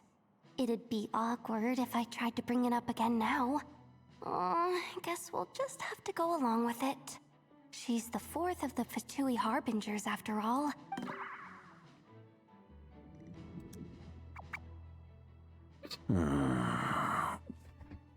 Well, since Miss Arlecchino sounds confident in her ability to handle that, we'll proceed to the next topic. Yehoda, time to share that top-secret intel. Alright, listen up everyone. First, we now know that Rerir was originally a Conrian secret agent whose primary mission was to hunt down and assassinate the so-called Dregs of the Crimson Moon. The Dregs of the Crimson Moon? In the memories, there was a lot of talk about the Crimson Moon and Eclipse, and a whole bunch of other stuff from the time of Conria.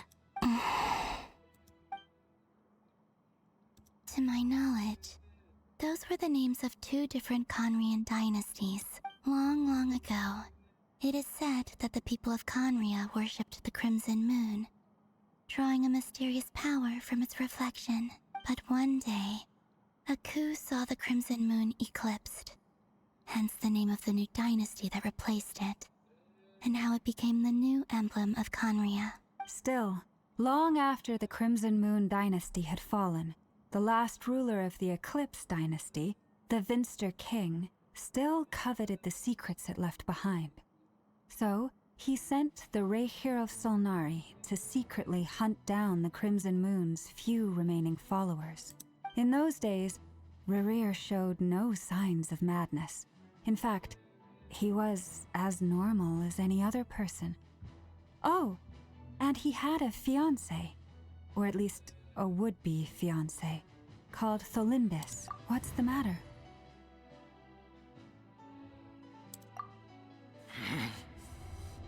Verfnir, Freindaughter,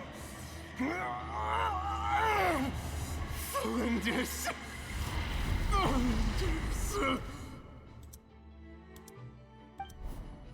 Interesting. Anything else? What about this would-be fiancé of his? Do we know anything about her? Well, she was a researcher at the Universitas Magistrorum, but it felt like she was hiding some kind of secret. Oh, and one more thing.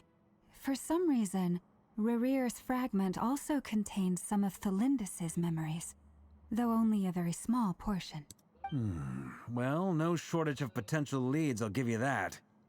In any case, it sounds like we can conclude that while Thelindis was still around, Rerear appeared to be lucid and quite normal. Thelindis, it seems, must have been the one thing in this world that he couldn't let go of.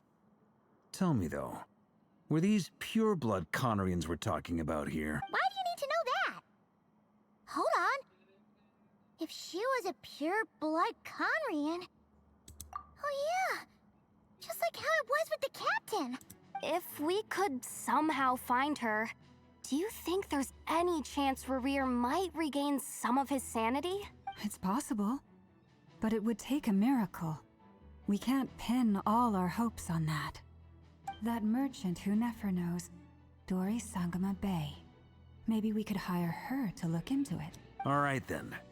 Let's keep working in our separate teams. Traveler, Paimon, Kutar, and Miss Arlecchino will go look for the iridescent moon's marrow. As for the others... On the way over here, I noticed that the Wild Hunt monsters had grown even more frenzied in their search for Kutar. At this rate, the people living here will be in grave danger too. So I'm thinking of gathering together some of our followers to go wipe them out. I'll head back to the curatorium and meet up with the boss. Feels good knowing we've all got something to be getting on with. Given that the Wild Hunt has been a lot more active lately, the Lightkeepers have likely begun their own operations too. If that is the case, someone will need to pass the news on to Flint's. I'll hold the fort for now, then discuss our next move with Flint's, Aino, and Anefa when they get back.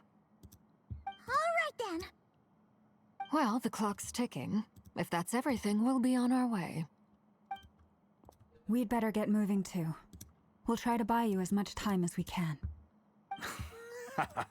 Relax. Just do your thing. Now, I decided to call in some backup since things are getting so hairy. Our reinforcements should be here any minute now. Stay safe, everyone. Dismissed.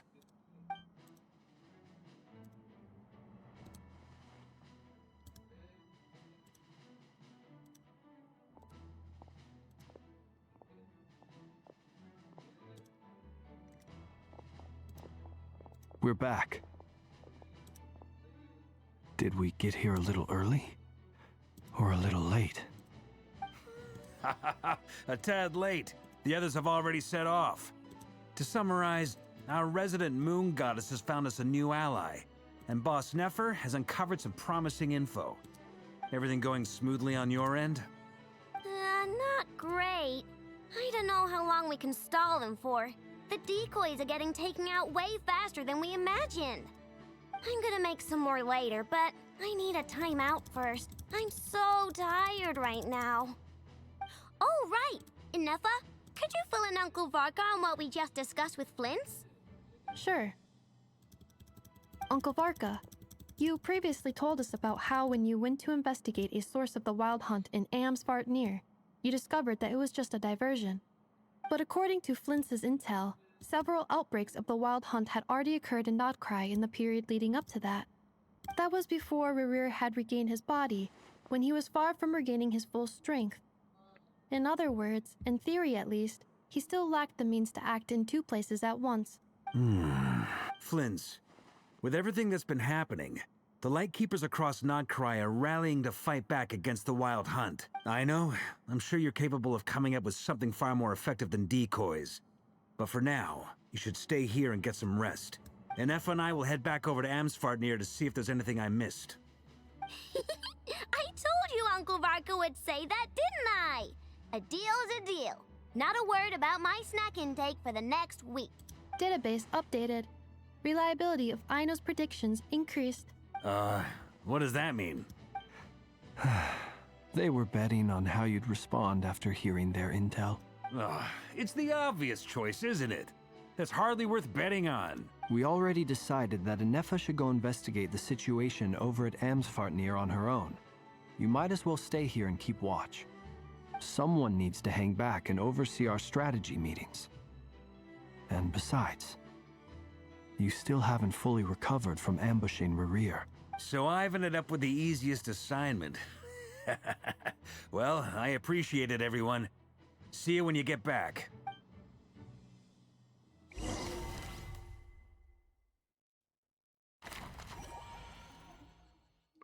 What is that? Arlecchino deviously drinking tea or something?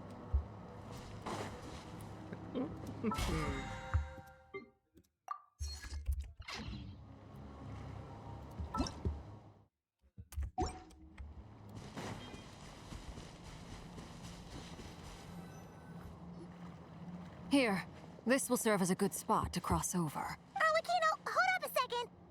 Since you brought us all this way, would you mind telling us what you got planned? We still haven't got the slightest idea what's going on here.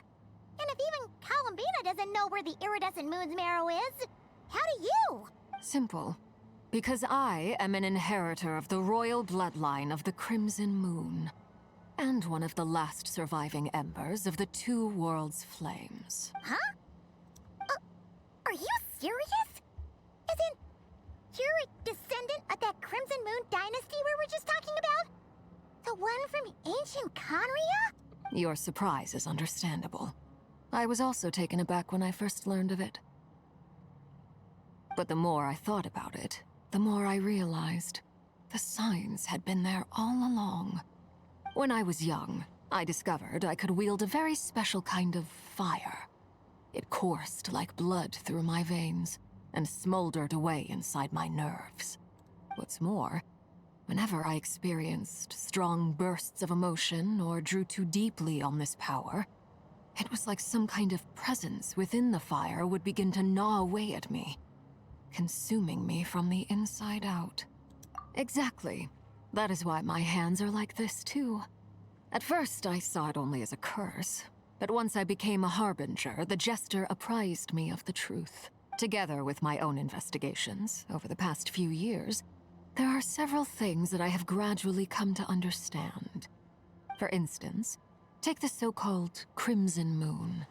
In truth, it is nothing more than the shattered remnants of the iridescent moon, fused with the abyss to prolong its lifespan. Since this blood flame was bestowed upon me by the Crimson Moon, it is a fusion of the iridescent moon's former power and the corruption of the abyss. You all understand the nature of the abyss well enough. I draw upon its power, and in return, it hungers for my soul. This strange blackness is the mark of corruption it has left behind. If I recall correctly, you once told me that if the corruption ever made it to your heart, you'd become a completely different person. Yes, and that's the reason I'm always careful not to push my power too far. It's essentially a never-ending tug of war. Oh, sounds intense. Anyway, the rest of my story can wait. Is there anything else about the Crimson Moon or the Iridescent Moon that you're unclear about? Paimon has a question.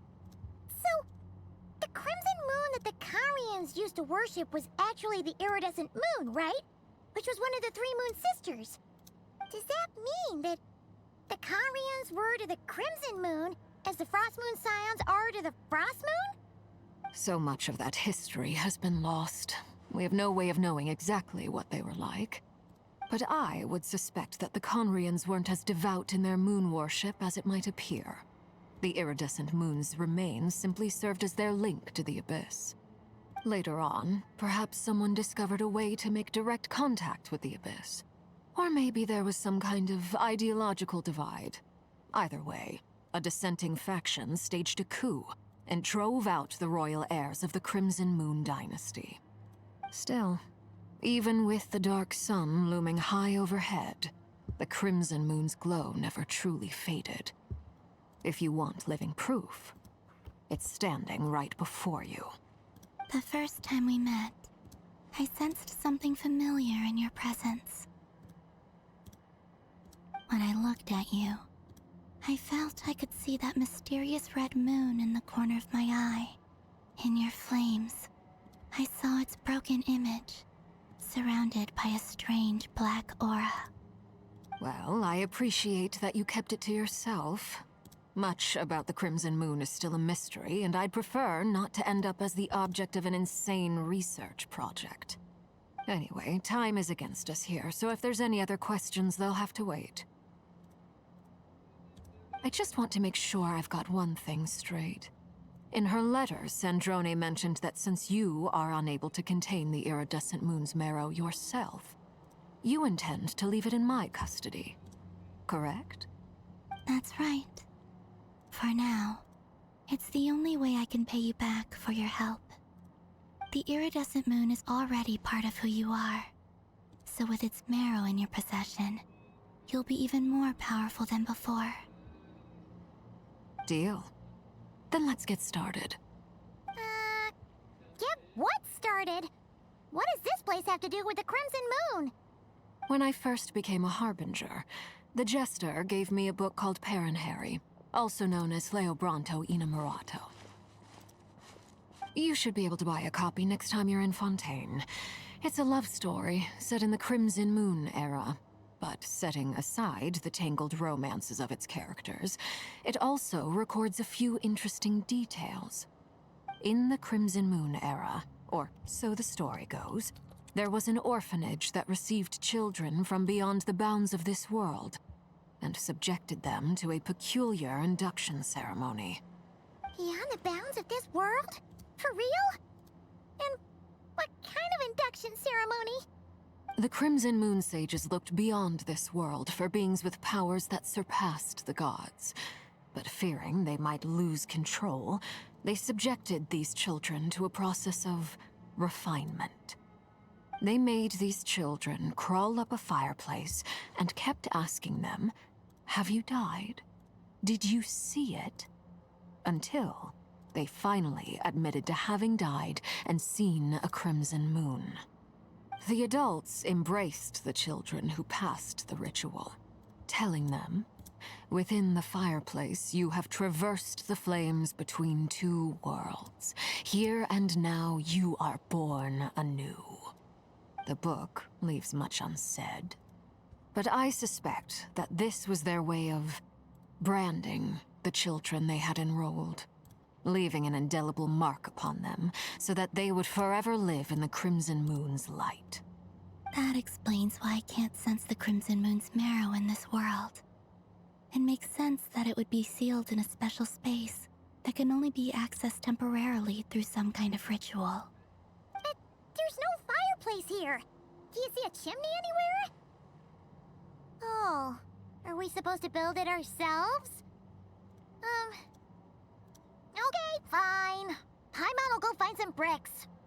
That won't be necessary. The fireplace is purely symbolic. The key to the ritual is crossing the flames between two worlds. In other words, the flames that burn within me. Those burned away by such flames leave behind a kind of ghostly afterimage in the world. In the days of Conria, people believed they could be used to bridge the gap between the two worlds of life and death. In short, I can open a passage to that space for you. That's the easy part. The catch is I'll need to stay on this side to keep the passage open, so I won't be able to come with you. Once you're inside, you'll have to find your own way.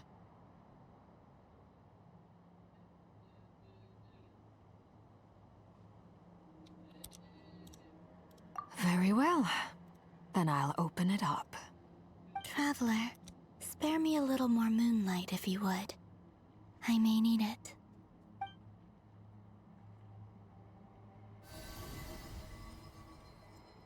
Thank you.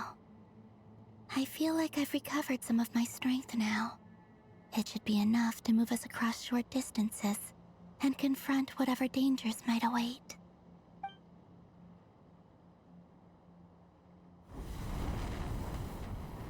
Mistress of the seven hues of ages past, great mother of the present, crimson-clad sovereign of the two realms, by fire severed, by fire renewed, I offer myself now and beseech your descent.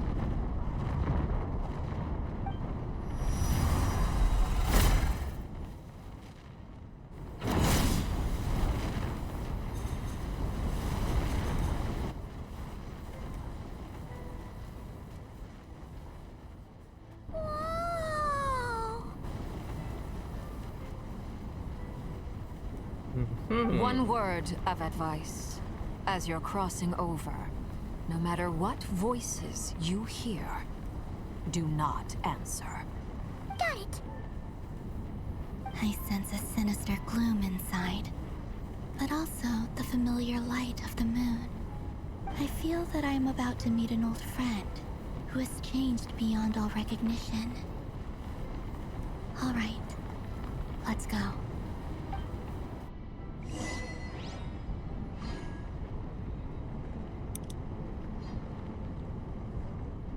Yeah.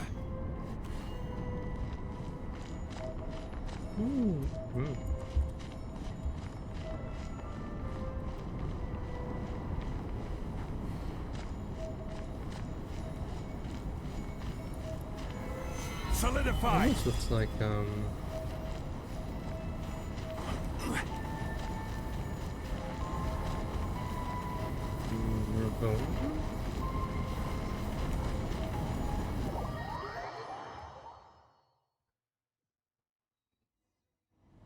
I sense your presence and craving death and rebirth.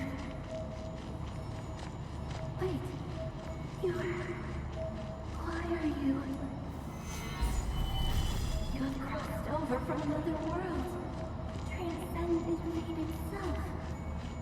I have no right to.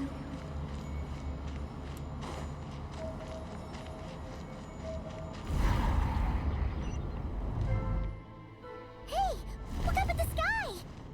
A red moon! This must be the spot, right? Is that the abyss? It's practically filled the entire place. What now? What a tragic sight. Fragments of your broken body, seized by the abyss, and hung up aloft like mummified remains. Careful! There's something spooky about this place. Feels like something is lurking in the fog. Haimon's right behind you. Whatever you do, don't run off without her. By the way, Columbina, didn't you tell us that the iridescent moon had shattered into pieces? The moon up there looks pretty whole to Paimon. How is that possible?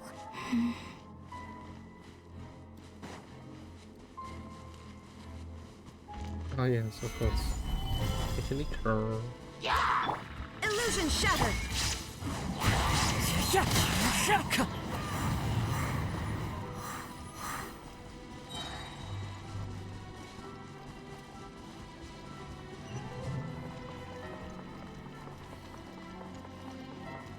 Just like I thought. It was only a facade. There is no escape! Time to go. Into the wind.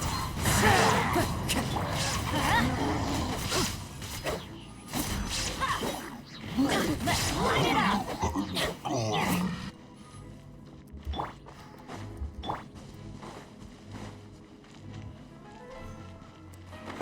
Ooh.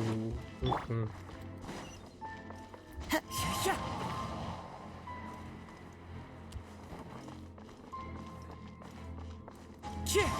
Follow the wind.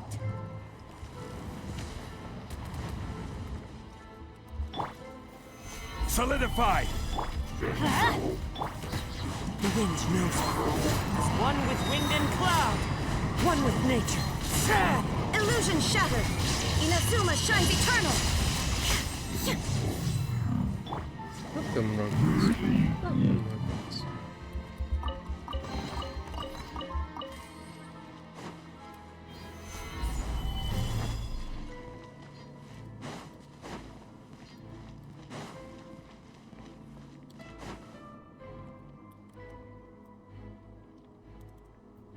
Huh?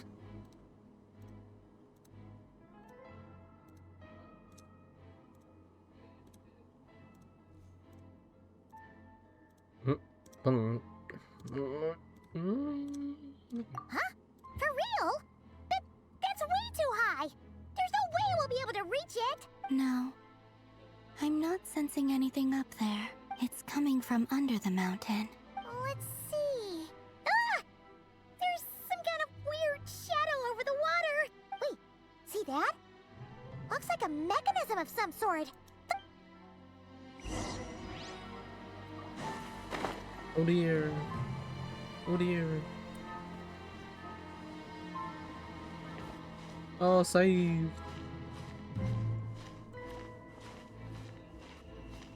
Oh, saved. So long that could have been terrible. Looks like a device from the time of Kalia. Maybe people once came here to study the Crimson Moon's domain, and they left this behind. Oh, if we can activate it, we might find some clues. Get crushed.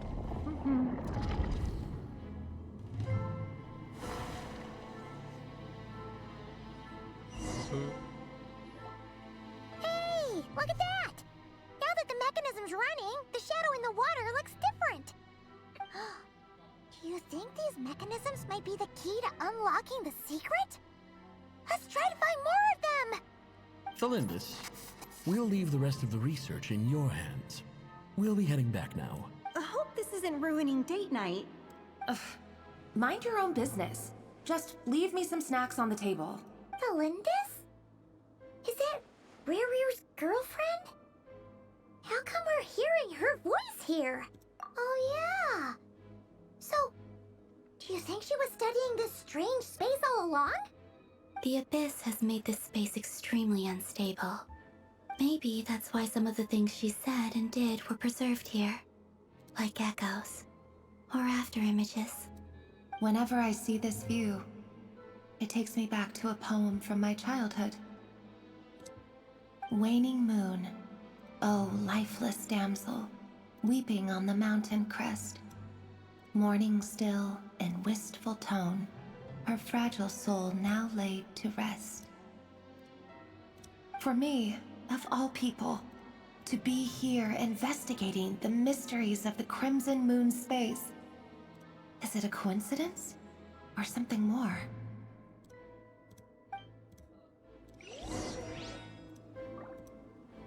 Oh, okay.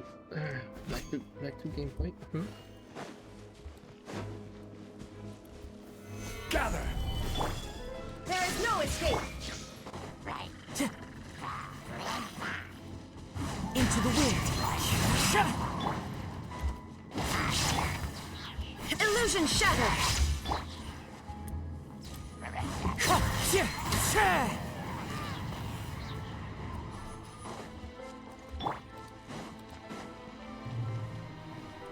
Oh, looks like the Abyss has messed up this mechanism. We need to find a way to get it working again. Let's see if there are any other devices nearby.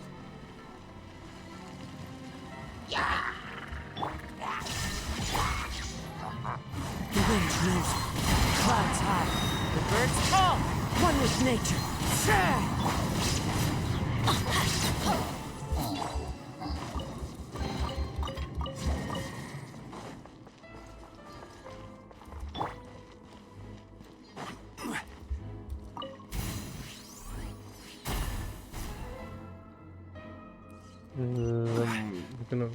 Whatever. I'm not gonna. Game logic. Game logic. Don't say it. Just don't say it.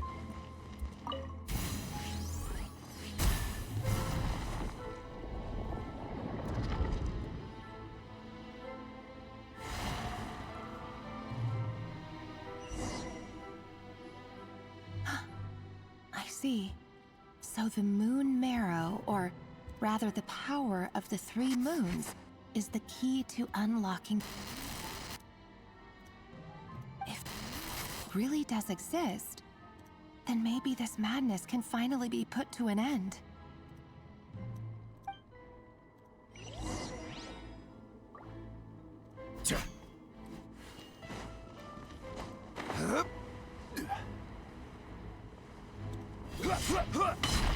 The abyssal energy here is too strong. We better pull back for now.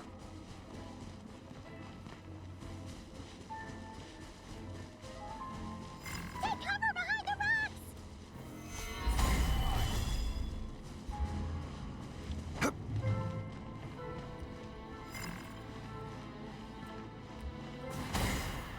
Wait, really? It goes through my shield?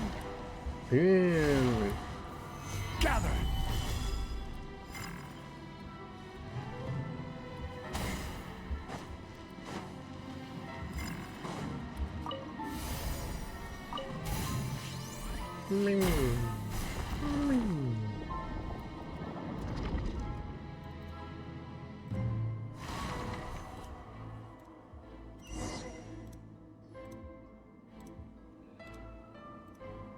With the Abyss inhibitors in place, I should be able to access the chamber with the moon marrow. Oh, Rerir, with every step you take, you're drifting further from what you truly desire. But you're not the root of the problem. Ever since that outsider set foot in Conria, the Vinster King has sunken deeper into madness. If only I could get my hands on that outsider.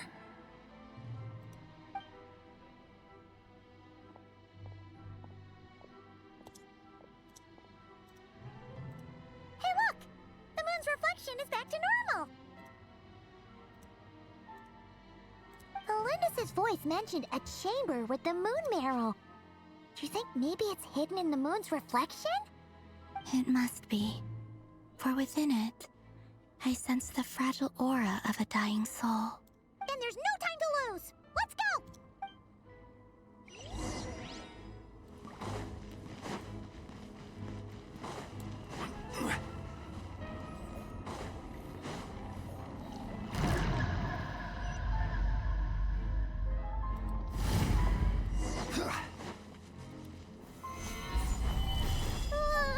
These things are so creepy! Looks like we'll have to destroy them if we want to get to the iridescent moon's marrow.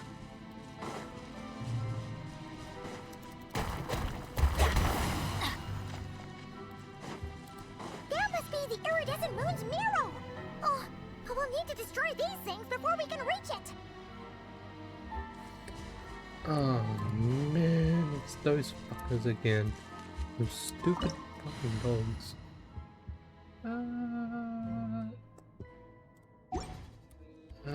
But they're gonna kill the team unless you get healing. Just do them. Just do them. This is order. Everybody stand back! Fallen leaves, adorn my night! Solidify! Into the wind! Torn to oblivion!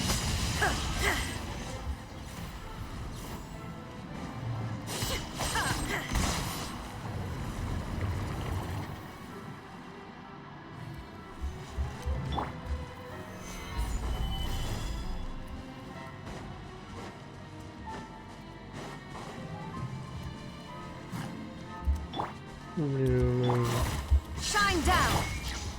The wind knows me.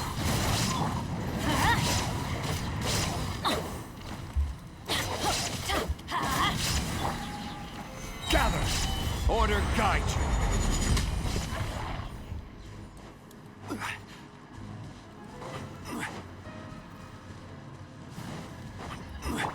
There is no escape! Into the... We're so close!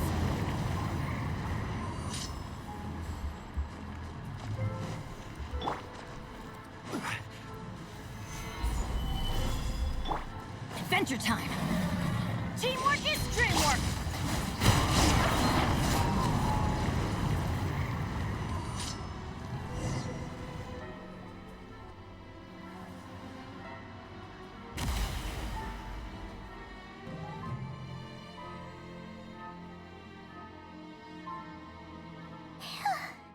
We finally did it!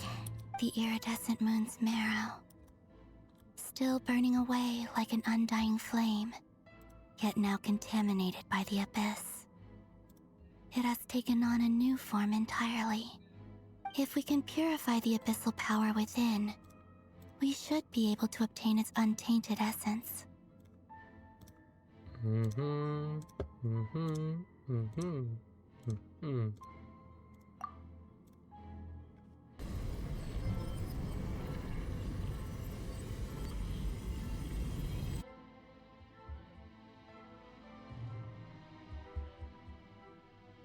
It's so cold.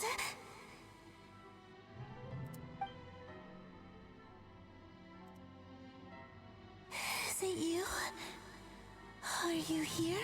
Huh? Are you talking to us? At long last, I can see you once more. Our fates have crossed, and I am finally free. I'm sorry, I lied to you. Even knowing what was to come, I still couldn't let go of the fear in my heart as death drew near.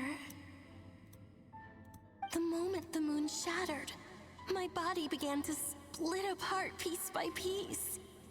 Like I was being cut into pieces by 1,000 blunt blades. My thoughts scattered as the cold crept in. But I could not bear to fade away like that. Tell me, what was it that brought you to us all that time ago? If only I had possessed your courage, then I might have been spared this torment more painful than death. You look so puzzled. That's how I felt too when I first saw you. But trust me when I say that everything happens for a reason. Farewell, Hypo. Hyperbara or something? What was that all about? Was that the goddess of the iridescent moon? Oh, it sounded like she was speaking to a long-lost friend. But none of us have ever met her before, right? Perhaps. She took me for the goddess of the frost moon she once knew. For a fading soul like hers, our auras must be too similar to tell apart. But anyway, we've got the iridescent moon's marrow now. That should help you regain your strength, right? Alright, time to leave this place and meet back up with Arlecchino. Let's go!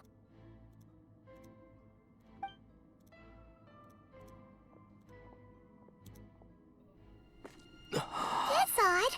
This place looks different than when we came in.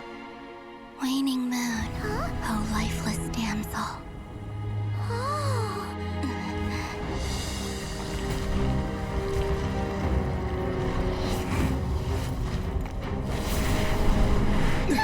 Hurry! The place is collapsing! It wants to trap us here. Who's it? The Abyss? Now we've taken the moon marrow. All that's left here is a dark will. It will show us no mercy.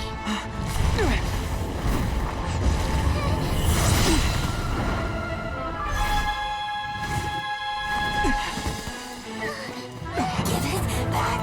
The crimson moons! My marrow! My heart!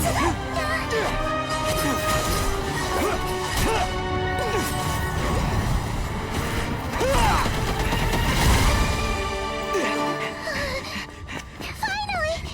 Huh? Oh no! The exit's blocked! They're back! Now what do we do? This is where you fall. Witness my rise. Hey, it's... What are you waiting for?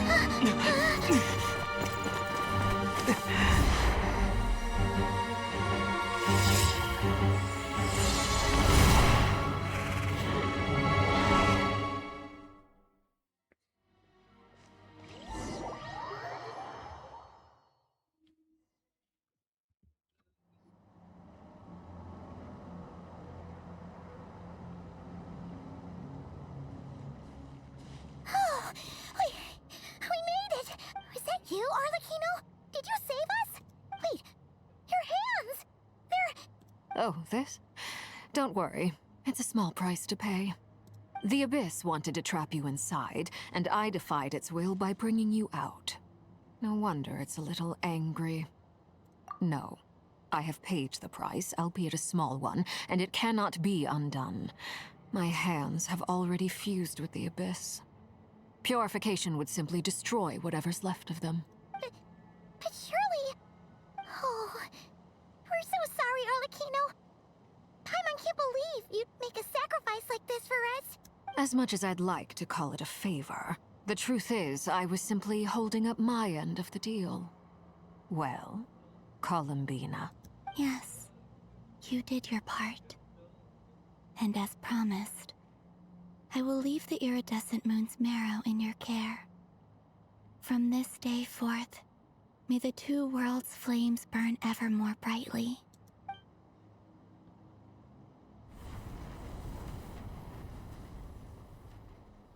I'll take that as a blessing. Now, Columbina, give me your hand. Accept this moonlight I offer in return.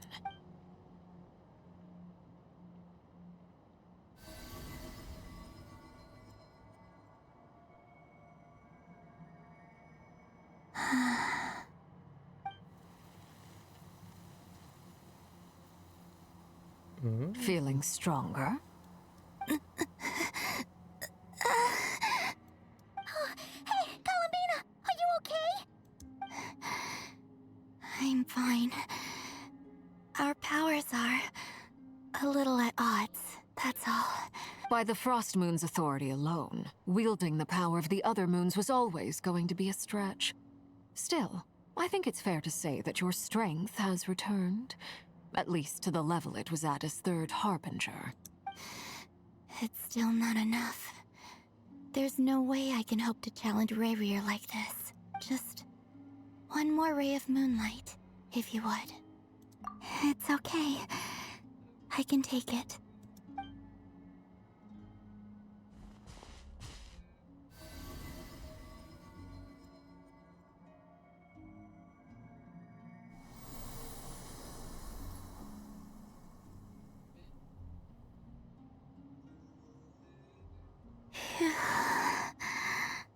How about now? Fighting fit? At the very least, I won't have to stay hidden like before. I want to see him gone from Not Cry. The Ray here of Solnari and his wild hunt must be sent back where they belong. Well, it's good to have something to aim for. You certainly seem more alive now than you did earlier. When I first met you, you didn't strike me as a ray of moonlight. More like a wisp of fog drifting in from who knows where, ready to scatter at the first sign of a breeze. But now, you're full of vitality. Just like the Frost Moon, once the brightest of them all. May you keep shining, Columbina. This is who you are. Thank you. Look after yourself too, Arlecchino. I know you have plans of your own, and that's why you're always seeking to grow stronger. But whatever you're after, don't let the Abyss take a hold of you. I do not wish to see you go down the same path as Rayrier. I appreciate the concern, Columbina. Although perhaps it's time you took a new name. A new name? Kutar, the Moon Maiden, Columbina. They're nothing more than code names. They describe who she is and the roles she's played, but they're not her real name. We often use code names in the House of the Hearth, too. But it's knowing your real name that keeps you grounded. Up till now, you've been living a wandering life, so you've probably never really cared. All I'll say is this. Once you've defeated Rayrier, give it some thought. All right, that's it from me. I'll get you back safely first, then go meet up with Sandrone. You're the best! I appreciate the gesture. It speaks to your good character. Anyway, let's get going. There are more urgent things to do right now than trade compliments.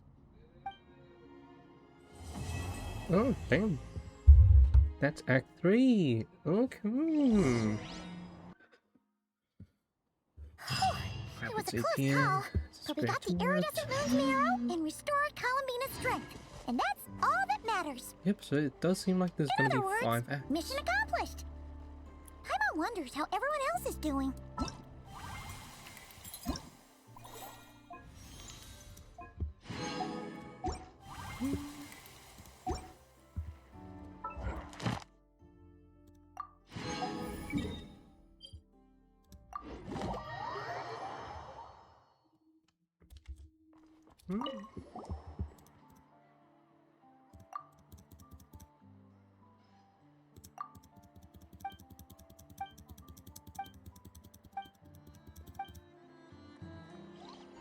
Ad Astra Abyssa. Thank you for completing today's commissions. Whoa there, buddy. Whoa, buddy. Wait a moment.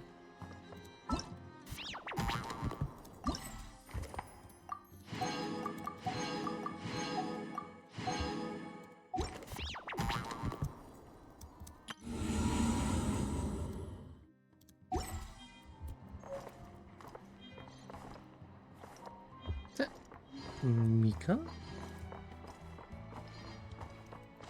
Yeah, Mika's.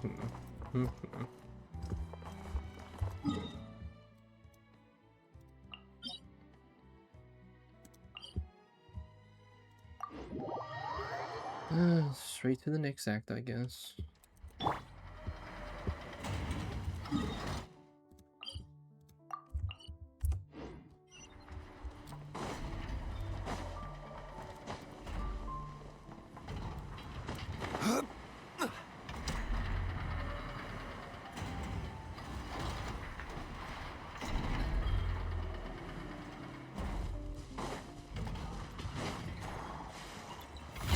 Solidify!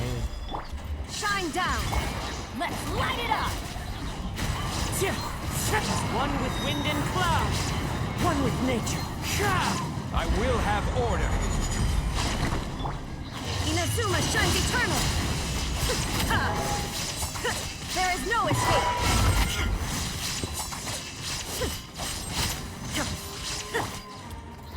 Stabilize! Into the wind. Shine down! Fallen leaves, adorn my night. One with nature. Order guide you. Everybody stand back! Torn to oblivion!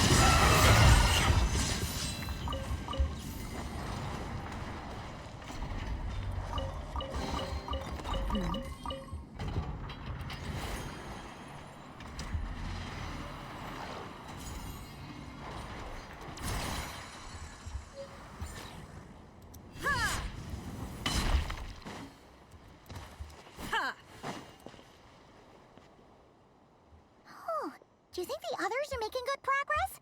Hope it's all going smoothly. Oh, hey look! They made it back as well! Flintz! Lama! How did it all go? All is well, thank you. Nefer and Yehoda had to stay at the curatorium to wrap things up, so they won't be joining us for now. I ran into Miss Inefa and Miss Aino on the way back. Their work is still in progress, so I suspect they won't be back for a while either. You seem rather cheerful today, Mr. Flintz. I certainly am. I achieved what I set out to do and came away with more than I bargained for. Fighting alone can get quite tedious, but I had the good fortune to run into a pair of brave young warriors. We meet again. How have you been? Albedo! What are you doing here?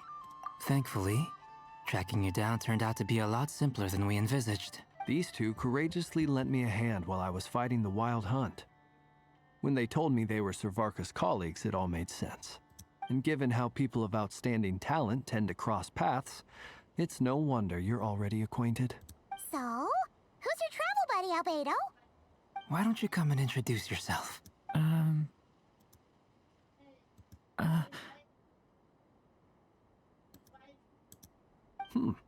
A gentleman of few words, I see. And a rather stern countenance. I presumed you were acquainted with him. Is that not the case? It's nice to meet you. Again. We've technically met before. Wait a sec! You're Minnie Durin! That's right. It's me. I'm glad to see you again. By the way, he says it's okay if you drop the mini. Yeah, I'm not as mini as I used to be. Interesting, isn't it? The first step towards blending into human society appears to be reflecting on whether one's name really reflects who they are. Wow! You look so different! In a good way, of course. It's great to see you looking so healthy. Thank you, Paimon. And although you're as mini as ever, I understand that diminutives don't always convey endearment. I'll be sure to simply call you Paimon, as a sign of my great respect for you. Wow, you're such a smooth talker now. Paimon could get used to this. From now on, you may refer to her as your esteemed guide, Paimon. Personally, I think our little Paimon is the perfect size. When people call her little Paimon, it's just because she's so adorable that they can't help themselves. If that's not a sign of endearment, what is? You're absolutely right, Miss Lauma. My brother still has a long road ahead of him when it comes to understanding human relationships. Anyway, speaking of long journeys, didn't Columbina, leave with you? How come she isn't back yet? She's been catching up with old friends. Wouldn't be surprised if she stopped for a cup of tea or 10 on the way back. Uh-oh. People are talking about me. Hope it's nothing negative. Judging from your expressions, I'm guessing it all went well? It's getting crowded here. I'll go grab some chairs. No need. This is a job for an alchemist. I'll whip some up momentarily. Thank you for your hospitality, ladies and gentlemen, but I was merely escorting my friends back. I'll be meeting Sandrone shortly, as we still have some things to discuss. It's been a pleasure, everyone. But this is where I'll say goodbye. We really appreciate your help. Oh, come on. Spare the formalities. I'm just glad I could help out some true friends. I understand. Well, bye for now, Harlequino. Oh, this place is hopping. It's probably a good thing one of us left. Otherwise, we might not fit all these people in. Are you saying we're about to run out of chairs? As a matter of fact, I am. Come on in and see for yourself.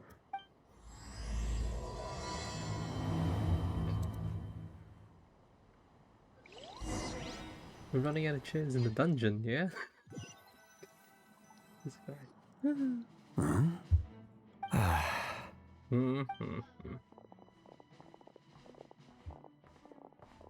Let's bump that 5.7 I overheard your to little 6 out of chit-chat 10. outside, by the way.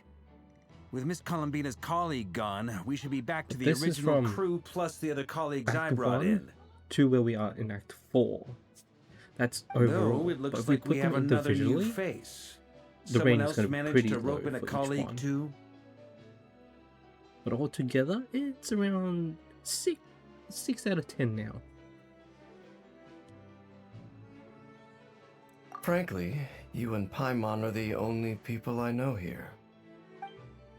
This here is Dainsliff, colleague of Tibet's greatest guide, Paimon, and greatest adventurer, the Traveler. Well, not exactly colleagues, more sort of friends.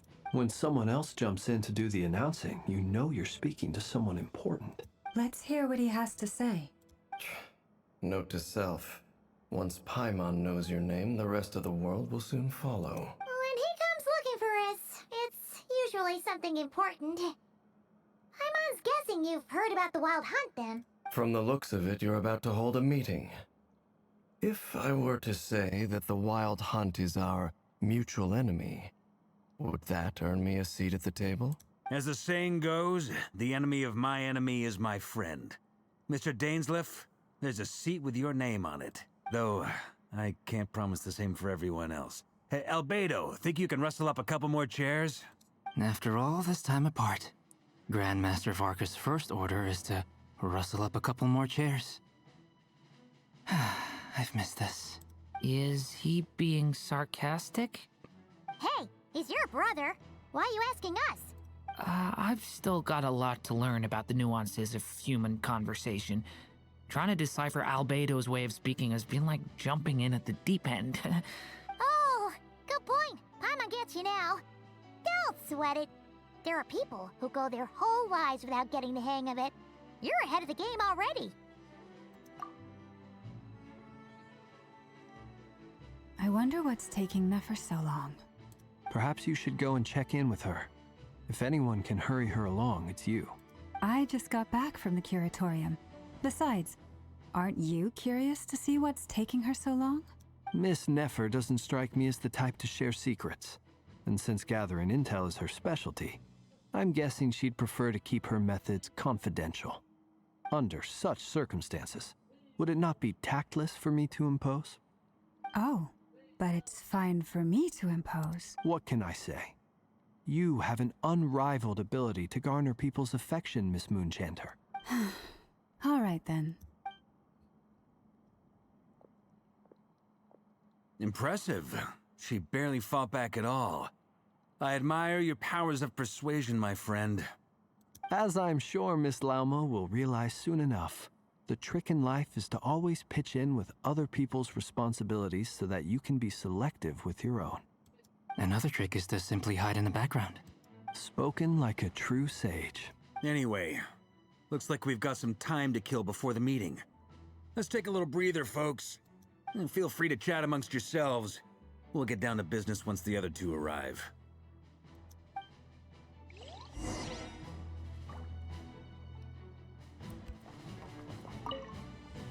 You're both awfully quiet. Why don't I start us off with an icebreaker? Much obliged. Have either of you ever had your portrait painted? If not, I'd be glad to help. That sounds like a lovely idea. You know how to paint, then? I dabble occasionally. He's an excellent painter. Tables, chairs, people, dragons, you name it. He'll paint it for you. I'm flattered. If I ever get the chance, I'd like to give it a try myself. I'll bear that in mind. Anyway, how about you, Durin?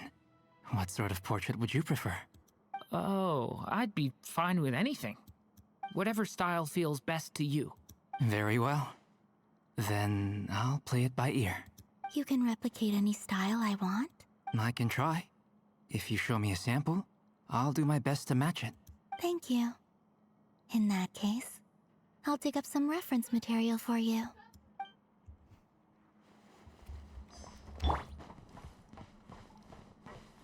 Is there something you'd like to say to me? Yeah!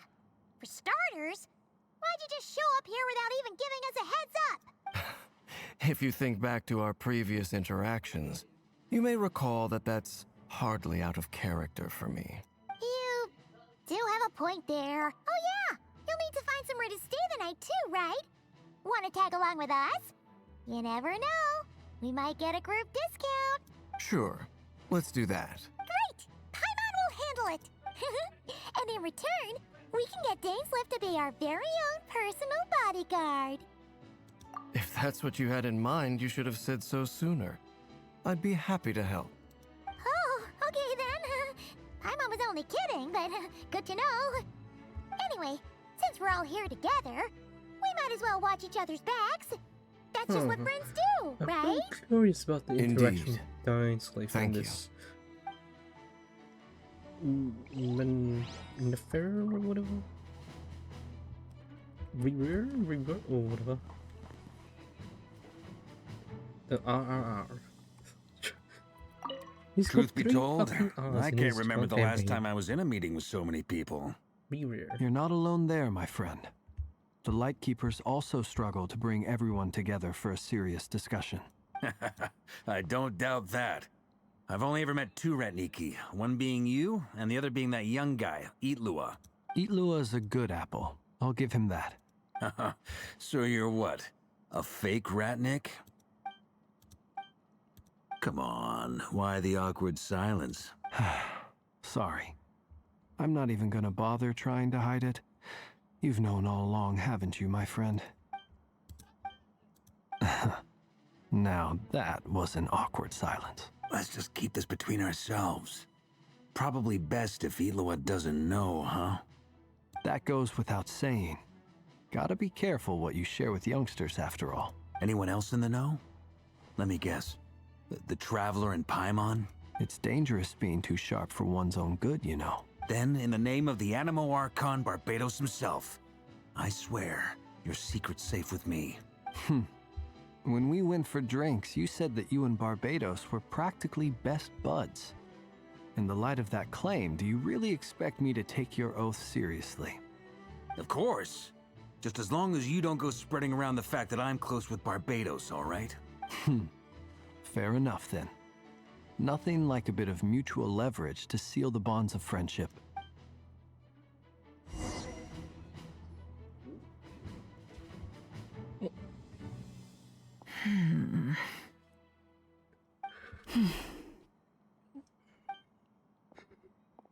Hopefully it can play out, and I'm going to Miss be Nefer, happy. you made it Maybe after get dinner all. or something. But what about Yehoda? I'm here to give you an update on how things are going on our end. Once this is over, I'll be heading straight back to continue my work. I left Yehoda back at the curatorium to watch over things while I'm gone. Huh. So much for just this once. Not so loud! We're on a roll here. What if she remembers and suddenly decides to back out? Did you say something, Mr. Varka? Huh? I didn't say anything. Right, Flint's? Must have been a frog. They get so noisy around here at nighttime. It's like they're putting on a concert in the background. Anyway, before we begin, there's a few introductions to make. Let me start by saying that it's an honor to be speaking before so many distinguished colleagues and collaborators. First up, we have Miss Lauma. As Moon Chanter, she's the leader of the Frost Moon Scions, a local religious community in Nodcry. Then there's Miss Nefer, boss of the Curatorium of Secrets, and intel gatherer extraordinaire. Nefer is leading the investigation into Rerer's background, assisted by Yehoda and Lauma. From the little I've heard, they're making some great progress. Over here, we have Mr. Flint's, a ratnik and guardian of the abandoned lighthouse. In our last operation, he courageously distracted the Wild Hunt to buy time for the rest of us. For those of you who've never met, this is Mr. Albedo, a renowned alchemist and captain of the Knights of Favonius investigation team. By his side is a new face for us all, myself included, Mr. Durin, who has come to lend his aid. Next up, we have the Moon Maiden and former Fatui Harbinger, Miss Columbina. Then we have the Traveler, who's earned more titles than I could possibly hope to list out, so I'll spare you the rundown. And Paimon, the ultimate travel companion and quite possibly the best guide in all of Tevat. Wow! That's a lot of people! Great turnout! Miss Nefer, it looks like you might have another job coming your way, so, congratulations on the booming business, I guess. You think I haven't got enough on my hands as it is? Who's looking for me now? That would be me, Miss Nefer. I have a commission for you. And you are? Who I am doesn't matter right now. What does matter is that I'd like you to gather more intelligence about the Recher of Solnari. Well, it's not as if we never take on anonymous commissions. But in your case, I'll have to decline. I'm gonna take a wild guess and say your job's probably more hassle than it's worth. Something about you seems like bad news. It's my eyes, isn't it? Conrian, I assume. And what's with the mask? Are you trying to hide your identity? In any case, the fact that you're even still alive raises an awful lot of questions for me. My name is Dainsleif. And yes, I am from Conria. As I'm sure you're aware, the Recher of Solnari's real name is Rerir. He was once an acquaintance of mine. Really? Then you must have been quite an influential figure yourself. You flatter me, but none of that matters anymore. My point was simply to clarify why I have asked Miss Nefer to investigate Rerir's background. So you're both from Conria, and it sounds like you used to be friends? What am I missing here? Surely you already know how he became one of the Five Sinners. I'll tell you everything I know. The history of Conria, the names and identities of the Five Sinners. I remember it all like it was yesterday. I have never spoken openly of this before. But the truth was exactly as people say. The 5 sinners were each driven by their own desires, and it was by playing upon these that the Abyss tempted them to their fall, tearing Conriau apart in the process. The visionary, Vedifenir, who wished to foretell the future. The wise, Haroptatir, who sought limitless knowledge. Gold, Rheindotter, who desired to create life. The foul, Sertologi, who pursued supreme strength. And last, but not least, Raker of Solnari, Rerir, Ravager of the Moon. Of the 5, Rerir is the only one who remains a mystery to me. He never harbored grand ambitions, so what changed in the space of a single night?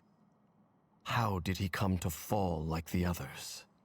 In other words, you're saying that his change came as a shock to you, and you have no idea what actually happened? That's right.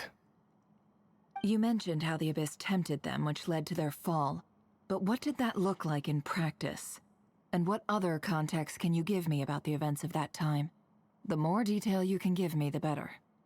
Strangely, now that it comes to it, I hardly know where to begin. The fateful night took place during the era of the Eclipse Dynasty.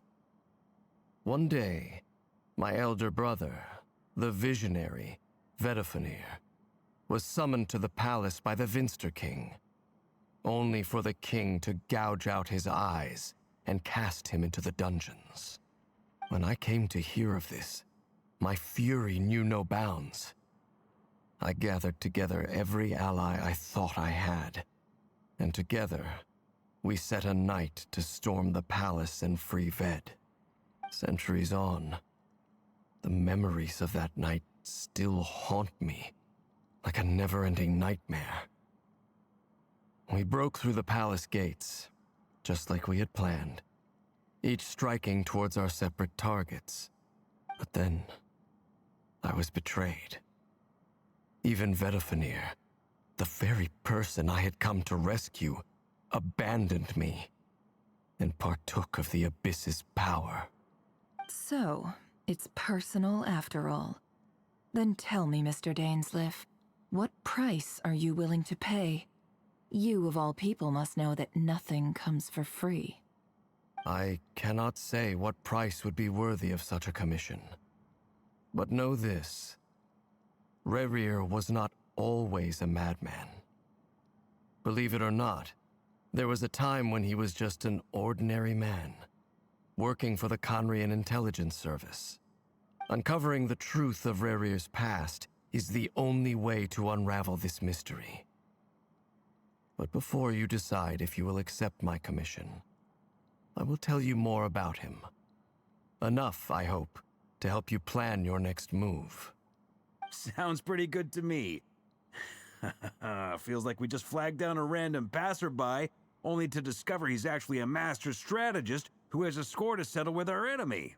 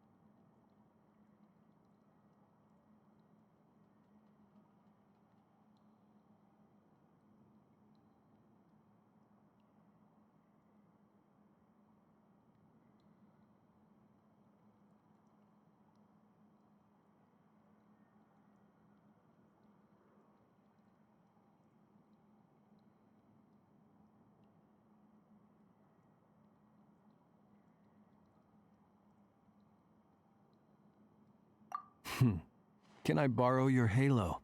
It could be useful in the lighthouse. Hey, enough with the wisecracks! Besides, isn't that lamp of yours bright enough already? Relax. It was meant to be a compliment. If that was a little over the top for your liking, I'll make sure to tone it down next time. I'll give your proposal some serious thought, Mr. Dainsleif. Let's speak in private once the meeting is over. Before that, there's a few things I'd like to share.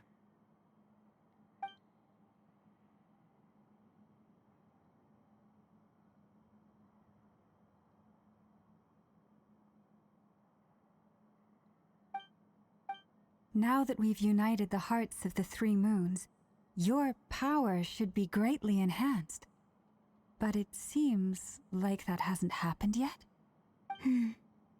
I believe it will take a little longer. You've done so much for me, so I want to be completely honest with you all. Even though I'm doing a lot better now, the truth is, my recovery will likely be an ongoing process. From the moment I was born, my power has been slowly ebbing away. And that is because Tevat has never accepted me. Even with the moons united as one, it seems my rejection cannot be undone. So far, I have yet to find a solution.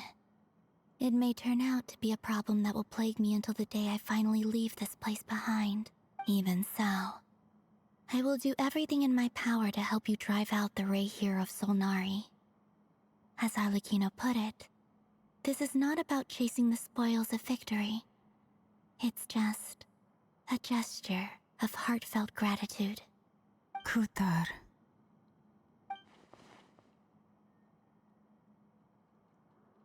Defeating the Ray here of Solnari will be no easy task. While my strength slowly recovers, we'll also need to gather more intel. Naturally. We should take all the help we can get if we hope to defeat him. We've considered several viable plans now, but our choice hinges on the answers to a few key questions. Is it even possible to kill Rerir? What experiences shaped the person or monster he became? And what's he really after? Given Albedo's expertise in alchemy, I think we should leave him to try and answer the first of these questions. Understood. As for the other two, I'm afraid we'll have to count on you again, Miss Nefer. Believe me when I say it's not my wish to burden you. But right now, relying on your skills is our only option. So you're placing all your hopes on me, huh? We can't thank you enough for agreeing to help us. Honestly, I can hardly believe how lucky we are. You sure have a talent for changing your tune, Miss Moonchanter. Timid like Yehoda one moment, then flinches insincere flattery the next. Ladies, please. I must object to your portrayal of me. That's all. I almost don't want to leave this room. I'm curious to see how this plays out. I have faith in you, Miss Nefer. Something tells me you'll stand by us until the very end. Oh? And what makes you so sure of that? What if I suddenly decide that my compensation is insufficient? This isn't about the money. I can sense that you've got a deep-seated distaste for Rerir. And knowing you, that alone is motive enough. Look at them getting along so well. Like two peas in a pod. And I'm the one they accuse of insincere flattery. Miss Lauma, you have to understand something. Unlike you, I don't actually enjoy having everyone's hopes on my shoulders. Is that right? Well, maybe the fact that I'm willing to put my hopes in other people says more about me than you. Anyway, we've got our plan, so let's get moving. Mr. Dainsleif, let's talk. And Traveler, once we're finished, if you've nothing else planned, I'd like you to come with me. This whole experience is teaching me a lot. For instance, I now know that when other issues come up in the future, I'll have far more luck getting Lauma to convince Miss Nefer than trying to do it myself. Hate to say it, friend, but that's one of the funniest things I've heard in a while. Why? You think I've got it wrong? Quite the opposite. But what makes it so hilarious is how long it's taken you to realize.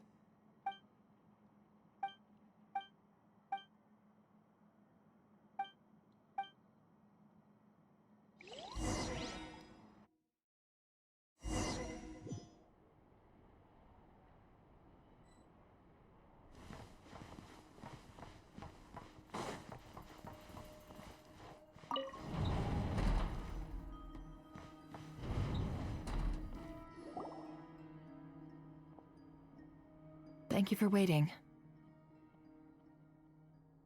It's okay.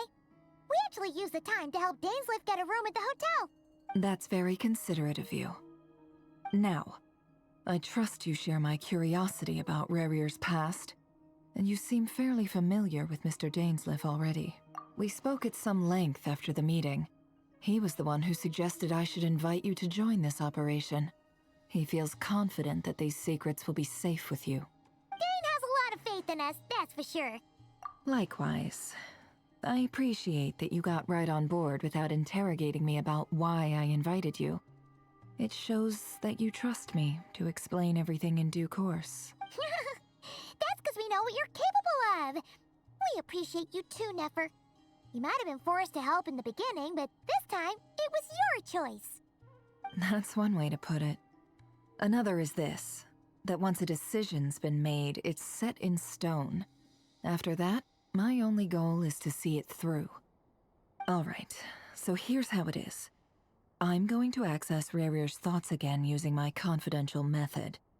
Now, I'm sure you've seen things like this before on your travels, so you're surely well aware of how dangerous it can be.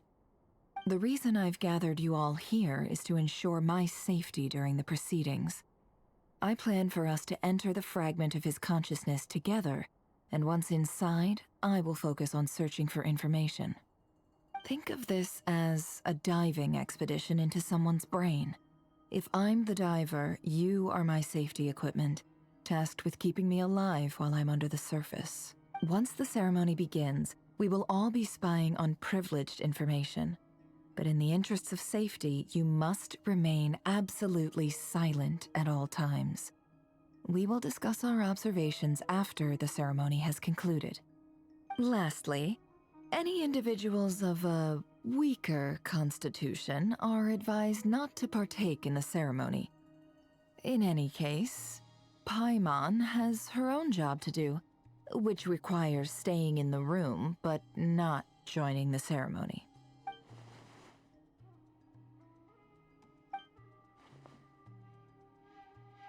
Well, good luck, everyone.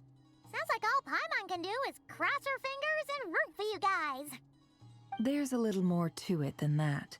I was being serious when I said you have a job to do. While the rest of us are inside Rarier's mind, it's imperative that we have a team member on the outside. In the event that something goes wrong, you will be our first responder. I don't anticipate any issues, but the extra level of safety will be greatly appreciated. I second that. This is a dangerous operation here, and you're our whole rescue team. That's pretty much the most important job in the crew. So, Paimon's like the lifeguard? Yeah, that makes sense. All right, got it. Good. Please, take a seat. We'll get started momentarily.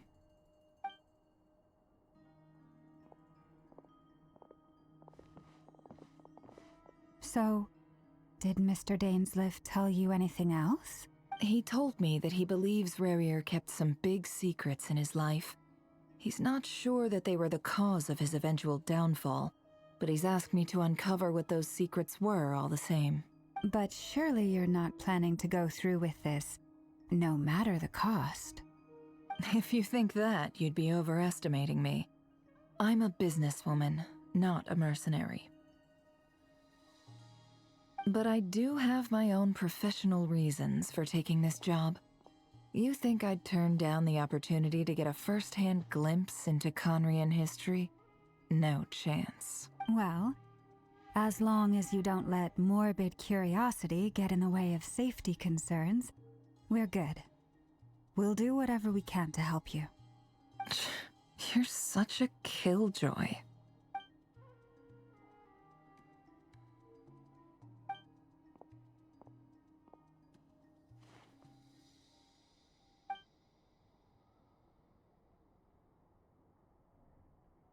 All right, I'm good to go.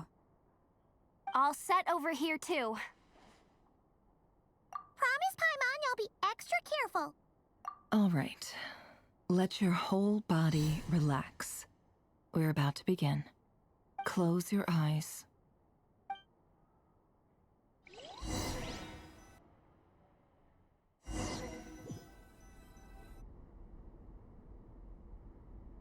Phew. Could this be his office? Pretty standard setup. Bookshelves, paperwork, files. According to Dainsliff, Rarier used to be an intelligence operative. Chances are there's plenty of top-secret intel stashed away in this room.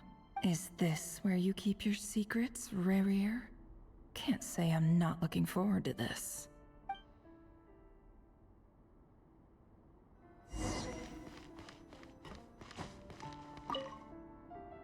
Bookshelves full of documents. Looks like these are all files, packed with the personal details of individual Conrians. The Crimson Moon Dynasty preceded the eclipse. Yep, lines up exactly with what Dainsliff told me.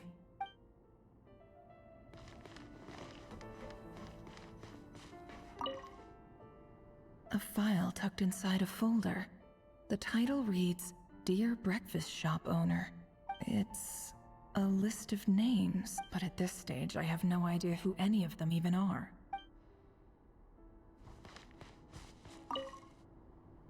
Wonder what kind of encryption technique this is. Seems like it has to be inserted into that camouflage device nearby. Aha! It's an audio recording. Please, hear me out. I can't shake this feeling that someone's been spying on our house. No, I'm not being paranoid. It's true. I saw someone dressed in all black. It was a couple of days back, but that was on another street, not near my house. I swear, I know what I saw! There's a note in the margin. Surveillance of the Runfarther residence has concluded. We apprehended the target and filed the mission report last night. Could the voice in the recording belong to one of Rarier's targets?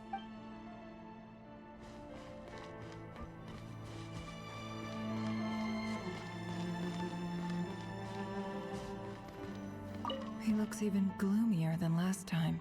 I wonder what's changed. He looks even gloomier than last time. I wonder what's changed.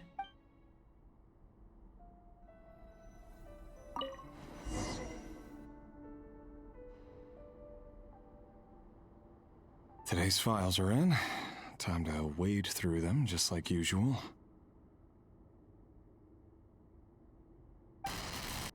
Male, 51.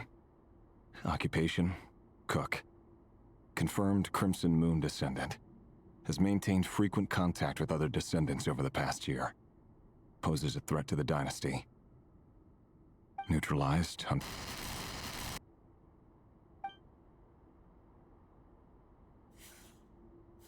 This one should be archived under purged targets. Female, 23. Occupation, office clerk. Confirmed Crimson Moon descendant. Neutralized. Another one for purged targets. Sounds like she was that other man's daughter. Never mind. What's it got to do with me?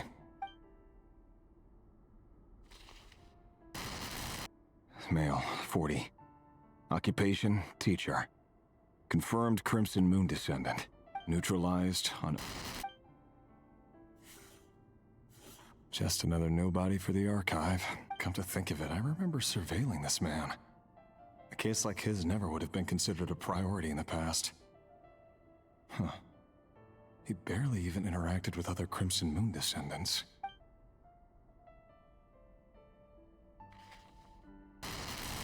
Female, 16. Occupation, none. Orphan and confirmed Crimson Moon descendant. Neutralized on... Filed. I have no recollection of this girl. None whatsoever. She doesn't seem to be anyone important, but then again, how many of them really are?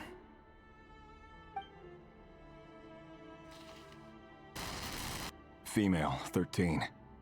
Occupation, none. Orphan and confirmed Crimson Moon descendant. Neutralized and... Filed.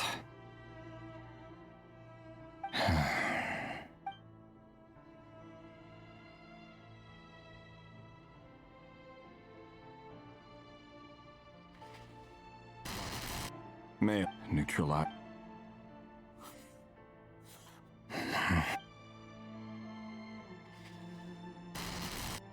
Male.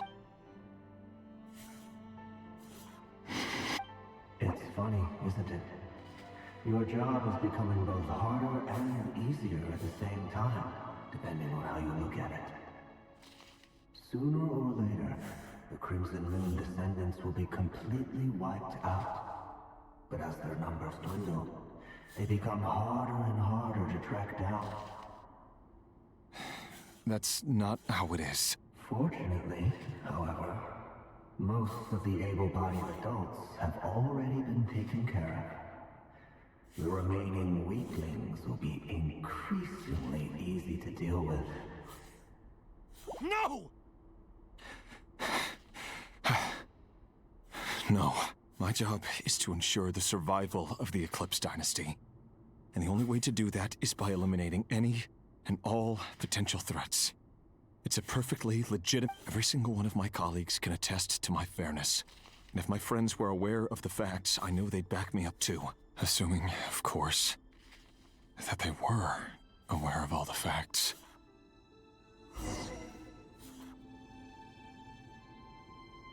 He looks even gloomier than last time.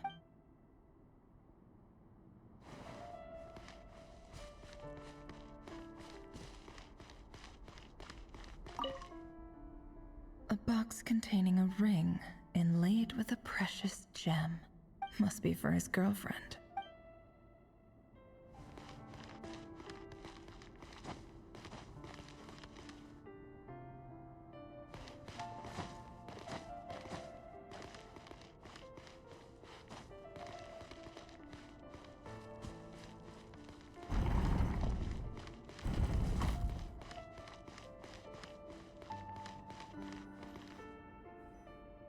Mr. Vedifalnir? It's been quite some time since we last met. Rerir, I trust you're here because you have something important to discuss. Forgive me. I wasn't tuning out, it's just, I noticed you didn't even phrase that as a question. Tell me, does someone in your position ever feel the need to ask questions at all? It is indeed within my power to foresee certain things. I was just thinking. It won't be long before I'll be inviting both you and Dane to my wedding. That isn't a lie, but nor is it a fact as such. It's a wish, isn't it? No fooling a prophet, is there?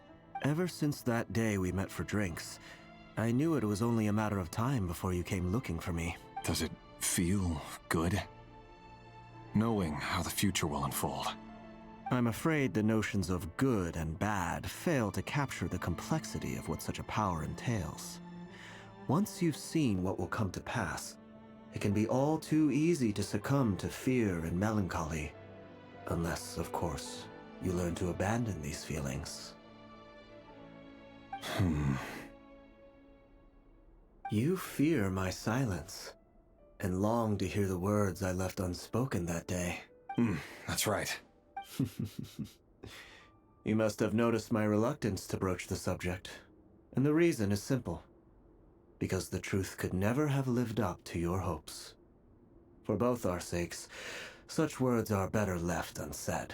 The burden of prophecy was never meant for your shoulders. So who exactly do you deem worthy to hear your prophecies? Or rather, our king as he once was. You're closer to His Majesty than I am. You must know better than anyone how much he's changed. You say that as though it is to my benefit.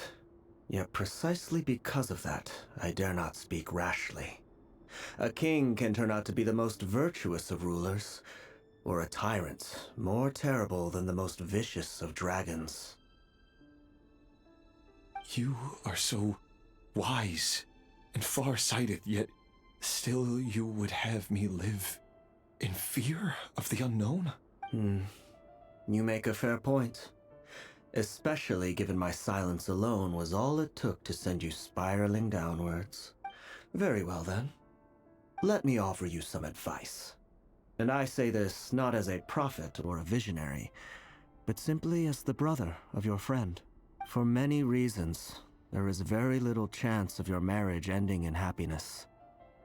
If happiness is what you seek, you should find another fiancé. Hold on. There's that same black fog again. Could this memory belong to Thelindis? Guess I'd better tread carefully.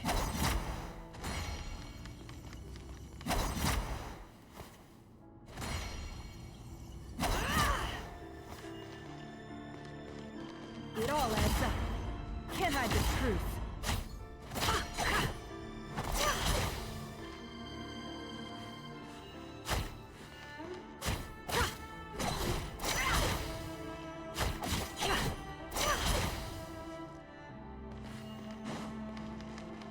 It all adds up. Wait. Hear me out. This time we finally got a clear look at his face and learned his true identity. His name is Rayrir, and he claims to be one of the king's guards. What did you say? A cruel irony, isn't it? The man you're set to marry leads a double life as a brutal executioner. Why are you telling me all of this now? Simple. It's because I want you to kill him. You are the only person he would never suspect. No, absolutely not. I would never dream of doing such a despicable thing. So you'll just stand by and watch him slaughter us to the last. Do not forget that the blood of the Crimson Moon flows in your veins too. The blood of the Crimson Moon? What does that matter now? The dynasty has long been dead and gone. You think that alone is reason enough for me to throw away everything I have? Why wouldn't it be? You two were once a child of the Crimson Moon, just like me.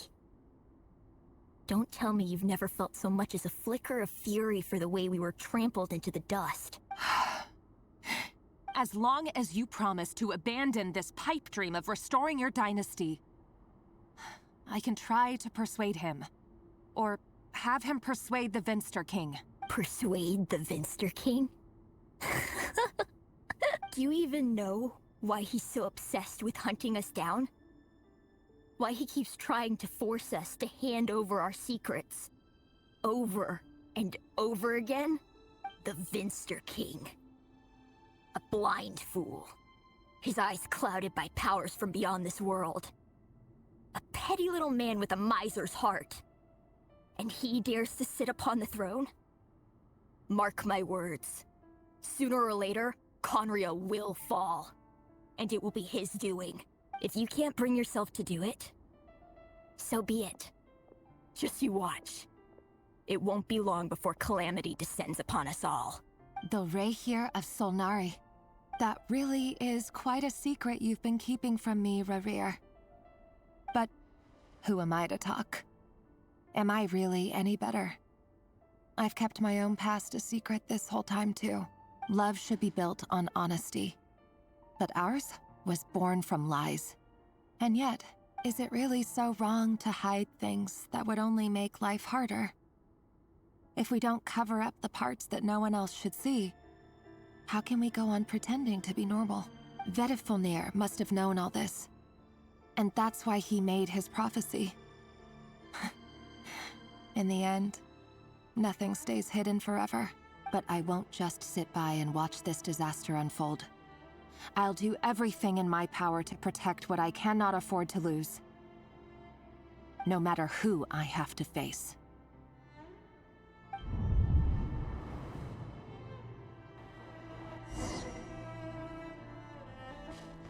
No more lies. Huh? Was that Rerir who just walked past the window? Doesn't it give you the chills that he still takes the same road to work every day? As if nothing ever happened. Those people at the deli. Enough already. They're clearly pretty taken by their own disguises, so just smile and play along. Pull the rug from under beasts like that, and you'll risk having your throat torn out. Deli? Oh. They're talking about those people from the opposition. Right. I'd almost forgotten they used to run a deli. People of no consequence always vanish. But surely you can see he's not the man he pretends to be. So many have died already, and they say that the king's madness grows with each passing day. We're not going to survive this, are we? But why does it have to be this way? Do we really deserve to die just because of the blood that runs through our veins? Felindis, are you even listening? Sorry, Freether. My mind was off wandering. I heard you, though. You're talking about what Rerir said. He's just following the king's orders. He's a secret agent, and it's his job to hunt down rebels and dissidents. By the time you first met him, he'd already taken lives. Maybe he was using you from the very beginning. No. Rerir has no idea I have anything to do with the Crimson Moon. My family are only distant relatives of the main lineage, and besides, my eyes are perfectly ordinary. Truth be told, apart from my teacher, pretty much no one knows I have any connection to any of it. It's been a long time since my family severed ties. But as Orlog said, who could possibly talk sense into that raving lunatic of a king? I'll work something out. Trust me, I'm with you all. But for now, you need to keep yourselves hidden. Don't let anyone find you, anyone at all. Don't forget that Rerir is an Eclipse operative. You need to be extra careful when he's around. And when I am too. For now, don't come looking for me. And if anything happens to me, just act like we've never met. If even you can't escape this, what hope do the rest of us have? I won't speak in his defense. Nor can I give you a clear answer to that question. Here, hold on to this. If an opportunity to escape presents itself, take it. You'll be glad you took some spare change. You call that change? But what about you? I've got a job, and there's still money coming in. But you can't go anywhere right now. Please think about yourself for once.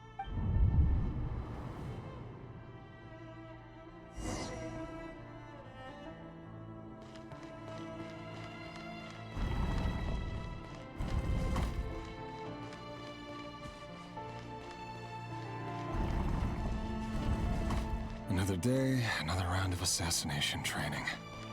Training ground is just beyond this hidden passageway. When you kill a person, doesn't it bother you when you end up covered in their blood? Why would it? Aren't we all just walking blood bags? But not everyone is accustomed to... Make sure you have a firm grip on the handle, then choose your angle well. Keep your movements light and brisk. And pray won't sense a thing. I'll bet no one's ever tried to claw death at your hands. I work clean. No traces.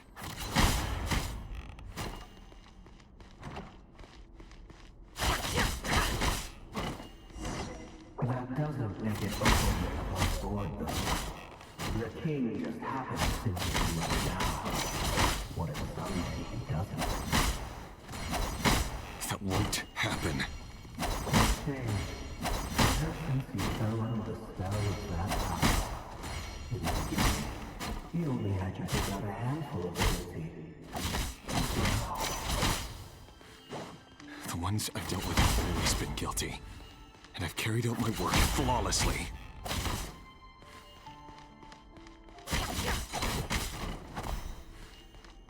Can't hide the truth.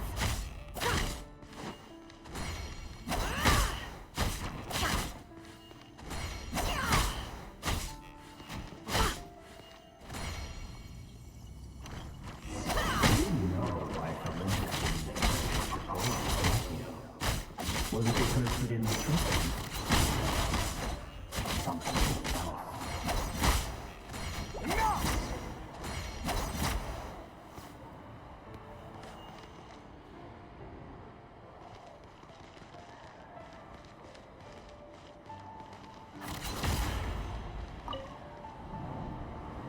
Delindis, do you still remember Orlog? Orlog? The boy who was pretending to sell flowers. You spoke for quite a while, didn't you? Yes, we did. What about him? He was arrested 2 days ago. Chances are he's already dead. He... I just don't get it!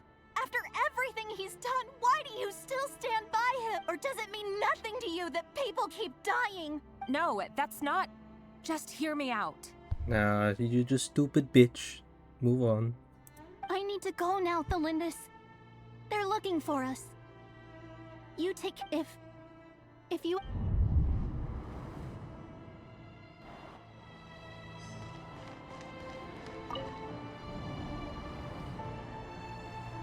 Author Thelindis.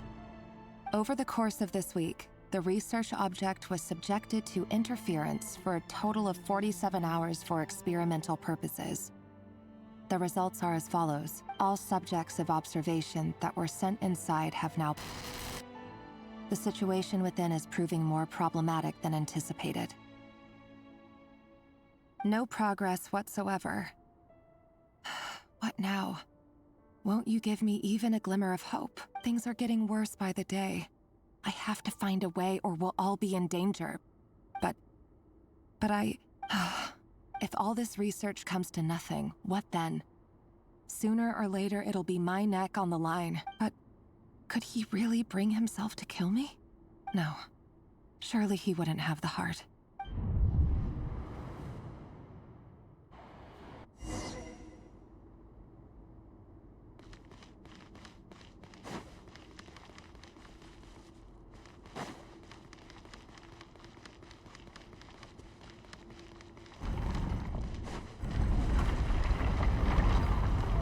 Why won't you just let us go?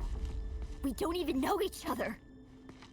All we want is to live ordinary, peaceful lives. You want to live?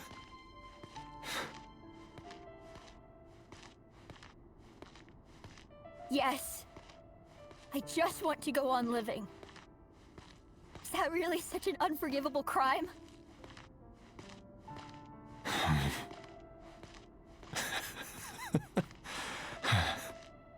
You want to go on living. I want to keep living too. To keep living forever. That's why I have no choice but to continue on the path I'm on.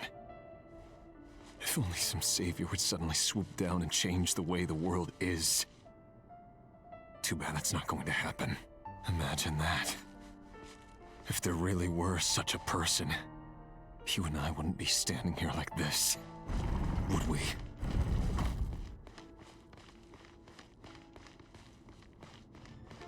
Can't hide the truth. Today's files are in. Time to wade through them just like usual. No, I don't get tired of it. It's my job. And not only am I lucky to have it, I'm good at it too.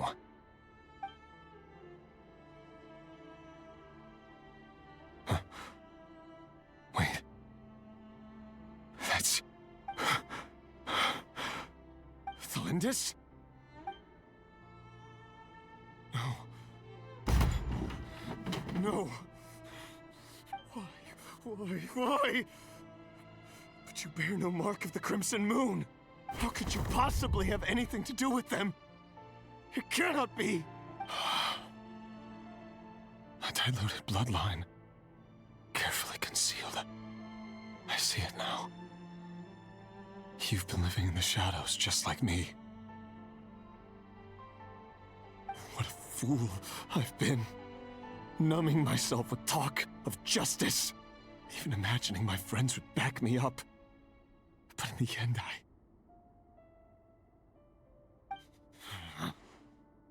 Irminsul. Finster King! How far are you going to take this? From the direct bloodline to secondary offshoots? And then what? Today it's the descendants of the Crimson Moon. Who will it be tomorrow? Will you not rest until everyone down here is dead? No. This cannot go on. This is where it ends.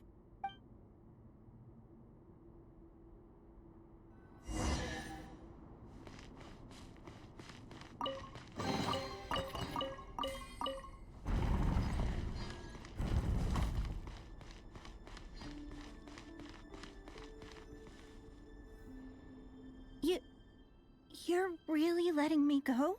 I am. As long as you can guarantee that no one will find you. Don't worry, I'll be extra careful.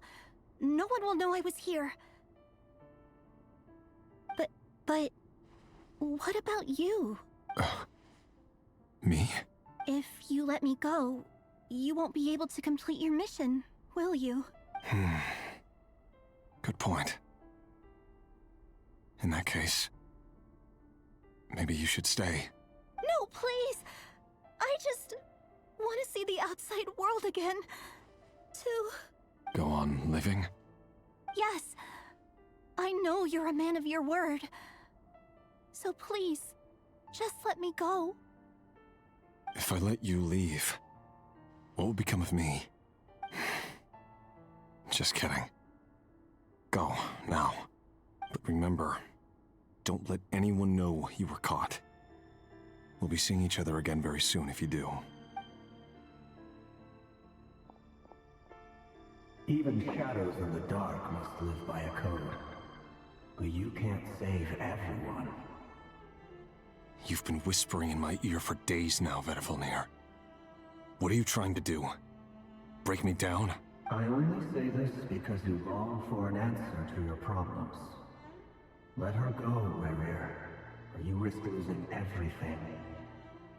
I will not abandon Thalindis. Then you'll need a little more vigilance and a lot more power. The world is changing, Rerir. Keep your eyes peeled for your moment of opportunity. That voice used to be so unclear, but now I know exactly whose it is. It's Vedifalnir. He won't tell me how to actually resolve any of this, but he keeps trying to manipulate me like a puppet. What's his game here? Tell me then. What will this moment of opportunity look like? And no answer. He's like a ghost. Always disturbing me when I'm on edge, but never answering when I need him most. So, the Eclipse Dynasty was purging, well, massacring the descendants of the Crimson Moon. And it seems like it was all connected to the Vinster King's research. The King's obsession with abyssal power left the future of Conria hanging in the balance. No wonder every aspect of Rerir's life was so unstable. And it looks like this Thalindis, Rerir's would-be fiancée, herself belonged to a sub-branch of the Crimson Moon Dynasty's descendants. It almost defies belief that a couple like them could hide the truth from each other for so long. If the Vinster King hadn't intervened in such a drastic way, they might have gone on deceiving each other for the rest of their lives. And why does Vedifalnir, Daneslif's older brother, keep talking in Rerir's head? This guy kept more secrets than I ever imagined. The human mind is like a vast desert of shifting sands. When you follow the flow of someone's memories, you only ever see the parts they're willing to let surface. Time for something a bit more creative. We've been inside Rerir's mind this whole time, building up a picture of his psyche. There's already enough clues on the board to start reading between the lines and mapping out the rest. Now, we can finally begin to put the pieces together. Sure, it'll only be a reconstruction, part simulation, part reasoning, but it's usually pretty accurate. Once we've built up a cognitive profile, we just need to cross-check the logic behind his actions. And then we'll be able to take a sneak peek at whatever it is that Rerir has really been hiding.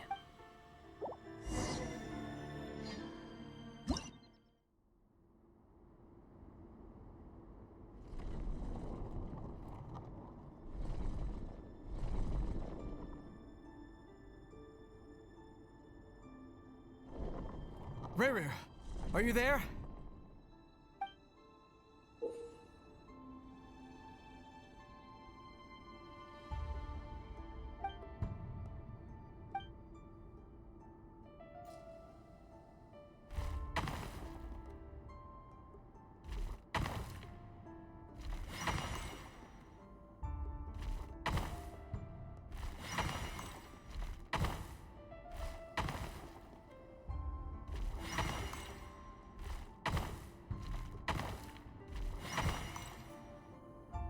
Hey, Rerir! Come out, it's urgent! Dane? What's wrong? Quick, come with me. I'll explain everything once we've met up with the others. Okay. I'll come. But the Lindis is still over at the Universitas. I'll need to leave her a note. All right then, but make it quick. I've never seen Dane so worked up before. Whatever this is, it must be big trouble.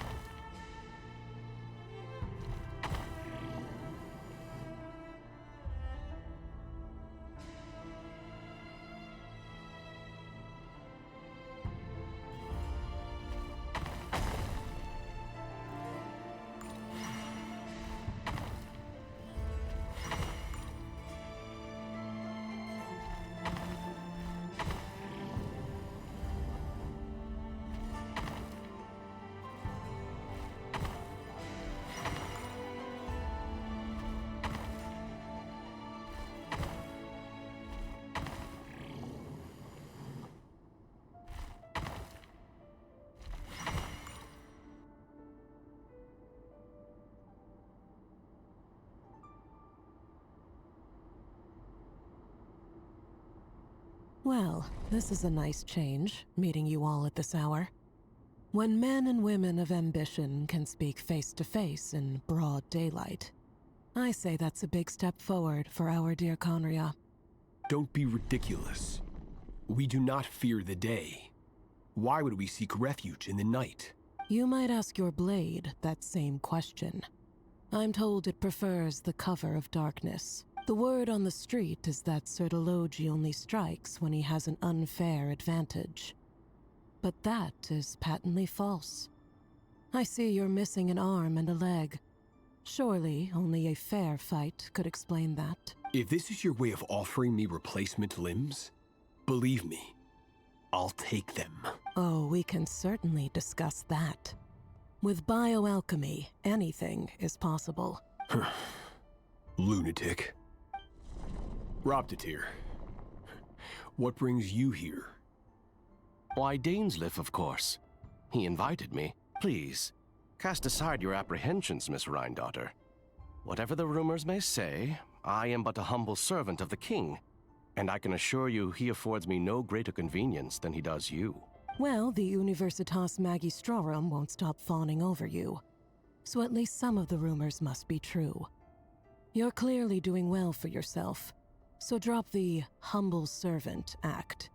It endears you to no one.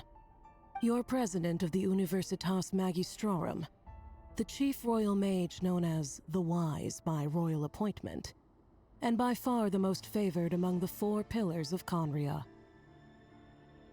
Vice President Veit doesn't even try to hide his envy when he sees you. My success is the product of hard work and good luck. It's as simple as that. Were the king not such an extremist, I hardly think I would have received a senior post at my age. Of course, no job is without its gripes.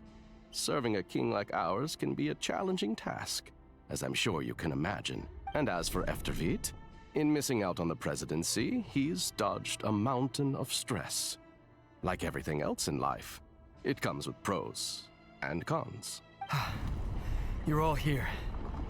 I apologize for the short notice, but it was an emergency.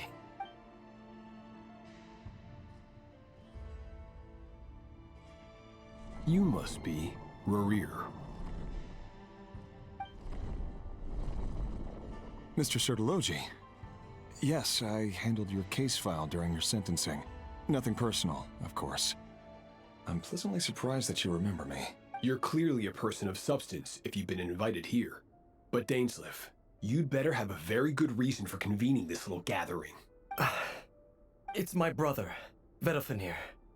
After he spoke at the court this morning, the king was so infuriated by his words that he had him blinded in both eyes and thrown in prison. Vedalfenir in prison? Strange. I thought the king trusted him and Horoptatyr more than anyone else in the world. Does this mean the king's circle of trust just got even smaller? It has nothing to do with trust.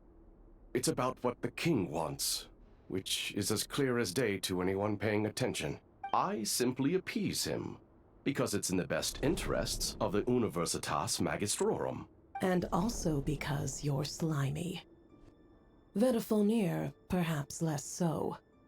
But still, a visionless visionary? It rather inclines me to think that qualifications are not what get you ahead in Conria. Do you honestly think this is an important discussion to be having right now? Dane, what are you planning to do? Rescue Vedalfenir, I assume. Correct. It will mean storming the palace by force. Tonight. I need all of you on my side. That's far too dangerous. And don't forget, Dainsleif, you're captain of the Royal Guard. You swore an oath to the throne. You've been planning this for a while, haven't you? I have no desire to commit treason. But whatever critique the king may have of Vedalfenir, disfiguring your most loyal subject for putting the best interests of his court and nation first, this is not the conduct of a wise ruler. My blade will force the king to see the error of his ways. So, Vedalfenir's prophecy enraged the king. I'm sure it wasn't what he wanted to hear, but if he won't take counsel even from the visionary, that is deeply troubling news. The extent of His Majesty's madness is now all too clear. The question is, how does a man like me get out of this situation unscathed? You have noble ambitions, Dane, but I'm afraid they don't do much for a guy like me. I'm not interested in saving the world. All I want is a letter of pardon. A letter of pardon? For whom? Thelindis? The chances of the Vinster King issuing a pardon for anyone connected to the Crimson Moon seem vanishingly slim.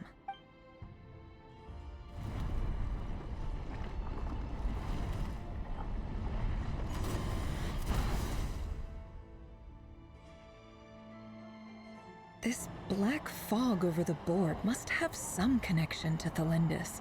Another mystery I'll need to unravel.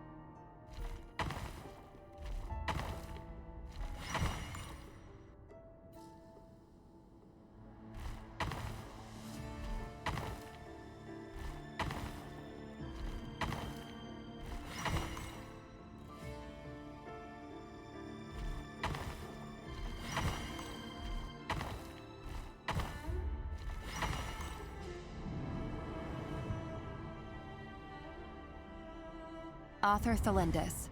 Over the course of this week, the research object was subjected to interference for a total of 60 hours for experimental purposes. Research dating back to the Crimson Moon Dynasty has established 2 points regarding moon marrow.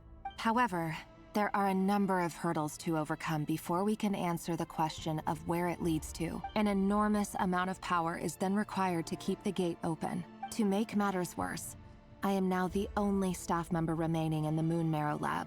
This is not a wise move. I have always maintained that placing all our hopes in a single source of power is risky, especially one as poorly understood as this. I apologize if this comes across as disrespectful. But as a Moon Marrow researcher, I desperately want to see the world beyond the gateway. If we really made it there one day, what would we find? And how would we go about taming the unknown?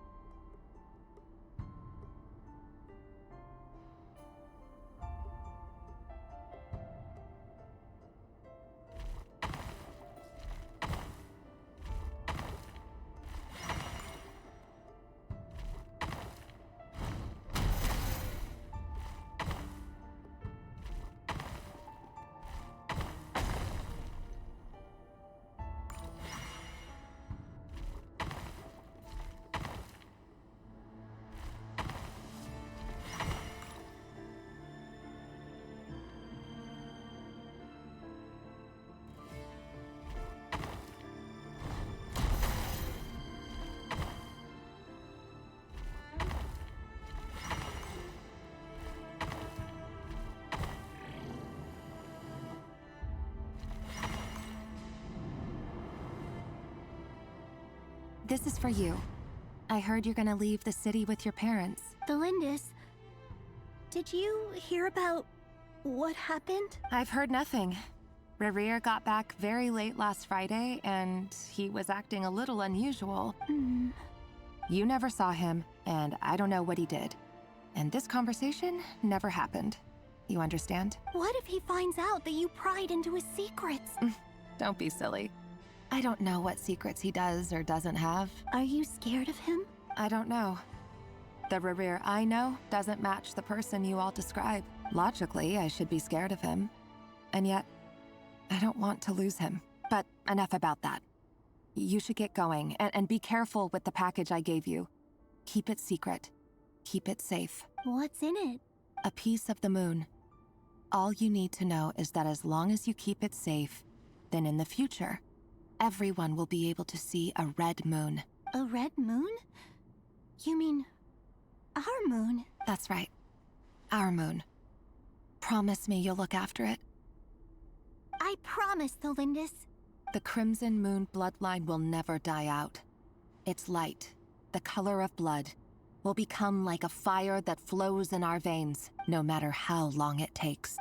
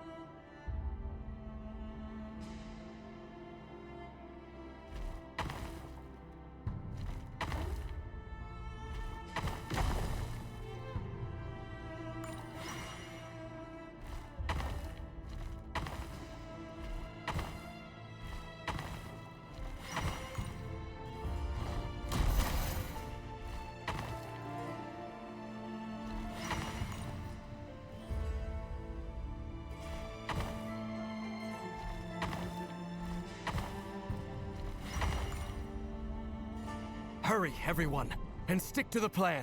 Sir Dainsleif, what are you? Is this treason? You know what happens to those who betray the throne. Please, don't do this! It is the king himself who has betrayed the throne. He has betrayed all of Conria. If you have any love left for justice in your heart, you should join me. It's showtime. Dane and his group will handle the troops in the palace. Then Hraptatir and Rhindaughter will disarm the security measures. My job is to enter the prison and rescue Vedifalnir. Stay safe. Wish me luck. Look after my brother. Draw your blade. It is time for justice to prevail.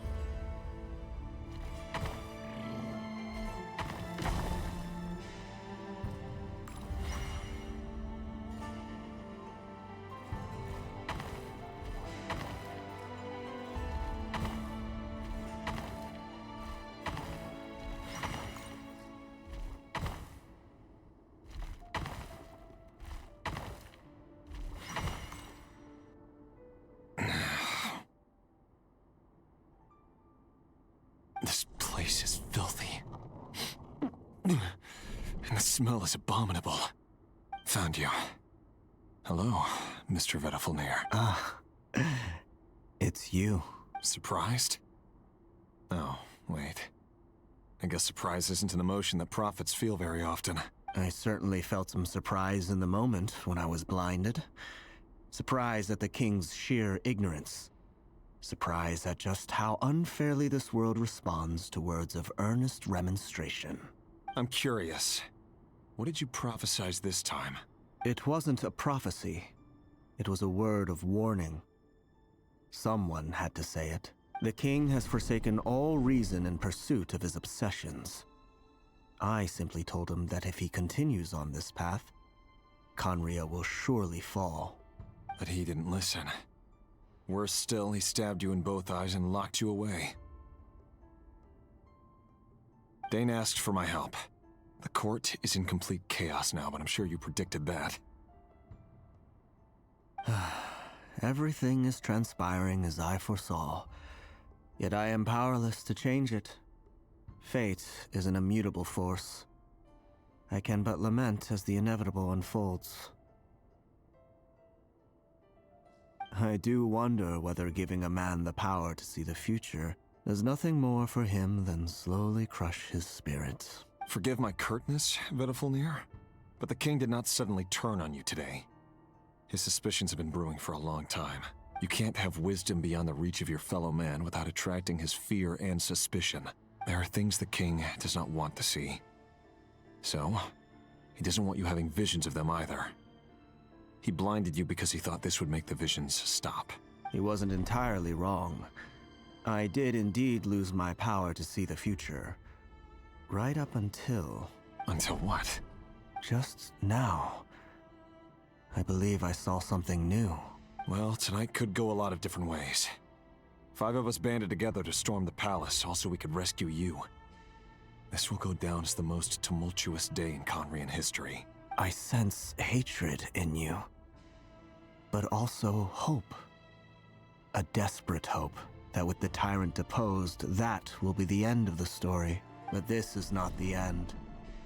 It is the beginning of a new chapter, in a whole new story. There are many men of honor and courage in this world, Rerir. But you are not one of them. You're not here for justice, are you? You're here for yourself. Is that a dagger? Interesting. Why not the polearm?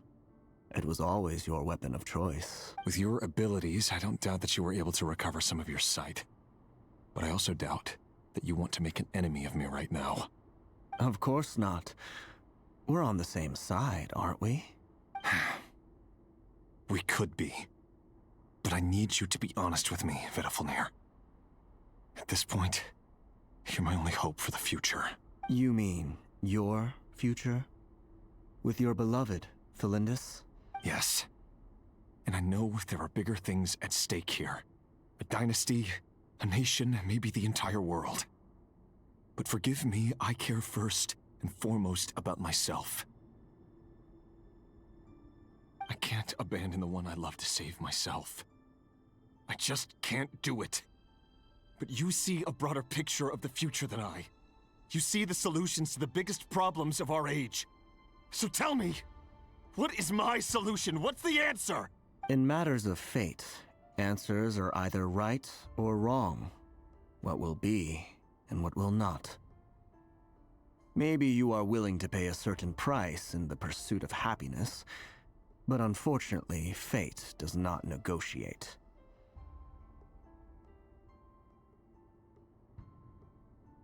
That is the cruelest thing about fate. It is unmoved by your sacrifices. That can't be true. I know it's your voice that I keep hearing in my head, urging me to see how the world is changing, to seek more power, so I can protect the things I love. You show me disaster, but you won't show me how to avoid it? Why? Why are you doing all this? My voice. In your head.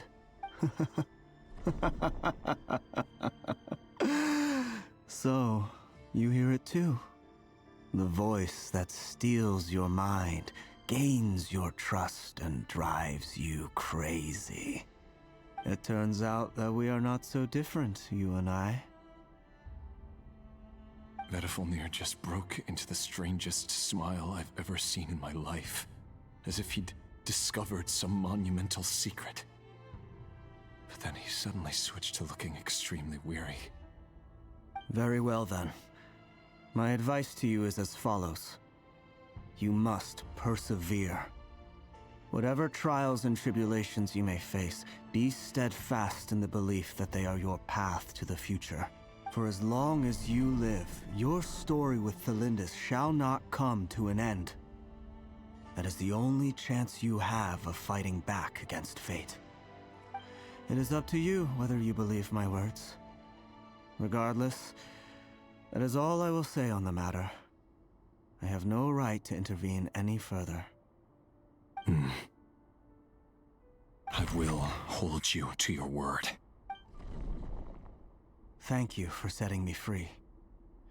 In return, I will tell you one more thing that you cannot afford to ignore. Just then, a strange wave of energy rippled through the city. We had no idea what it could mean. If I were you, I would head to the Universitas Magistrorum. The Universitas? Oh no! I'm sure we'll be seeing each other again very soon, Rerir. Whatever Vedifalnir said, I didn't catch it. I didn't even help him out of the prison. There was no time to lose.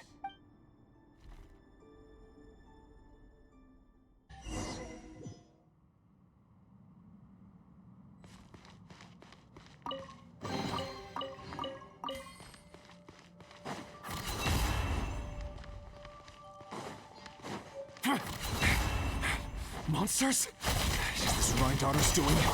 Or the Universitas Magistrorum? Out of my way!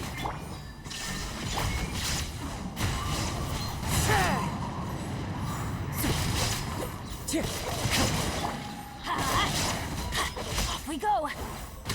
Yeah! Let's light it up!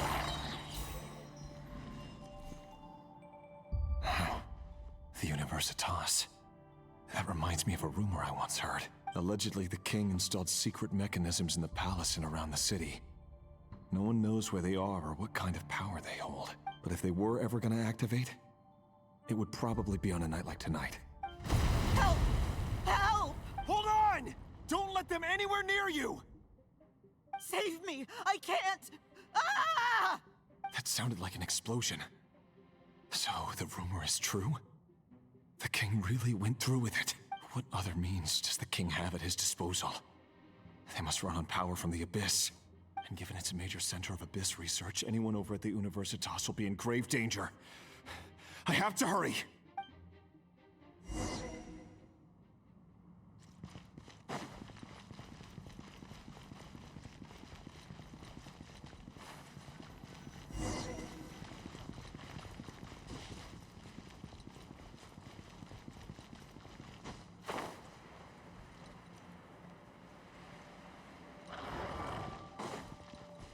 I'm going in! Into the wind. One with wind and cloud. This is order. Crumble! Off we go! Shine down. No more lies. It all adds up. Seek within.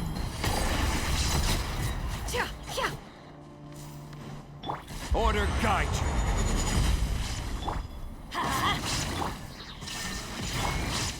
One with nature. Fallen leaves, adorn my night. Now you shall perish! Illusion shattered! Teamwork is dreamwork! I will have order. The wind knows me. The clouds high, the birds tall. One with nature. No more lies. The deception ends here.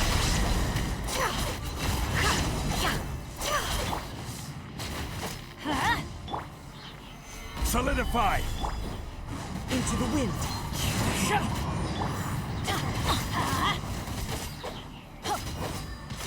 This is order. Don't worry, I got this. I'm going in! Torn to oblivion!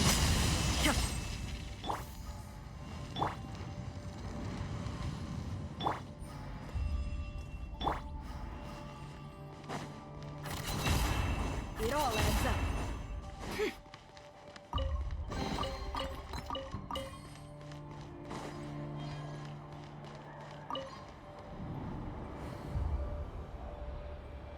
Monsters.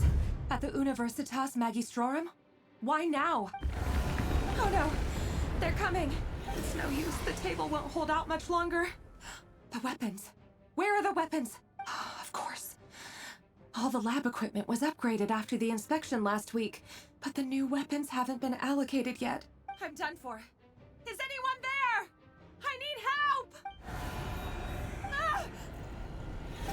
Stay back! Please stay What an back! idiot. Please! There's monsters? Why not just try to hide somewhere at least? If you yell, it means you just they know that you're there. Like, I'm like, hello, I'm in a room. Yeah. Like, okay, but okay. Stop. Game logic. Okay.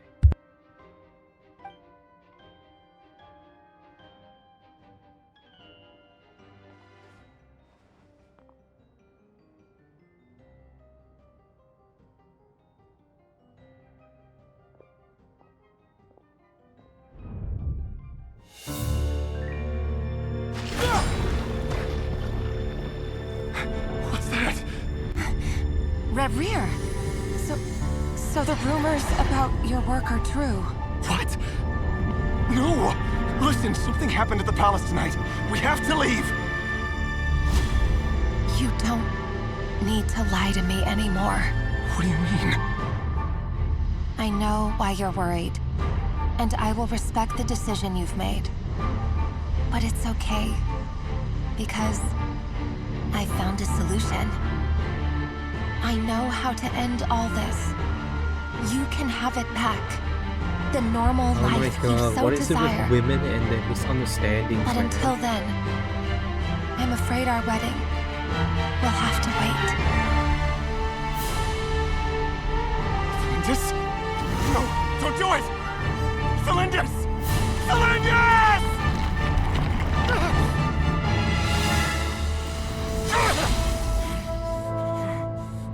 I told you, Rerir. Let her go. You will find someone better.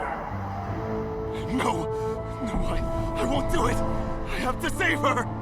By what means exactly? A lowly pawn.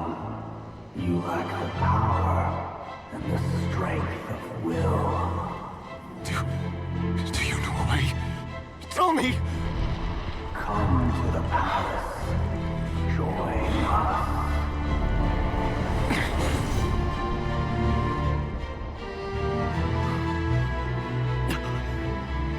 Rerir, thank goodness we... Step forth and take your share. You made it. Not you too.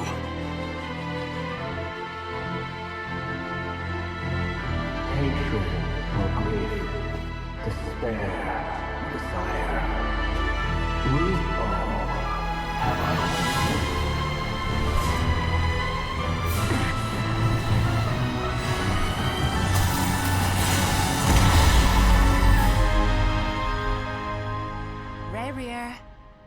Rerir.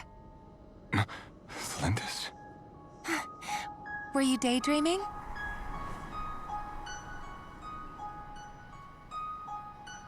You still remember, Rerir? That question you asked me a couple of weeks ago? Oh. You mean the proposal? Yeah. I'm wondering, where do you think would be a good place to discuss it? Maybe in the garden? Or were you thinking a fancy restaurant? It's your choice. Like that is because of her. Because she... Women and the misunderstandings, man.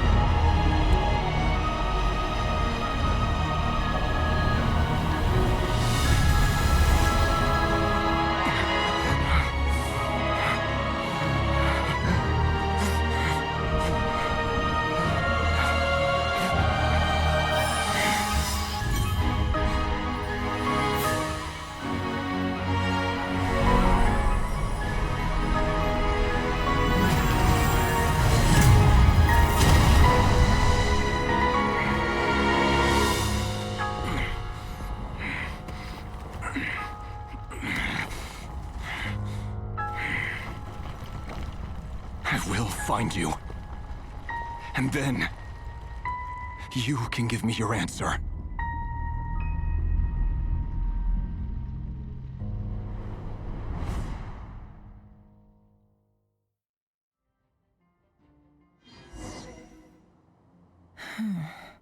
So that's how the Raker of Solnari was born.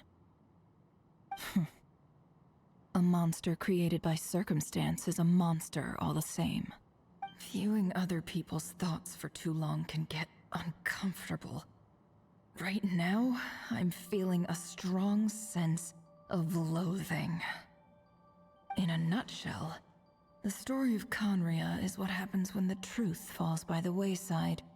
Everyone tells little white lies, and before long, you have a huge pack of lies that destroys everything. Time to get back.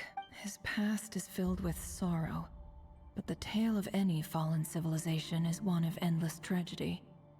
Cruel as it may be, that was Conria's fate.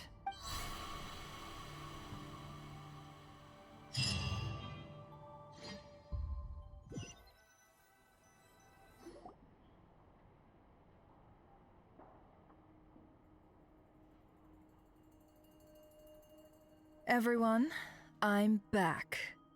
Can I get a standing ovation? Never! How are you holding up? She's fine. Boss is a pro. Yes, I'm fine. You will have seen the events of Rerir's life through my thoughts. It's now clear that he is just a regular nobody, driven by personal tragedy, as he said himself. I mostly agree. There's only so much we can know about him from his memories alone, but they did give us a clear glimpse into his life in Conria. However, I would not consider Rerir to be a nobody. He was deeply involved in the events of that era. Yet, when the catastrophe of a generation strikes, nobody is safe. Sounds to me like you're speaking in riddles again. Is this you urging me not to abandon the people of Nodcry in their hour of need? That's not what I meant. Although I do hope you choose to remain a part of the plan. Without you, the mission ahead will be all but impossible. Then try to remember that I respond better to the carrot than the stick, and I don't appreciate being bossed around. Now, as for you, Missy, you were excellent. You stuck to the rules of the ceremony and kept your mouth shut the entire time. Bravo. Cool. So, can you fill me in on the deets now? Most of what I saw went right over my head. Patience. You'll hear the whole story, don't you worry.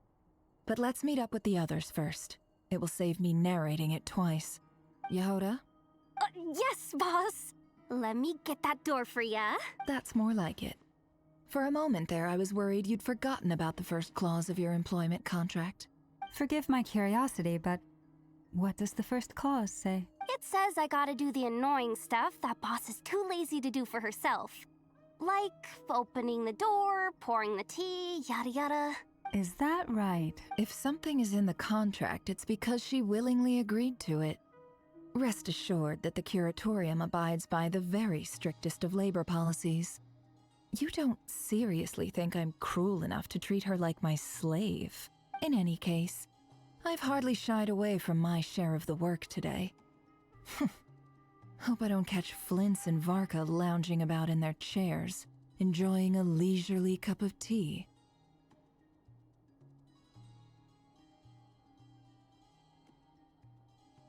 There's nothing I dislike more than other people enjoying themselves while I'm hard at work.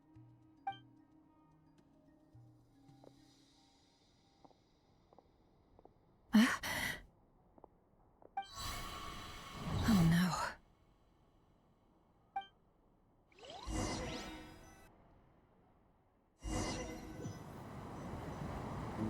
Sorry to disturb you, but we seem to have run into some trouble. Evidently so. Don't worry, I'm not about to leave you to fend for yourselves. I'm not that kind of boss. And it would go against the Curatorium's labor policy. I'm sorry? What did you hear me say? I wasn't talking about labor policy. Wait. How long have I been standing here? Not long. You just appeared by the door a moment ago.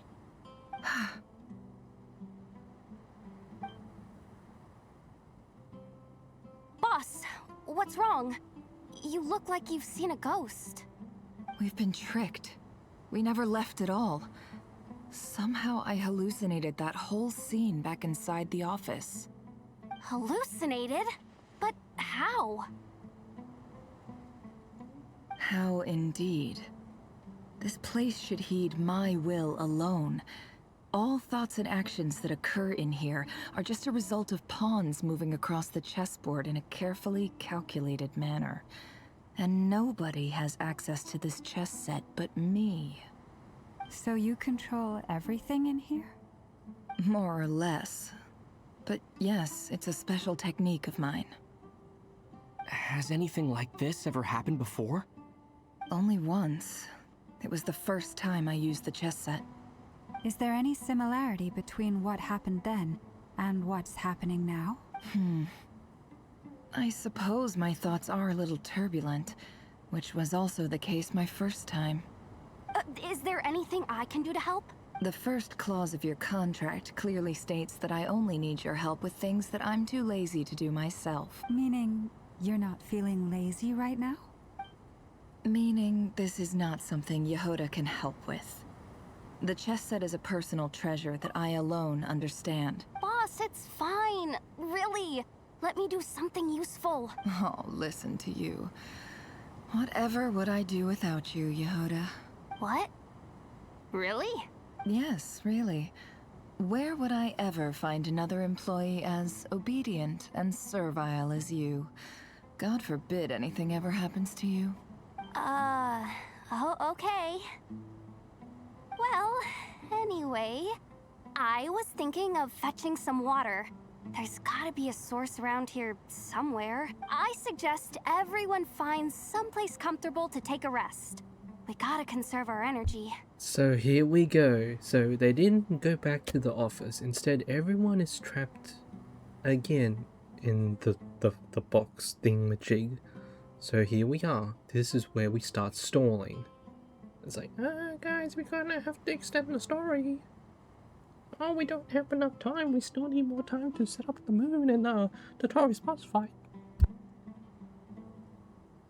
Even though all this chess malarkey doesn't exist in a physical sense, mentally speaking, it's all real. And so is our tiredness and fatigue. You don't want to dismiss mental fatigue. Just because it isn't physical doesn't mean it's any less serious. Don't I have the best employees? Jealous much? If we can find a suitable time, I'd love to borrow Yehoda for a day to help out at the Frost Moon Scions. Oh, Lauma. Have I ever told you just how pretty you are? Beauty runs from the tips of your antlers to the depths of your imagination. Time to rally, everyone. Follow me. As we continue our journey, the same rules will apply. That means stay focused and no talking no matter what we encounter. And don't disturb the chess pieces. You have my word that I will get us all out of here.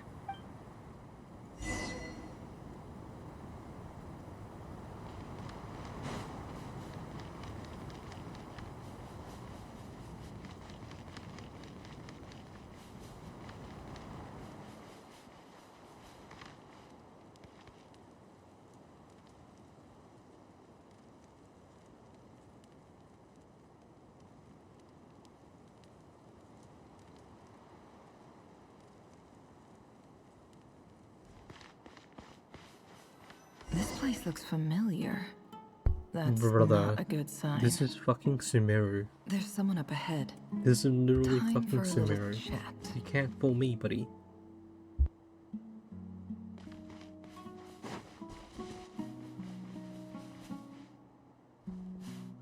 I wasn't expecting visitors. Oh. There you are. Sinue's been looking for. Oh, yeah? What were you doing just now, Uncle Retinue? Hiding away some. What do you mean, loose?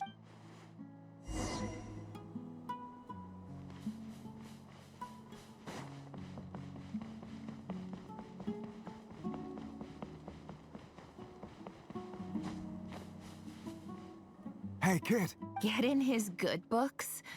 I've written a new song. Well, there's plenty of time and I'm not going anywhere. See that pile of stones? I'll be sitting. Pile of stones. Got it.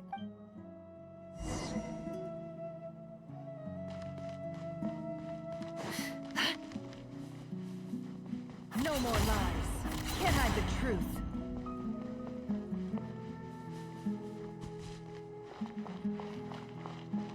Hi, Dad.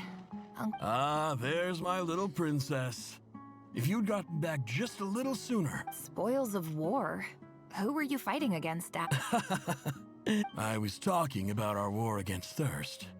I went out to fix our water supply problem, and now I'm back. We have a well again. That's right. I found a new one and If it wasn't... as the chief of our tribe, I'm supposed to be... You know how... But things are looking... So you're the... Special ambassador, they call it. It's nothing bad, okay? We've been... So... Do you get... Of course. Fierce clicks, fierce clicks, fierce clicks.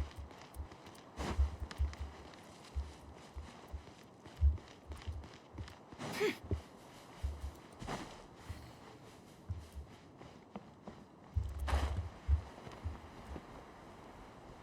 the fuck are we supposed to go?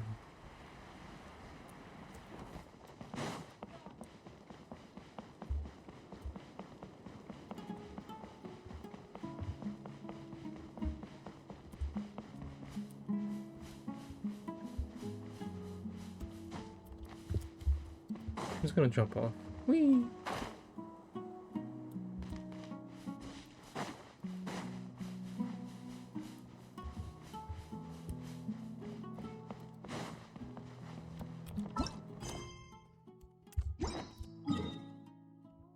Oh, of course, it's got to get the map.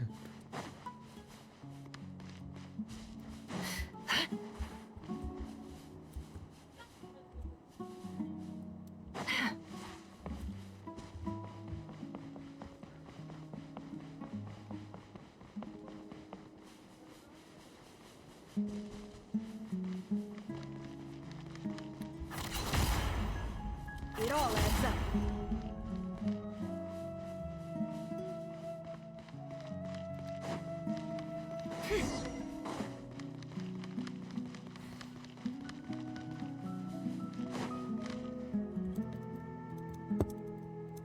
That's our well. Did you really think you could take our water without permission and get away with it? You're either brave, stupid, and that's... You're a liar and a cheat!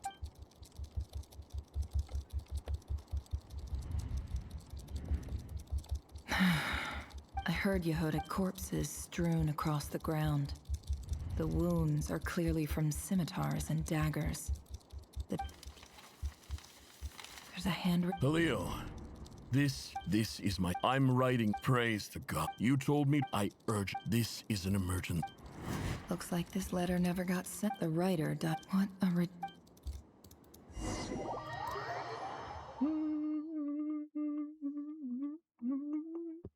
Ah, officer. I thought you would at least... This is the finest wine Aru village has to offer. Yep, Sumeru. The Academia has agreed to reserve a single space for a candidate from your village. But I remain... Please, have faith. If not in us, then in our god. The child we found shows great promise. I beg you. I don't... She showed up here... So... Where? Nowhere. Just the one. Correct. So, no... Any who have... Oh, get over here. Scared? Scared? Scared? Never. Here's clicks. Here's fucking clicks. Bro, and you fucking little shitters. Recycled Sumeru, bitch. Nefa, this... Yes, perfect. Please, ask away. Well, I think... You see? Because of what... I'm sorry, Nefa. Anyway, you said you had a couple of Her questions? past has nothing I wanted to check... to do with the story. Ah, It's just your family there wrote to you. Not... The house of whatever you're looking... Okay. I feel like, you know. Oh, don't mention... Hey, You're a great Just teacher. there to store. We It's gotta not. extend the story. I Keep haven't. doing some bullshit. We get paid for words per minute. We get paid by how much words we put in the story.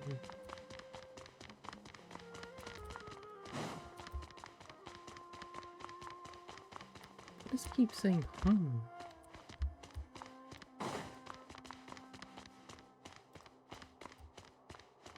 No more lies. It all adds up. This must be. Let's take a look.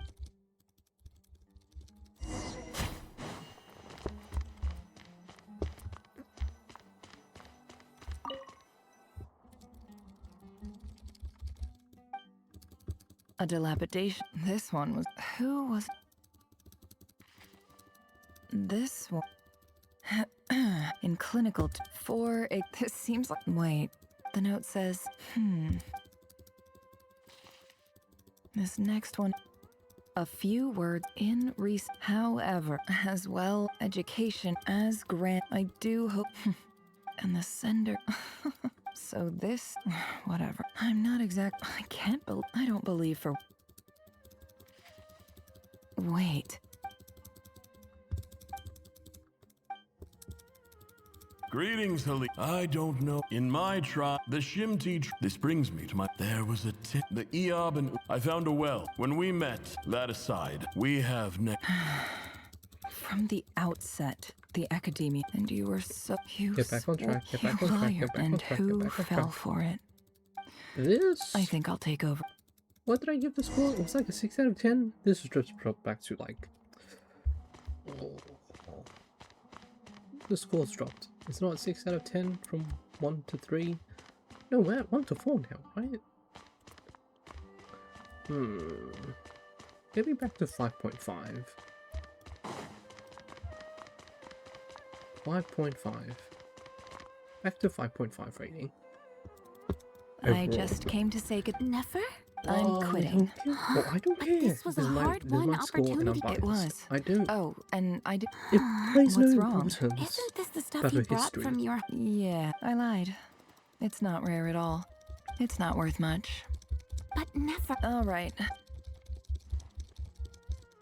They should have just made a Nefair story quest where you can learn about her, Don't forget her me, past, okay? and not just Yeah, shove it into the I main lied story quest. again. For And like, as for I'll be you know, lucky. the Archon quest. Like, hello? Like, hello? You really should have just made it like, you know, like fucking... What is it? The story quest or something. Is it Vanquist? No. It was here. Well, it was. Like these, like, can it just steal? Like this story quest? Where you actually speak with the characters and learn more about them? Bruh. Can't hide the truth. It all adds up.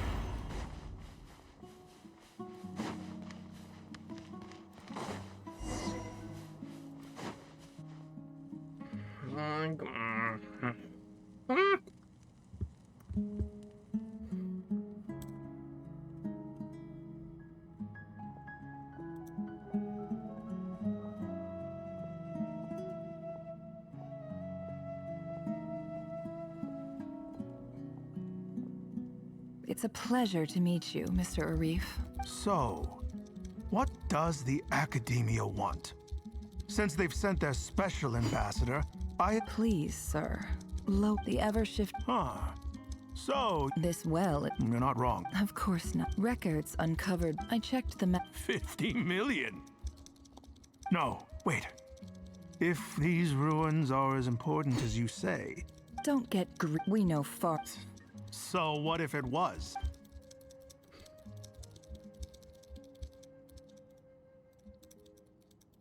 Don't worry. I hope I... And I hope your words are the truth. If I find out the Academia... You see how I'm... And what does a... All right. In that case, we have a deal. We will sell you the excavation right. I'd like to thank you, Ambassador. This is good news indeed. Gladly. So let's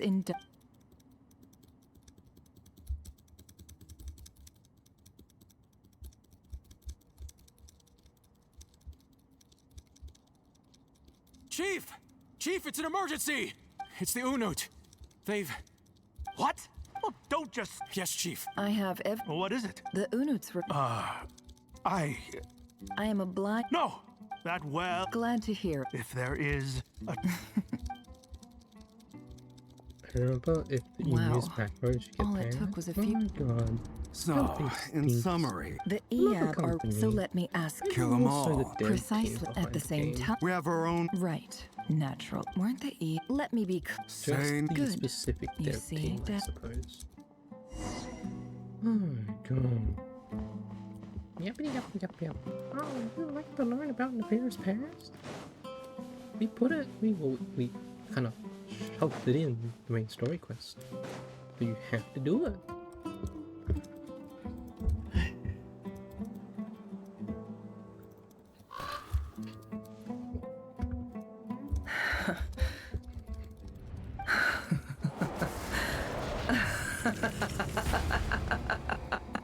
Look at yourselves. The monsters who destroyed my home.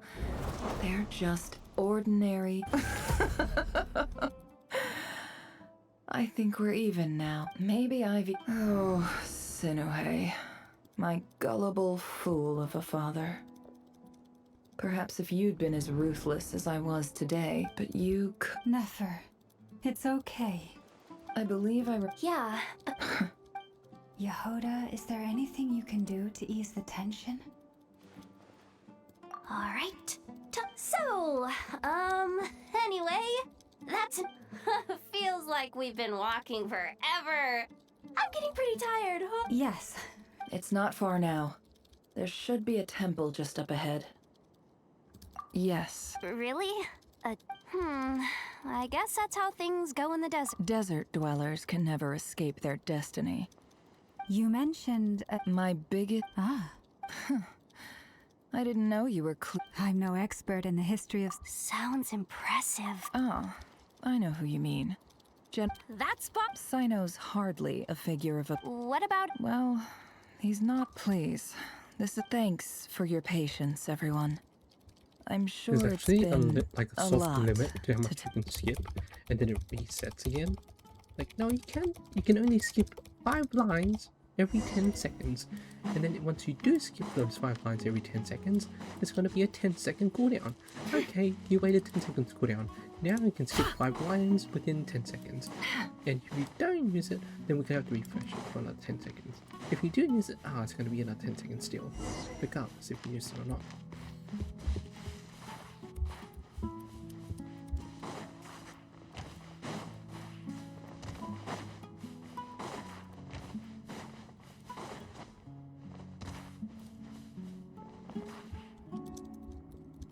Yep, she really is that Anubis chick. Uh-oh. I'm totally out of my depth here. I don't have the... I want... A statue with the head of a... That's Thoth, the Ibis King. One of the 7 pillars... Let's take a look.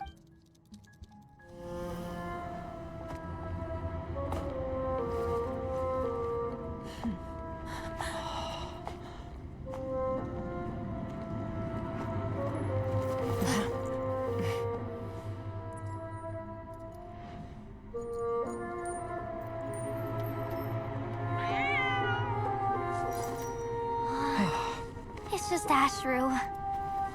So, all is well?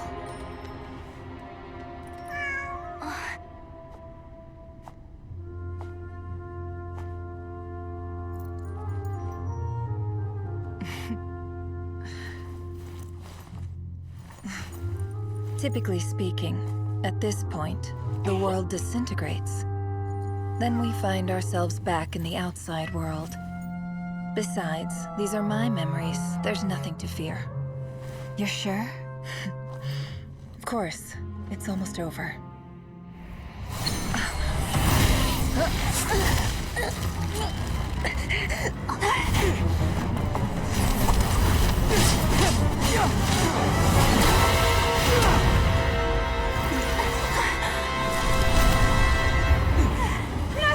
Hold on!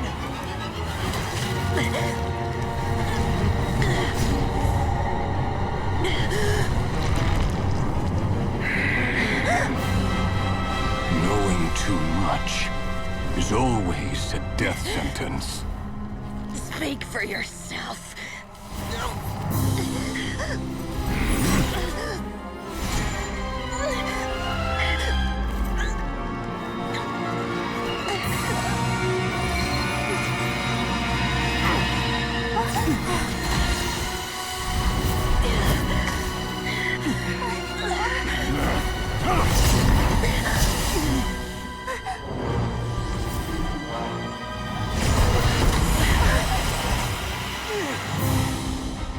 How repulsive.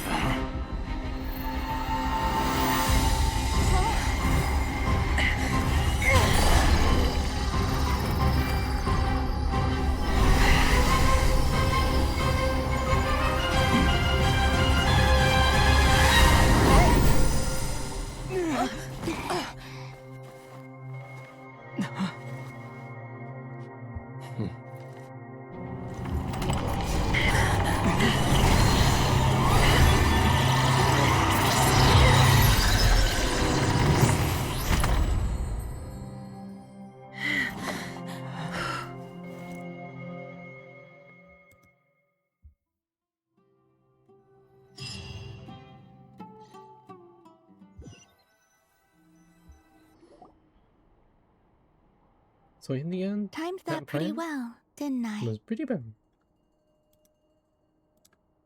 It's okay. I'm just Now glad we're no back one to was the hurt. main story. The main actual fucking story that I found Paimon out. noticed you doing something too, Dainslev. Were you helping get them out? Yeah. Of course. When I asked Nefer to conduct this investigation, I was not naive to the dangers involved. I had a duty to ensure your safety. Good to know your sense of justice is still intact after all these years. I take that to mean that you saw the truth. That comes as a great relief. I certainly did. And thanks to your help, I also managed to trap Rerir inside the chess set. Whoa, really? How'd you manage that? Well, to be honest, I sensed that something was wrong long before we made it to the temple. By using this fragment to probe into Rerir's past, well, the monster formerly known as Rerir, it seems I alerted him. I was tracking him, then he caught on and started tracking me too. Can't say I'm surprised. But how did he track you through your thoughts alone? That shouldn't be possible. Rerir was a secret agent who reported directly to the Vinster King. He is an expert at finding a trail and hunting down his pursuers. No wonder. He infiltrated the chess set, read my thoughts, and built a new virtual chess set inside of it. That's why we weren't able to leave at first. Speaking of your chess set, it's quite a remarkable item. Would I be right in thinking you have some connection to King Deshret? You overestimate me. I only have a connection with one of his underlings, the Ibis King. You all saw how this came to be.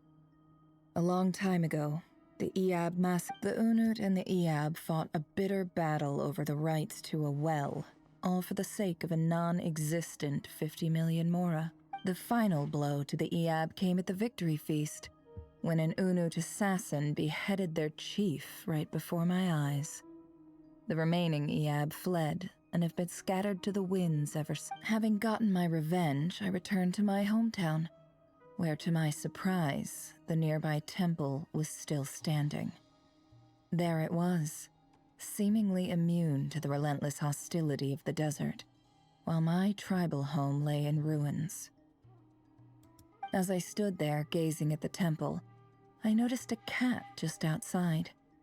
This cat, as it turned out, was home to the spirit of the Ibis King. This chess set is my gift from the Ibis King. The chessboard within is made to the same specifications as the one in the mausoleum of King Deshret, and represents his power of piercing analysis. With this chessboard in its container, I gained a certain ability to perceive hidden secrets. Now, you could conclude that the Ibis King simply wanted to give the people of this world the power to seek the truth, but I don't believe that's the full story. Every god plays favorites. Their hearts are as fickle as any humans. It is the same with all powerful forces, including fate itself. If you're alluding to the Abyss, then yes, I agree. Gather the others. It's time to share everything I've learned.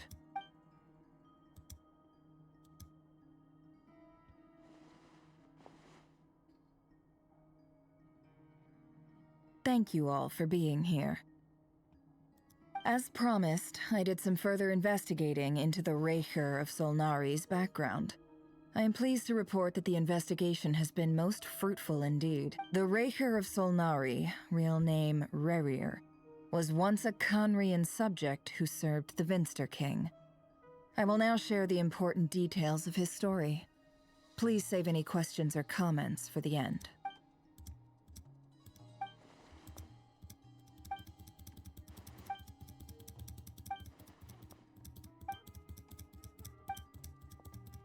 So that's why he's so obsessed with the moon. A tragic tale, to be sure. But it does not excuse his many transgressions.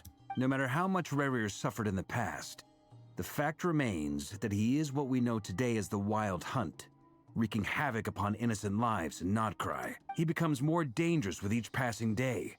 If left unchecked, it is simply a matter of time before all of Tevat suffers the consequences. This is a threat that the Knights of Favonius cannot ignore. A question for Miss Columbina.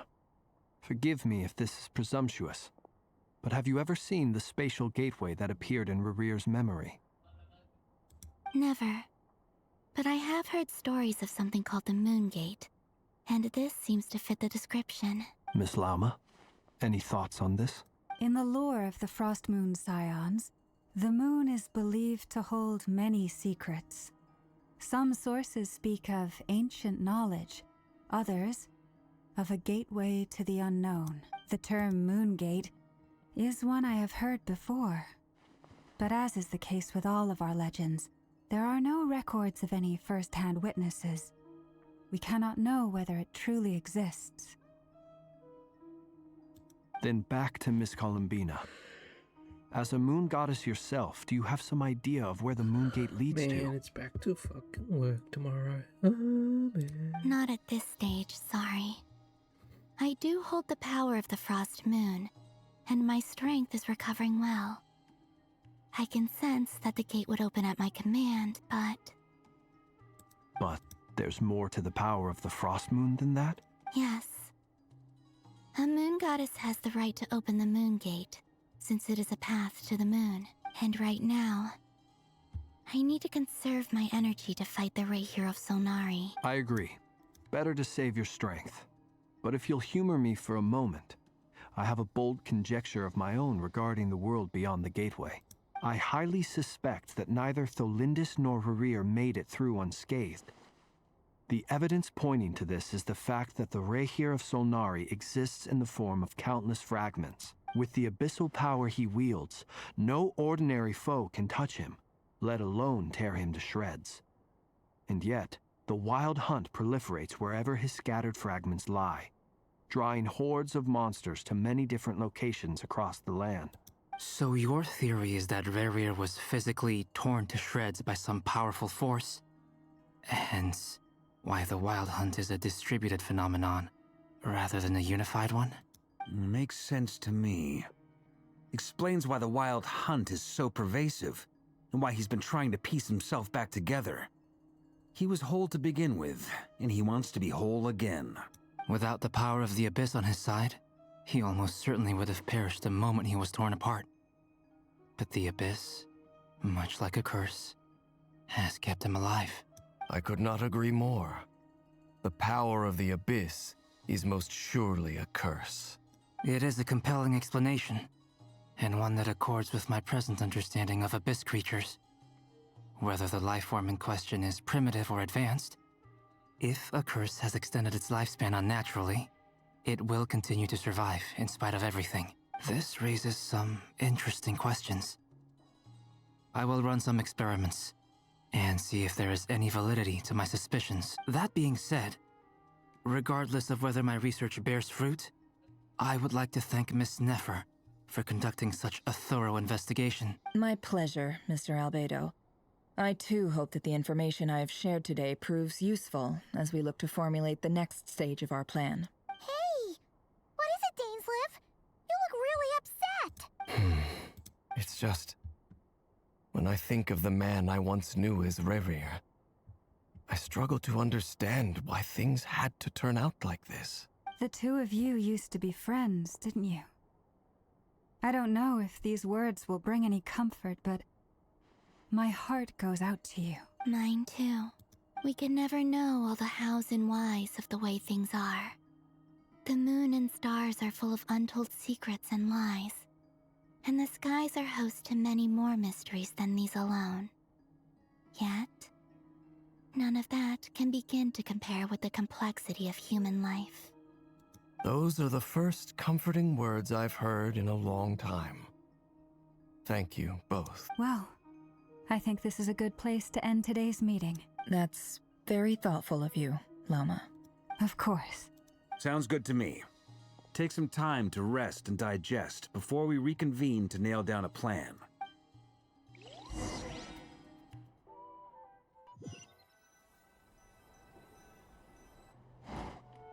Hey, is this a bad time? Hope I didn't kill the conversation.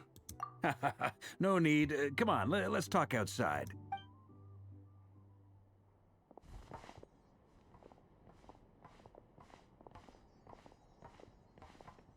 Anyway, Nefer went back to the curatorium to get some rest. But before she left, she shared some things with me that I thought you should be aware of. Firstly, although she managed to trap the Raker of Solnari inside her chess set, there's no guarantee that the power of the Ibis King is any match for one of the 5 sinners. Their powers are beyond our comprehension. It's only a matter of time before he finds a way to break out. We have to come up with a plan and take care of him before that happens. Honestly, my mom figured that might be the case. So, how long have we got? Well, I asked her that same question. She talked for a long time, but for the most part, it seemed like she was trying to convince me how precious her chess set is. What a long and storied history it has. It felt like some kind of sales pitch. 2 days? Holy moly! Can we even recruit enough help in that time? That remains to be seen. You have some history with him, right? Do you think maybe you could talk to him for us? Great. I appreciate it. All right, on to item 3. So, Albedo, Durin, and I put our heads together and came up with a plan. Can't promise it's gonna work yet, but at least it's a start. We figured we'd bounce the idea off you first. We'll explore it further once everyone's recovered. Oh, Paimon's dying to hear this. All right, so here's what we're thinking.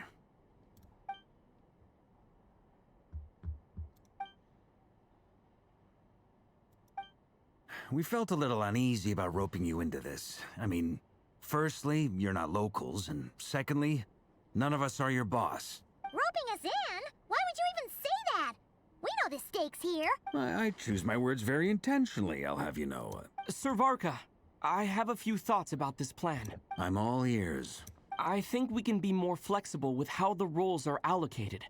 In my view, the most sensible lineup would be like this.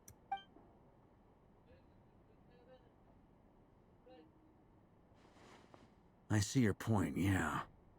But if that's how we're going to approach this, you'd better make sure you're ready. To be clear, I don't doubt your abilities. Far from it. I just want to make sure. Are you really willing to take all this on? I want to do everything within my power. The Raher of Solnari is a truly fearsome opponent, and if I do my part, it'll greatly reduce the risk for everyone else involved. Well, that tracks with what I've heard. Jean's mentioned in her letters that you're so diligent it's almost abnormal. As in, most people weigh up the risks and rewards in situations like this. But you seem to just march towards danger without a moment's hesitation. Of course, everyone appreciates a fearless pioneer. But all that aside, I'm the Grand Master of the Knights of Favonius, and you're our honorary knight. Thank you, Sir Varka. I should be the one thanking you. It means a lot to have you on board. I'll give some serious thought to your suggestions.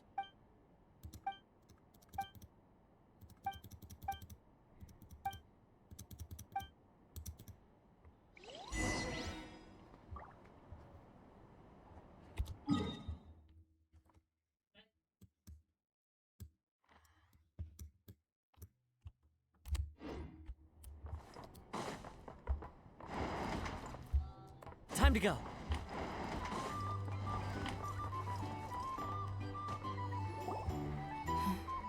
This is a thorough plan, but I do have one last question before we take action. How can we be sure that our enemy won't leave the designated area? Great question. Albedo's been hard at work analyzing Rarer and the Wild Hunt's behavioral patterns. His conclusions are as follows. Firstly, from the earliest known confrontation until now, Rarer has never displayed any ability to manipulate the dimension of space. So it's unlikely he has any power in that domain. Secondly, he seems to have a particularly strong vendetta against our group. If we put him in a fight-or-flight situation, he'll choose to fight every time. Thirdly, finally, and most importantly, he is consumed by hatred, both for the moon and for his enemies. Turns out, we tick both of those boxes. We have a reincarnated moon in our ranks, and a spy who accessed his private memories without permission. He'll be baying for blood, not looking to escape. As someone who's had their fair share of interactions with the Wild Hunt, those all seem like valid observations to me. Understood. Then I will defer to the verdict of the group. Well, everyone, that's the plan in full detail. Albedo and Durin are carrying out their part as we speak. Plan approved. Okay! Any firepower you need, I got you covered. The Frost Moon Scions are behind you as well. And the rest of you?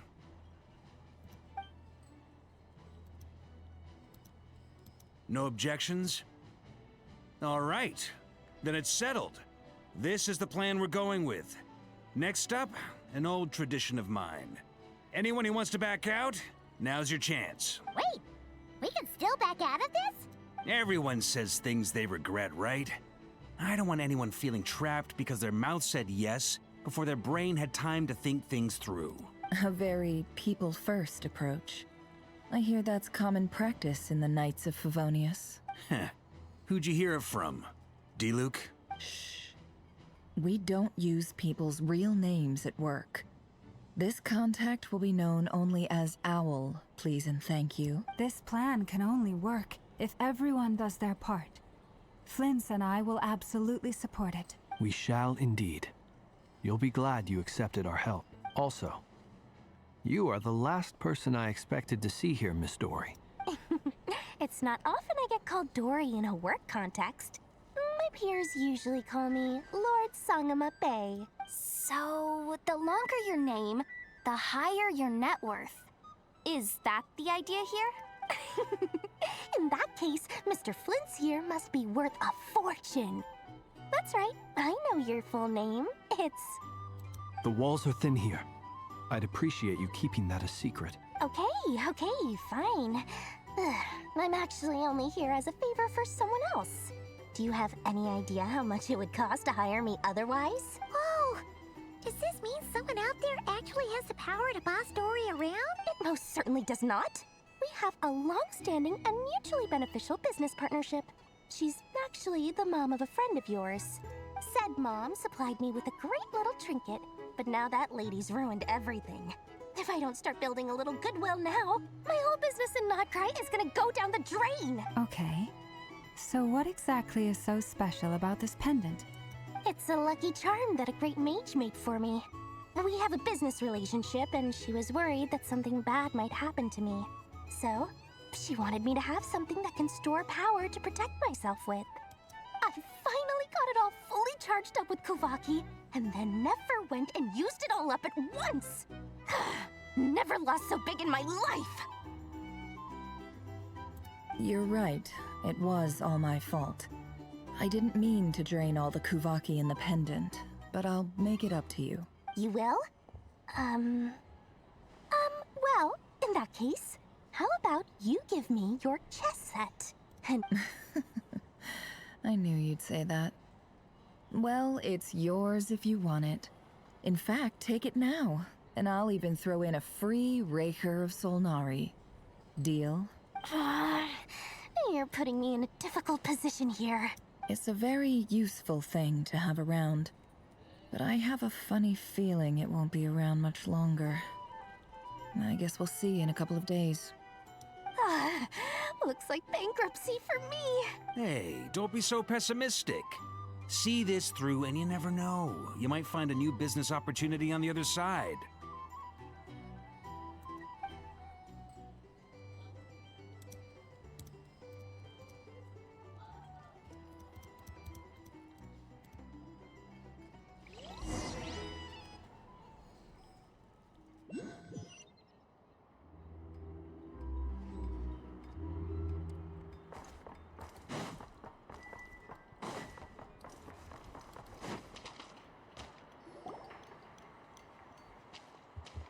Dory!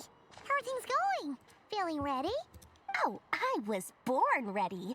We only have 2 days. You think Lord Sangamabe would let an opportunity like this slip by? Don't forget, when something's in high demand, the people with the goods on hand get to charge the highest price of all. Even higher than the sellers taking advance or ta-da! See? It's right here. Ah, it's so pretty. Did you make it? No, I have a supplier. We go way back, so he made me a very attractive offer. Aha! No wonder you were talking about Lucky Charms at the meeting. You've been getting Kaveh to make them for you. That's not the full story.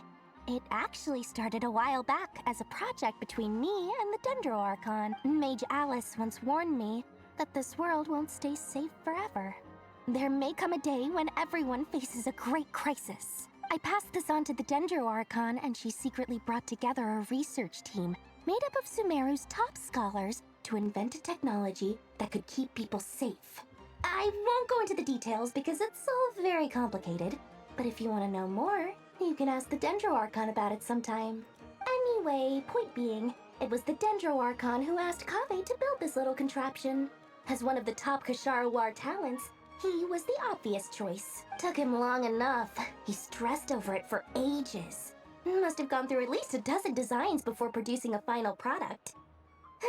But that's Kaveh for you. Marak delivered it to me a couple of days ago, along with a letter from Kaveh. Could I ask why I'm sending this technology to you? And what's your proposed use case? Has it been approved by the relevant authorities?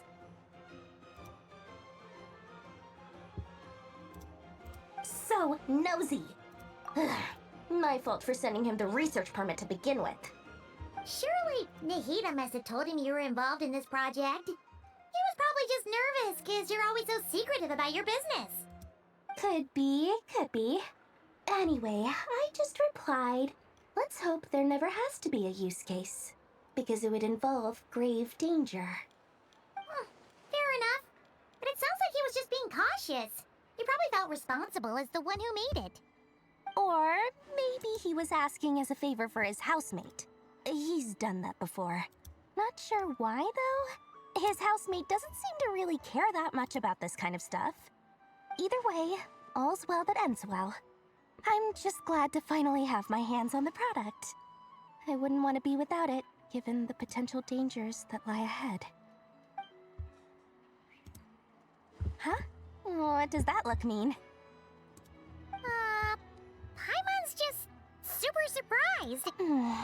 Well, a long time ago, I made a promise to myself. I promised that I was gonna live every day of my life with a big beaming smile. There are always gonna be times in life when you have to give something back. That could mean paying back a debt, returning a favor, or showing some kindness. Alice has been a huge help to me over the years. She was the first investor I ever had. And I want my investors to know that Lord Sangamabe is the best in the business. And more than that, no one knows what the future will bring. Oh, that? I was just making sure Nefer and I are square. Don't be thinking it was some sort of benevolent act. I'm no saint, so don't treat me like something I'm not. My priority is doing the business that I want to do. So long as my conscience lets me, but it usually does. That's the Lord Sangamabe business model. All right, if you say so. I do say so, and that's the whole point. I'm a businesswoman. Don't go trying to figure out what kind of person I am. You'll exhaust yourself. Much easier for everyone involved if you just take my word for it. Oh, and could you two help me get this stuff where it needs to be? Thanks so much. You're my favorite assistants.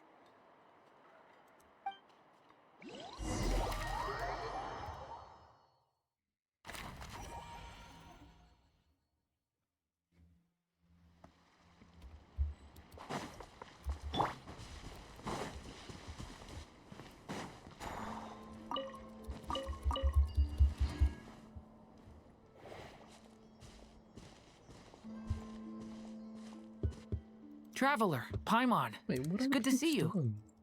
Wait, I think Shadow. Everything going smoothly over here? Still on Apex. Sort of. As you're probably aware, Varka, Durin, and I captured some abyssal creatures from the Wild Hunt. Per the plan, we dissected and analyzed some samples of these creatures. The process went very smoothly. The findings, however, come with some troubling implications. What? No, sorry. You can actually dissect the Wild Hunt? But I haven't That depends on your definition of Wild Hunt and dissection. Harmless, lifeless. These words are accurate descriptions. The Wild Hunt is an interesting phenomenon. In and of itself, it doesn't seem to possess anything akin to a human personality. But taken as a collective, the medium through which the Wild Hunt is summoned does appear to have a soul. Master griped a lot about the wise Horoptatyr, and seemed somewhat fascinated with the foul Certology. But she barely mentioned Rerir at all. I don't think that was because of his lower social standing, though. Anyway, it's a pity. I should like to hear her thoughts on the nature of the lifeform he has become today. It's a strange mix. The furious energy of an abyssal being channeled through a fractured physical existence. A consequence of being torn apart by an unknown power. Perhaps the only explanation for his survival in this state is that he sacrificed a degree of individuality in exchange for a continued existence. Oh, sorry. Once I get talking about interesting research, I have a tendency to go on indefinitely. Back to our research findings. Essentially, they confirm my hypothesis. Rerir's corpse is completely contaminated by the Abyss, and the effects are irreversible. You could think of this as Rerir in mutated form. But in my view, even that would be inaccurate.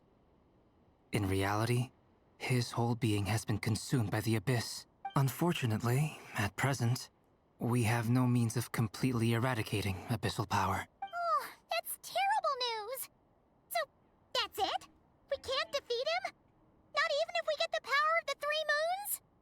Miss Columbina's situation is a difficult one. She can never achieve wholeness when the world does not accept her presence. It's as if her creator banished her to a place she can never be accepted. It means she spends most of her energy just on her own survival. Given the circumstances, it's only natural to despair. But we must see this plan through to the end. Time to kick off the backup plan. Oh, Paimon almost forgot! This is for you. Dory asked us to bring it. Ah, how wonderful. Well, thank you for making the trip. Durin and I will be heading off shortly. I'm sorry I won't be there to protect you in person this time. Please be careful. All right then. Stay safe.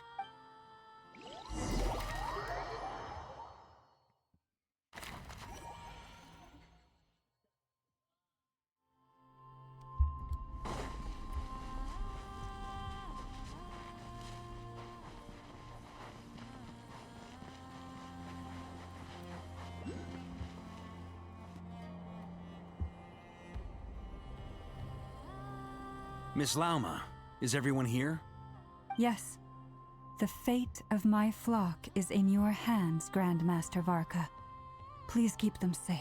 My lady, what are you saying? Within the next 24 hours, we will face the biggest crisis the world has ever seen. This is not a burden that we deserve to bear. But I believe that we reap what we sow in this life. So I intend to act. I must do what I think is right. For me, that means fighting for the future of Nodcry. This gentleman is the Grand Master of the Knights of Favonius, Varka, Knight of Boreas. In my absence, please follow his lead. Hey, everyone. Guess I should introduce myself. Well, to start with, I know my way around a battlefield. Biggest strengths are honesty and hard-workingness. Anyway, point is, I don't intend to let Lauma down. I'm gonna do everything in my power to keep every last one of you safe and sound.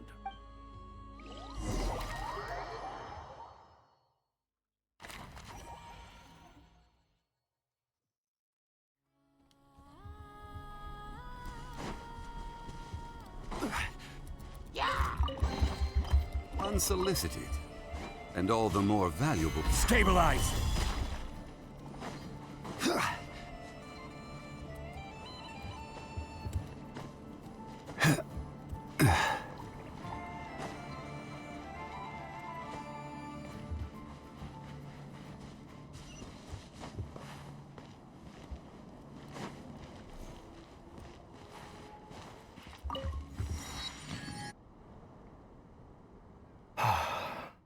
Something on your mind?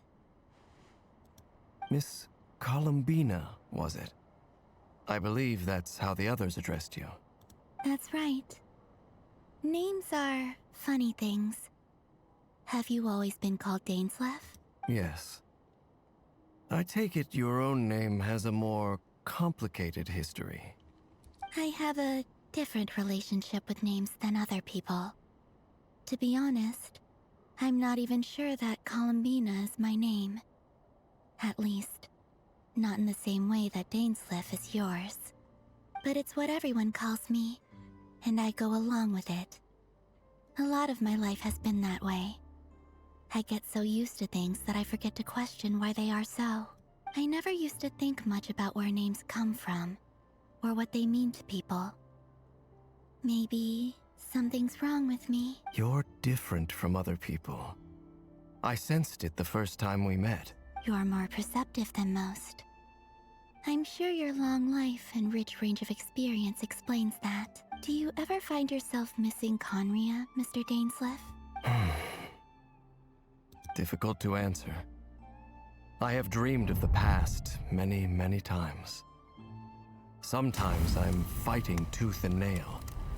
Other times I'm lying on the ground, defeated. I don't recall any happy moments from that time. It has been too long.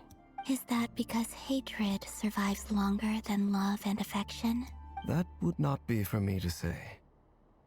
I make no excuses for the grudges I bear. But whatever the reason, I remember little that was beautiful or sentimental. Thank you for your help with the Rerir situation. Without your efforts, I never could have learned the hidden truth of his story. You're welcome. I know he's your friend. Friend? He betrayed me. And I never really understood what he was going through in life. Some friendship, that is. Okay. So, do you plan to fight him with us? You see, you're torn. Now you know what really happened. You see the things he's done in a new light. I need some time. Of course. I completely understand. Anyone else in your position would feel conflicted too. Actually, I went through something similar myself recently. Something happened that changed my perspective on a situation. A situation I took for granted at the time, but now I feel very grateful for it. You mean the Harbingers who still support you, even though you've left the Fatui? Yes. I always thought they were only helping me because Harbingers are forced to work together. But then I abandoned them. A warrant was even put out for my arrest. Yet even now, they support me. Which means I was wrong about them all along. Clearly, they view you as a friend. I feel a little guilty now. I regret not seeing their help for what it was, and not treasuring it. I see the guilt that you're feeling now, because I feel it too. Hopefully, talking about it will do us both some good. Have you noticed that the Traveler and Paimon are over there? I think they've been listening. Huh. Shall we say hello? Sure. Hello. Ah! They caught us!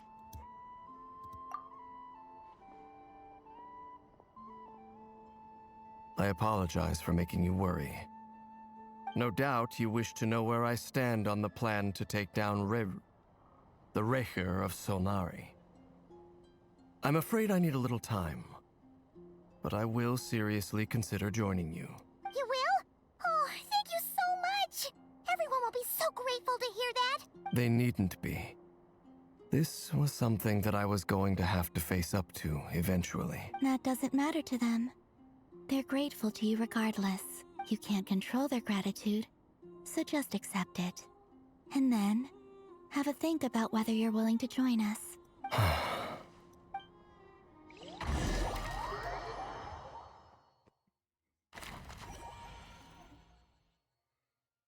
It's nearly showtime! Let's go rendezvous with the others. You know the place.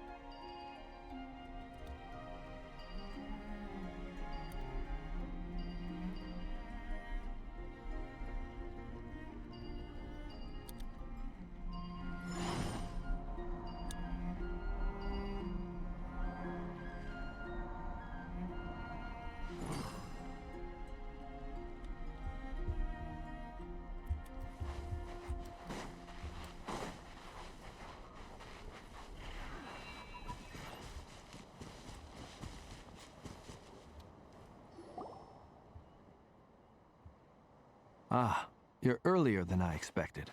Hey, Flint's! Been waiting here long? Not too long. I came a little early so I'd have some time to think. Are you nervous about the battle? Quite the opposite. I'm reminiscing on my past battles. My work's gonna be when I was awakened by the Radniki, I had not touched a weapon in many years. I felt like the battlefield was not where I belonged. Yeah. But after waging war against the Wild Hunt for so long, I came to realize something.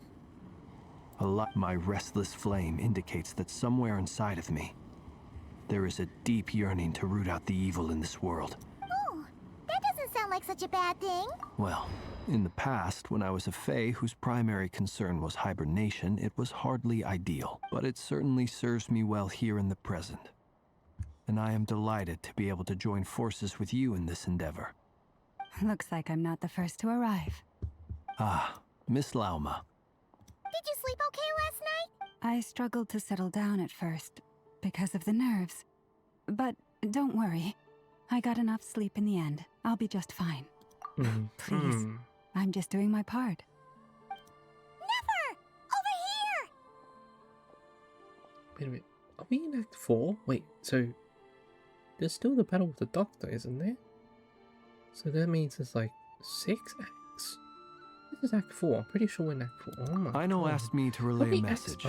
She said Anefa will be on high alert and keep a close watch over all secondary districts where defense is required, providing support as necessary. Meanwhile, Ino herself will provide range support to us directly, using her latest invention. I'm only halfway. Excellent. Oh my God. My thanks to all involved.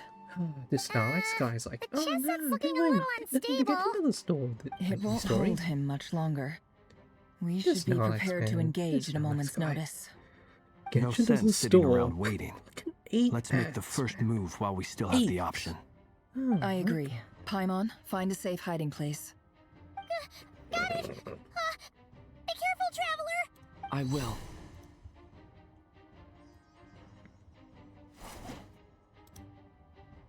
Everyone, take your positions as soon as the battle starts. Every ounce of strength we have in our bones, let us bring to this fight. Ready? Let's go. I've seen all your futile ploys before. You have become the authors of your own demise. I wouldn't be so sure about that. You are merely a moment of sport before I tear down the moon. Oh, no, we're not fighting. It's just a cutscene. Oh no, we actually are fighting. Stay on your toes. Yep, you too.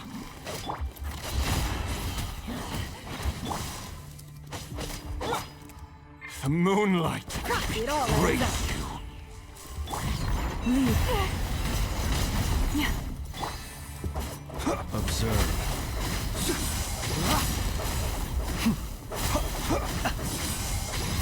Let me help you guys. It's this!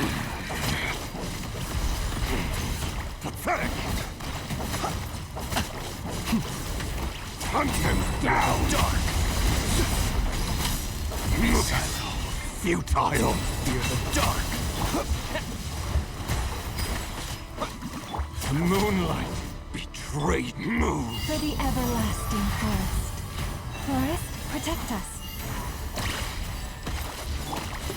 Close your eyes. Pathetic! The mystery unravels. No more lies. Hunt them Can't down! hide the truth. Wipe out! The moonlight, it's all futile.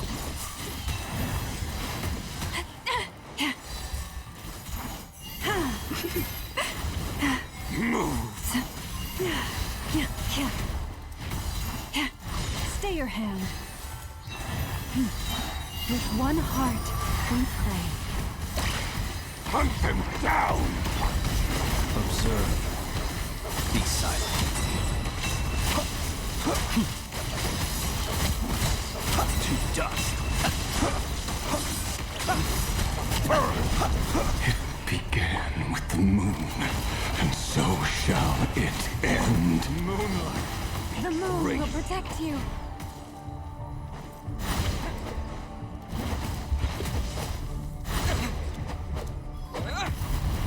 Do you see now? Observe. From here, when will it be as you foretold?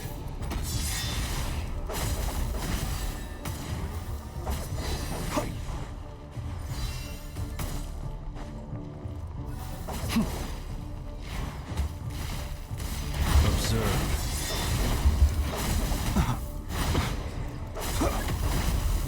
Your foul spirit is not welcome here.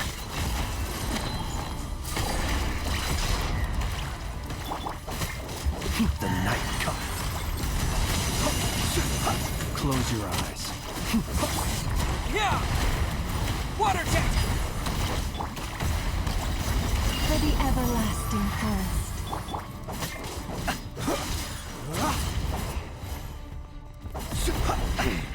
Pathetic! Observe.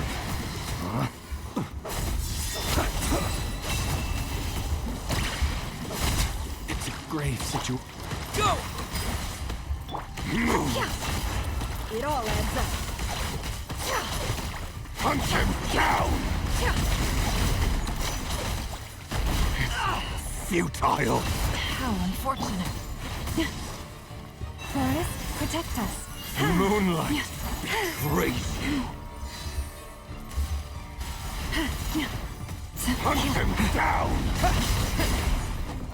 Move! The mystery unravels. No one here is poor. By the frost moon of old. You poor lost lamb. Futile! Be silent. Observe. Pathetic! To dust. Hunt him down! The moonlight betrays you. Can't hide the truth. It all adds up. Seek within. Futile! To dust. The moonlight betrays you. Observe. Your little game of heroics is over. Moonlight, move! Who wants to go first? No. Get out of my sight! No! We've been Death is within separated! my grasp! You okay? Never! Where are the others? Stuck outside the barrier. I guess he really doesn't like us. I told you before. Knowing too much is always a death sentence. Run or to hide. Careful what you wish for.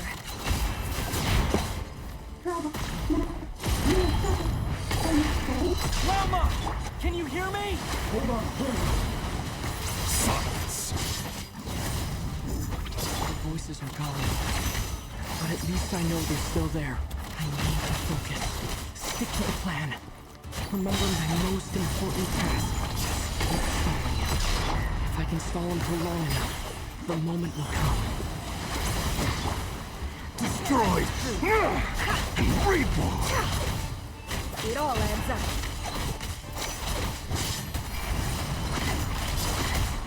Let's see what you're made of.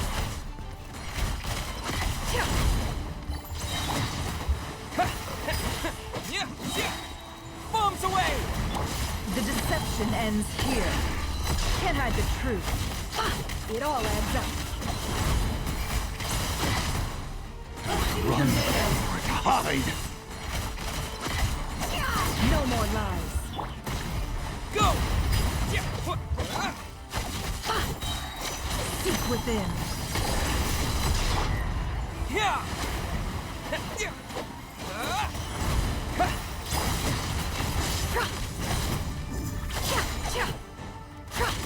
It all adds up.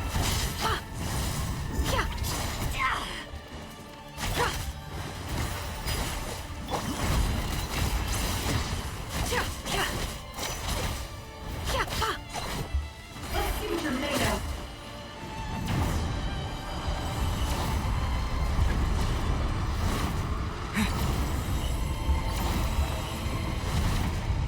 I've got this!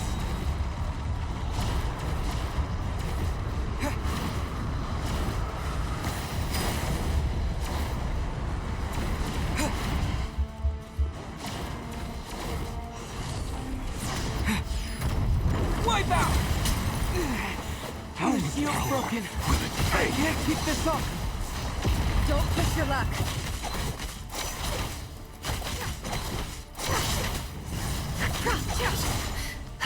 Run! Hide! Can't hide the truth.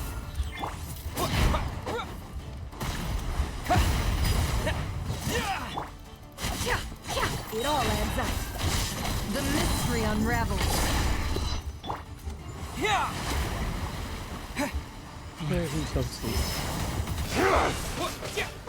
Water jet! Can't hide the truth. It all adds up.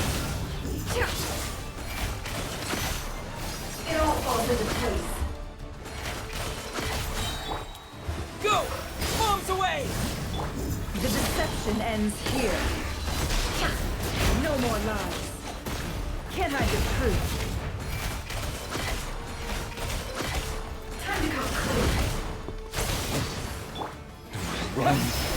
Hide! Your death is within my grasp! No more lies.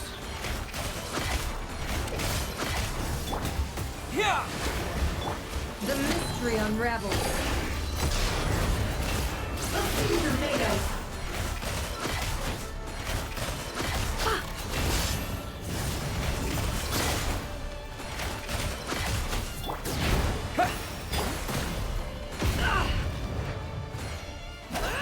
It all adds up.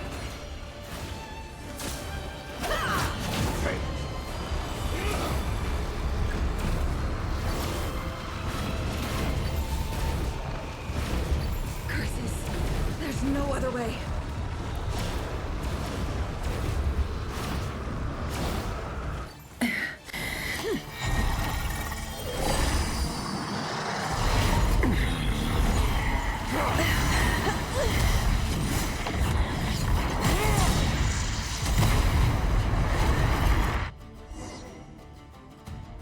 The only way to defeat Rarer is to borrow his own power. That means Columbina will have to disappear while you two bear the brunt of his attacks. You have to hold on. Find a way to keep him focused on killing the two of you.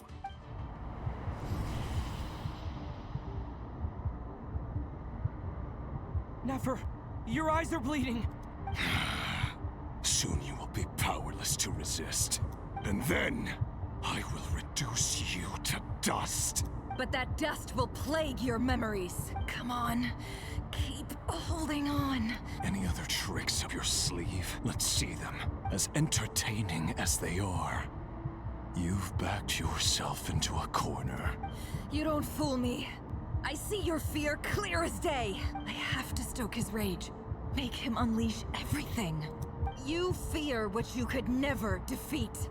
You fear the thought of never being able to save your beloved. You cannot win the fight against fate, Rerir. Is that what you think? Well, now it's your turn to feel afraid! You fear the sound of your own name? Is it us you hate? Or is it what you've become? Let's see what becomes of you!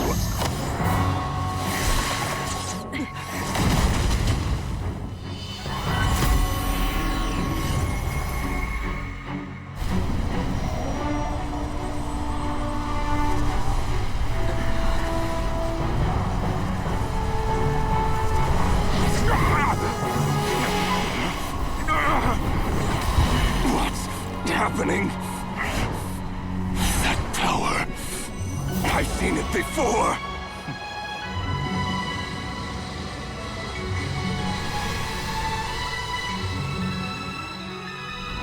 His power is on another level. We'll need to use an alchemical array to convert his power into a usable form. Then quickly channel it into Columbina, rendering her powerful enough to compete with him.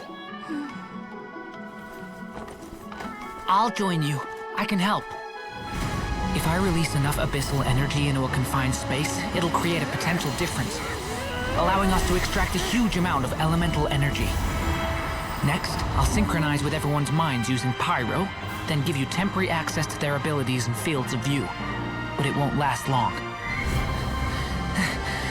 Can you see? Well enough.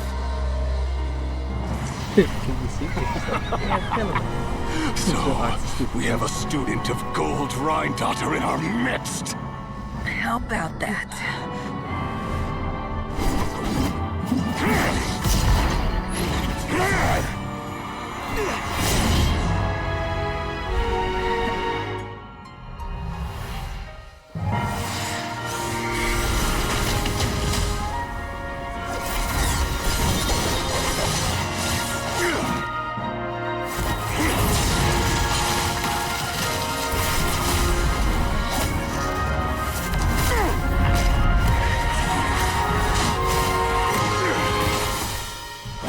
You use my own power against me?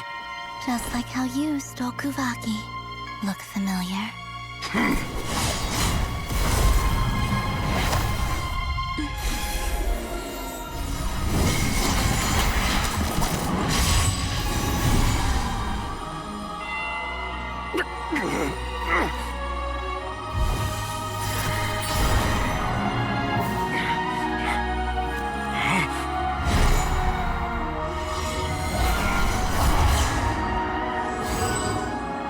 Don't you realize? You don't have the power to hold that gate open! I don't, but someone else does.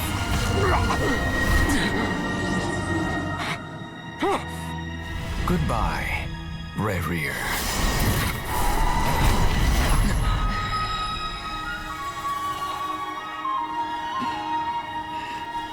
We won.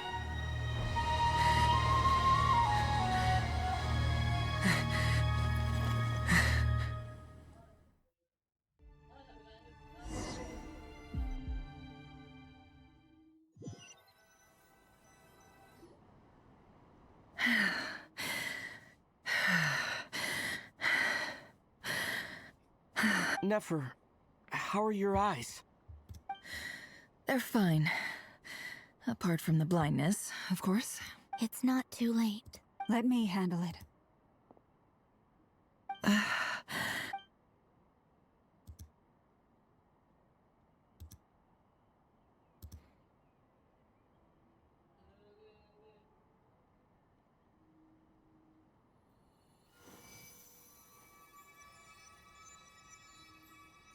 Miss Nefer, it's not like you to lose your composure. That was the most reckless thing I've ever seen you do. Reckless how? The situation was critical. Our lives were at stake. We had to do something. Even so. Okay. I guess you're right. Under the circumstances, it was a wise decision. You traded your eyes for an incredible victory. In business terms, I suppose that's a huge return on investment. I'd be hard-pressed to argue otherwise. Still, I don't like this outcome, and I don't want you to lose your sight for good. People suffer when they make sacrifices they shouldn't have to make, whether that means faith, strength, or in this case, your ability to even see. I had hoped you could win without sacrificing so much as a single hair on your head. Thank you. Really. All done. Don't try and open your eyes just yet. We'll see how you're doing in a couple of days. Until then, please follow your recovery plan to the letter. I'll send full details through Yehoda. For now, just get yourself home, relax, and rest. My dear friends, we have fought bravely and achieved a spectacular victory. The moon will remember this day. Thank you both.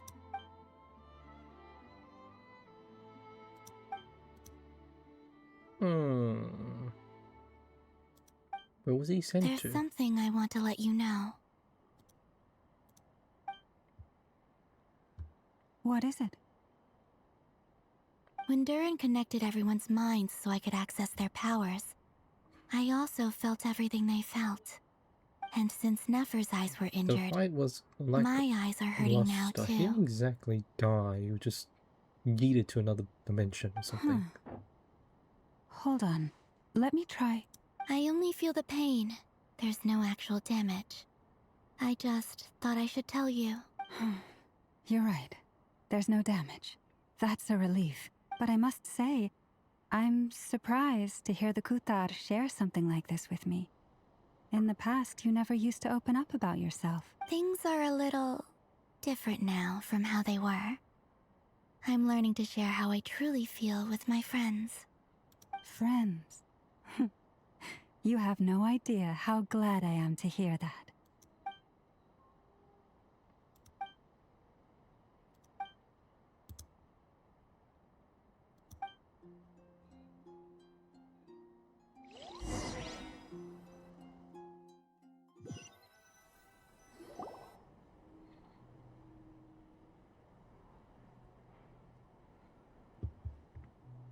Yay! You're awake! How are you feeling? Any aches and pains? Did you sleep well? I'm doing all right, Paimon. No need to worry about me. Phew! Well, that's good. Paimon's been sitting on the edge of the bed worrying about you for ages. You slept a whole day and night. Poor Paimon had to eat all by her lonesome.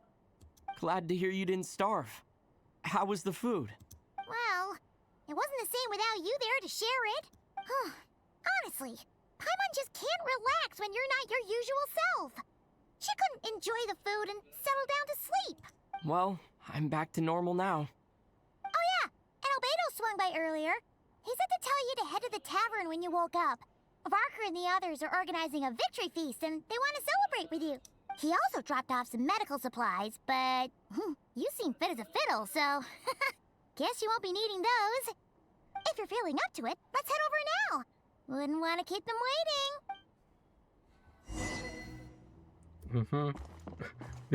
Victory feast. Sure thing. He's not dead, but we just yeet him to another portal. Okay. Yeet him to another dimension. It's like, not my problem anymore. Sure. We're here! What, Traveler and Paimon? Perfect timing.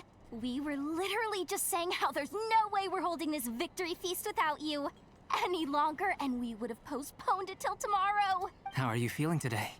Much better. Thanks. Don't worry about me. You know when Relieved to hear to it. the dimension and If it that tells changes, you, just let me know. Follow Happy to check you over Mila's at any time. D thingamajig. Yep. I wasn't We're following here the D. for you. I was Anything following you need, where just the let us know. projectiles were being shot from. Where's Nefer? How are her eyes doing? There's Nefer's like right all over these there. D's going into different directions. I just like to I'm follow sure she'd the love to catch projectile up with you. shooting. It was like the easiest way.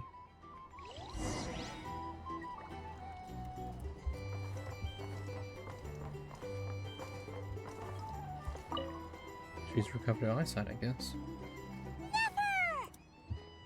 Traveler, Paimon, are you recovering well? Turns out that moon chanter has some real talent after all. My eyes were mostly recovered after just a couple days' rest. I can actually open them again now. Yeah, but you gotta be careful. Lauma says not to strain your eyes while they're still healing. Yes, thank you. I'm well aware. Yehoda, could I borrow you for a moment? I could do with an extra pair of hands. Oh, sure. Coming. Did you hear that? I gotta go help Lauma for a second. You guys chat among yourselves. I'll You bet. Mm-hmm. There's two big extra reasons sweet, to help 'cause her out. Paimon's earned it. Sure thing.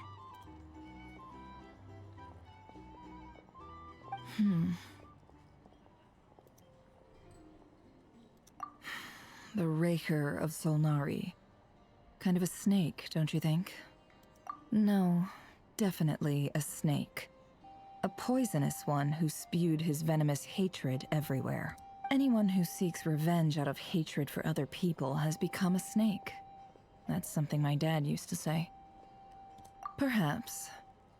I'm sure it sounds like a very wise and open-hearted perspective to your ears. But me? I think hatred is a perfectly justifiable emotion. What else is left when everything you depended on in life gets stripped away? Something's gotta fuel that drive to keep on living. If you're worried about me, you can nip that in the bud. I'm not someone who gets stuck in the past. It's just... I suddenly feel like I was wrong to call my father a liar. He was just a fool. That's why the Academia turned their back on him, and why the other tribes ganged up on him. Oh, Father. How much better things could have been if you were a skilled liar. Look at the Ibis King. Thoth is a fiendishly cunning liar. And yet, strangely, he feels more like a father to me than my real dad ever was. He's never brought it up, but I'd bet he feels the same way. Why else would he give me the power to perceive the truth, while at the same time training me in the art of deception? Well, King Deshret banished him to Aru, which is essentially a prison, and posed 3 questions to him. His response was to take on a physical form and approach me, hoping that I could become his envoy and search for one of the answers on his behalf. Did he really think I'd fall for that? He's stuck there, so that's enough for you to decide he's nice, is it? He's a prisoner, and he was scared. So he decided to perform some good deeds to win people's approval. That can't all be He bread, lives right? in fear because he's a bread. deceiver. How is Rerir any different? You can't Does he need work as a cheese on spy there? your whole life and expect a happy ending. It's preposterous. Yet I can't say I don't understand it. Liars live in the darkness of their own making. But it's still human nature to want to go on living. They say that a liar's soul is the most worthless thing in the world. What do you think? Good. If you understand that, it means you're smart, and you see things objectively. If you ask me, the soul of a liar really is worth nothing, because all they care about is themselves. For example, when something good falls into my lap, I don't go sharing the news around. Stops other people trying to steal it from me. So be it. They have sharp ears. I can't keep anything from them. Oh, is that what it looks like? Well, you all know my past now. And I can't simply eliminate everyone who knows too much. So I guess I just have to put up with you. For the foreseeable future, at least. When you find yourself in a situation you can't control, the safest play is to keep calm and start monitoring everyone involved like a hawk. In the intelligence world, you need to have a sense of perspective and play your hand accordingly. If you understand what's at stake, please ensure my secret is safe with you. Very good. Oh, wait! Now that the panic's over and we've all calmed down, Paimon suddenly remembered something. After all that build-up, our mystery ally never showed up even once.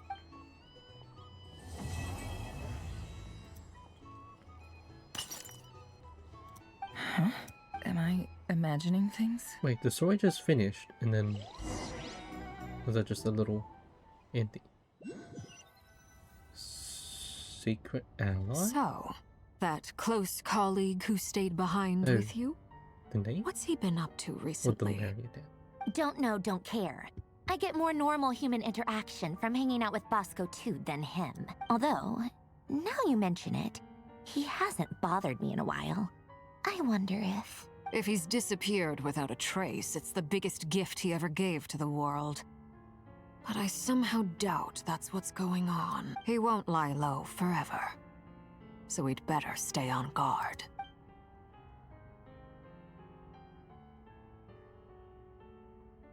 What was it things? Secret ally?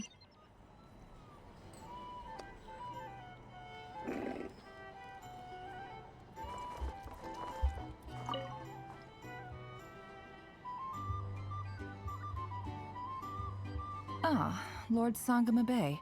How lovely to see you. I must thank you for the device you provided. It was an enormous help. Why come and ask me when you clearly know already? I mostly came to thank you. That's more like it. A little gratitude goes a long way with Lord Sangama Bay. Play your cards right, and you might even stand a chance of becoming my long-term supplier. The chance to work with such a kind and charitable investor as yourself would be a great honor for the Curatorium. Huh? Charitable? Who said anything about charity? First I'm hearing about it. Let's see. The first plot of land you purchased in Nodcry, your desert interests, and... Stop! What do you think you're doing? Exposing my investment history! It's nothing to hide from. They're all perfectly legitimate investments. And some of the land you purchased was with the intent of building a sanctuary? Yes, I heard about that too. How did you... You're a curious case, Lord Sangama Bay. You don't like people finding out about your good deeds, do you? But I'm afraid no matter how hard you try to keep things under wraps, where there's a will, there's a way. You did it for Sumeru, didn't you? It was empty land that was gonna go to waste otherwise. I figured if I built something there, it might at least get some use in an emergency. Disasters are capricious things. They strike without any warning. I've lost family to a disaster before, and I don't want to lose any friends or business partners if I can help it. My elder sister used to dream of finding a sanctuary. Somewhere with plenty of food, water, and medicine. Where everyone could live happy lives. It was something I looked into. But after discussing things with the Dendro Archon, I decided on a more effective strategy. The tech people handled the tech, and Moneybags provided the Mora. It just made the most sense. It's a pity that so few people know the truth about you. Everyone says that you view everything in terms of Mora, and all you care about is growing your own wealth. So, what's the problem with that? Everyone wants to be rich. It's human nature. So yes, I love Mora, and it's nothing to be ashamed of. But surely you have dreams of your own beyond just making Mora. You don't get it, do you? My dream is to invest in other people's dreams. And, you know, make a nice little slice for myself along the way. Just thinking about it makes me happy. That sweet, sweet sound of Mora. Thank you. For the device? And the pendant. Oh, that. I was just returning a favor. Don't worry about it. Seems like we've both been away from home for a very long time. Yeah. So long that I barely remember what my family even looked like. That would be your mother, father, and sister? Yeah, though it's been years since my sister passed away. It's not like I want to forget them, obviously, but memory can be even more ruthless than the most calculating business person. Beyond a certain point, if something isn't helping you, it just gets rid of it. My sister can't help me now. Slowly but surely, her face is fading from my mind's eye. It's become a vague impression. Not everything will fade. When loved ones pass away, the beautiful memories are the ones that last the longest. Yeah, that's true. If you ask me, that's the one silver lining in all of it. Well, that, plus, I'm sure that life is much better now than it was back then. Oh, absolutely. I have tons of Mora, a big beautiful house, business is booming, and I'm as happy as can be. You've got a lot going for you too. Boss of the Curatorium of Secrets? I'm sure there's plenty of Mora to be made in that line of work. I appreciate the vote of confidence.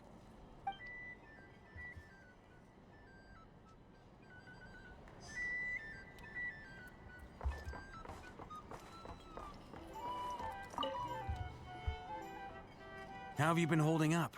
Any adverse reactions? If you start to take a turn for the worse, make sure you tell me right away. You don't need to worry about me, Grandmaster. I'm fine. I mean, I barely did anything, so... What? You're too humble, young man. You played an indispensable role in the battle for Nodcry. We can't thank you enough for your support. Sometimes, when people praise you, it's because you deserve it. The best thing is to accept it calmly and with grace. Let's do a quick demonstration. Albedo, that was an incredible feat of alchemy. The pressure was on, but you worked flawlessly at lightning speed to get the job done. Thank you. I can't take all the credit, though. Durin played a big part in forming the alchemical array. See? Did you catch that? A masterclass in how to take a compliment. Okay, yeah. I did work pretty hard to help prepare for the battle. No point denying that. Hey, you guys! Hey, look who's bounced back. Looking good, Traveler. Seems like you've recovered. You won't need to take any more medication. Can I get you a drink? Huh? You know how to order at a bar now? You've sure learned a lot recently. Handling a drinks order is ridiculously simple compared to alchemy. Don't worry, I'll blend into society yet. Paimon believes it. You're clearly a fast learner, just like your brother. To be totally honest, though, Paimon didn't quite follow all the details when you first explained the plan to us. Don't worry, that's completely understandable. To put it in the simplest terms, we saw how our enemy stole the power of Kuvaki. And that gave us the idea of stealing his power to turn it against him. When facing an enemy you have no hope of defeating, it's best not to engage them in battle. So, instead of looking for a way to overpower him, we decided to help Columbina get strong enough to at least stand up to him in a fight.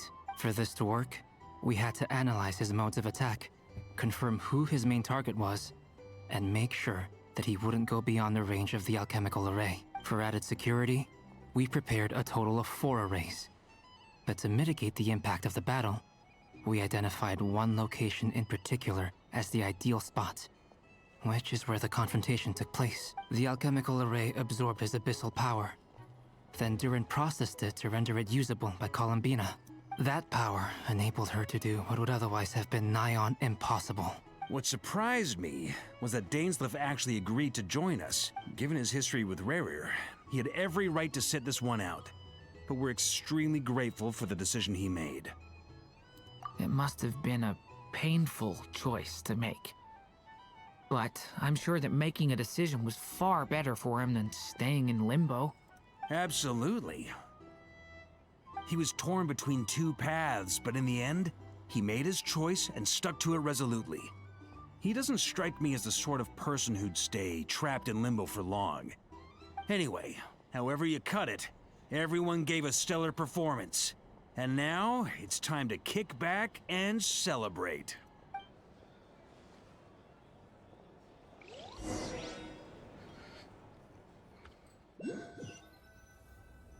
So we've really jumped into Act 5. That's the only reason you're here. Yes. I've thought a lot about it.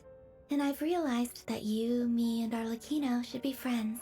I think this is very important. So I felt I had to come and tell you. Well, this is a new one. I'm so moved. I can't even hold my teacup. If that's all, you can leave now. Do you not want to be friends with me? Or is it that you prefer being co-workers? What is this, Columbina? Are you deliberately testing my patience threshold? Right now, my politeness module is active. But if you say another word, I swear I'll shut it down. If your politeness module was active, wouldn't you say the word please at some point? Paulownia, please see Lady Columbina to the door. Will you still invite me to your next tea party? What? Yes, I think you will. Bye-bye, dear Sandrone.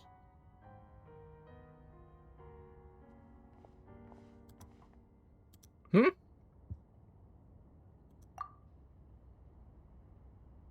Last time, the Wild Hunt escorted you out. Would you rather I handled it myself this time? We just wanted to, see how you were doing now that it's all over. Why? Out of concern for my safety? I hope you didn't seriously think that the Rayhir of Solnari would be able to lay so much as a finger upon me, given how prepared I was. Mostly because you kind of helped us out, so we just wanted to check you were okay. Looks like all your robots are fixed, huh? Oh, don't you worry about that. Tea time is already a write-off. The visitor before you managed to kill my appetite. If you're in the mood for tea, go ahead and help yourself. Otherwise, it's going to waste. My coasters are still missing in action, though. Use this notebook instead. Whoa! Pretty hefty notebook. Look at all those calculations. You can ignore those. They're just dumb scribblings. I doodle and write in my free time. Sometimes I remember the distant, dreamlike past. Sometimes I imagine the far-flung future. And other times, I grit my teeth and note down all the crazy nonsense going on in the present. Some people do the crosswords in the newspaper. This is my equivalent of that. Trying to predict the future is like daydreaming. And writing about the present just makes me furious. The past is my favorite. If nothing else, it's already set in stone, so I don't have to rack my brains trying to figure it all out. Huh. Although, having said that, the only vaguely interesting memory in my past is probably that guy they call Lord Artificer. Who else? Pretty much all the mecha and Fontaine are his personal handiwork. Wait, are you saying you know him? Like, personally? As a friend? I mean, I guess we were friendly enough. Yep. In fact, I'm probably the only normal person left who knew him at all. We used to chat occasionally back when he was still around. Before he passed away, he asked me to destroy all his manuscripts. I honored his request, but I did read through everything first before destroying them. I mean, I couldn't let the genius of Lord Artificer Alain Guillotin disappear like that. Would have been such a waste. So, that's where the formulas in your notebook are from? I just told you. Those are my equivalent of crossword puzzles. They're just dumb formulas that I solve for fun when I'm bored. Alain's work was like epic poetry. The formulas in my notebook are just silly little riddles in comparison. Not that there's anything bad about them. I mean, at least, solving those riddles isn't going to hurt anyone. Except me, 'cause I lose a few brain cells in the process. Anyway, while we're on the topic, I might as well tell you about what happened to him and his friends. Alain Guillotin had two close buddies, Renee and Jacob. They spent their childhood years together in the Narzissenkreuz Institute. They were all quite competitive, so there was some rivalry between them. But it was a friendly rivalry. But beneath the friendship and the rivalry ran something deeper. Unfortunately, childhood would end. The prophecy would come true. The apocalypse would arrive, and the future would never be. A mad dream that would normally only capture the minds of lunatics begin to take root in their hearts. I have to go through A all the dream of dialogue saving again. the world. And if Renee and Alain had been people of lesser wits, that dream would probably have ended up as something for them to joke about in their older years. But alas, they were some of the sharpest minds around. They nurtured that dream with the full power of their intellect, and it grew into something that ate away at their souls. The first of them to fall under its spell was Renee. Against Alain's wishes, he persisted in experimenting on a mutual friend of theirs to try and save their life. Alain did not approve and parted ways with Renee. It's complicated. Alain wanted to believe that Renee only did what he did for the sake of their friendship. But when he told me about what happened, I could tell he still had some suspicions about Renee's motives. Perhaps the seed that would grow into a nightmare had already sprouted in Renee's mind. Even then, The next time they met, Rene's soul had been completely engulfed by the dream of salvation. His futile attempt to change the tide of fate only resulted in a wave that swallowed up the world, even before the apocalypse came. And although that wave died down eventually, I hear that it just recently came back with a vengeance. As I understand, Rene wanted to live out his dream of salvation once more. But I'm told that the attempted resurgence finally died out for good. At long last, Rene awoke from his deluded dream. Though of course by then it was far too late. What do you think of Rene? Do you admire his transcendent genius? His view that any price was worth paying to achieve the lofty goal of saving the world? Or do you despise him? Dismiss him as an evil madman who wrought havoc on the lives of everyone around him as he pursued his delusional dream? Same difference, really. Just a matter of perspective.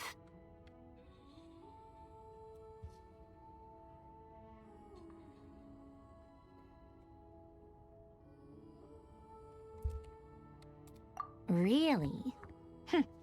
I can't tell whether that's because you disapprove of his deeds or because he failed. Or maybe you have some other reason. Rene no longer exists in this world, and the dream he started went on to be realized by someone else.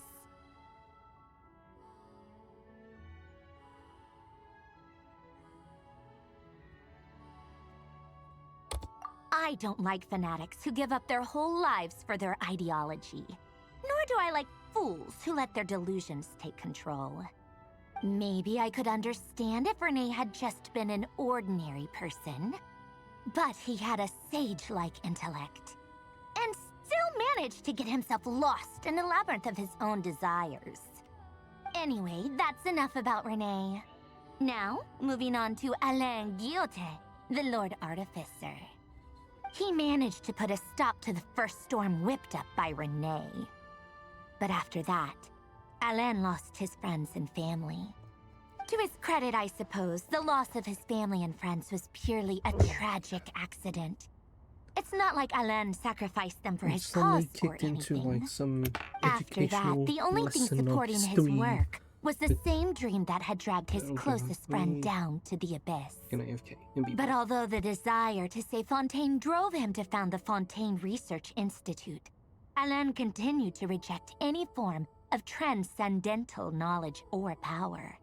He was suspicious and fearful of it, having seen the way it had affected his closest friend. I think that formulas and machines derived solely from human intellect were the only thing that gave him a sense of spiritual comfort. Yet Alain's intellect was simply too great. It barely left him space to breathe in his lifetime. Once he realized that the end of his life was approaching, he finally accepted the truth. The Nazissenkreuz Institute needed someone, and a human being, to see its story through to the end. He quit working on his formulas, trading them in for the fairy tales that had played such a formative role in his childhood, but which he barely touched in his adult life. He told me that the director of the Nazissenkreuz Institute used to read those fairy tales to the children as bedtime stories. Apparently, they worked wonders at sending kids off to sleep. I think that all he wanted at that time in his life was to be able to sleep deeply without being plagued by depression. By that point, nothing else really mattered. At the very end, he laid down to rest in the ruins of the former Nazissenkreuz Institute orphanage, while the Fontaine Research Institute he had founded continued tirelessly with its work. Many years after that, tensions over competing dreams would once again cause a rift, this time between members of the Fontaine Research Institute. But the actions of those fools had nothing at all to do with Alain. And that is the story of two people from the Nazissenkreuz Institute who both wanted to save the world. One went all in on his fantasy of salvation without ever looking back, and ended up calmly sinking to the bottom of the deepest sea. The other sought desperately to burn bright in his life, even though he wasn't sure where he was going. I do sometimes wonder, why is it that people like them have such grand hopes of saving the world? Even the grandest tree starts as a tiny seed. So perhaps, for each of them, their mission to save the world began with a very simple desire: to save themselves. They were young children with friends and family who mattered to them, desires to explore the meaning of life, ambitions to have a successful career. They didn't want to see all of that taken away in one fell swoop.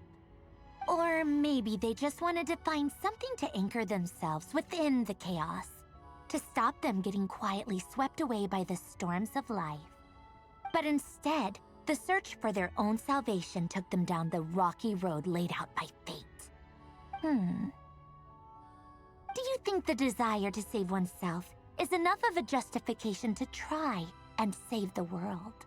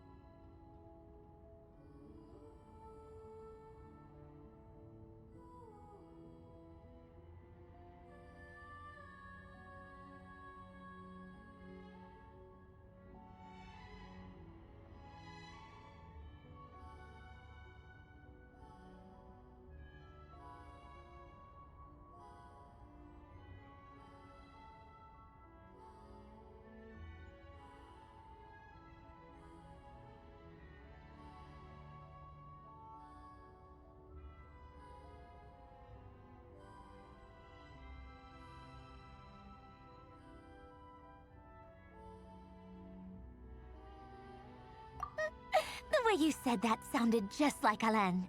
I asked him the same question back when he was in his prime, putting all of his energy into his work. He gave the exact same answer as you did. No elaboration, just a quick short answer before getting right back to his work. He was always that way. All right, tea time's over.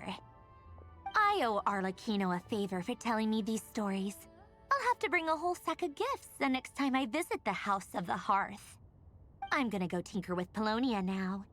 You guys can do whatever you want, as long as it doesn't involve interrupting me. Polonia, exit hibernation mode. Begin diagnostics.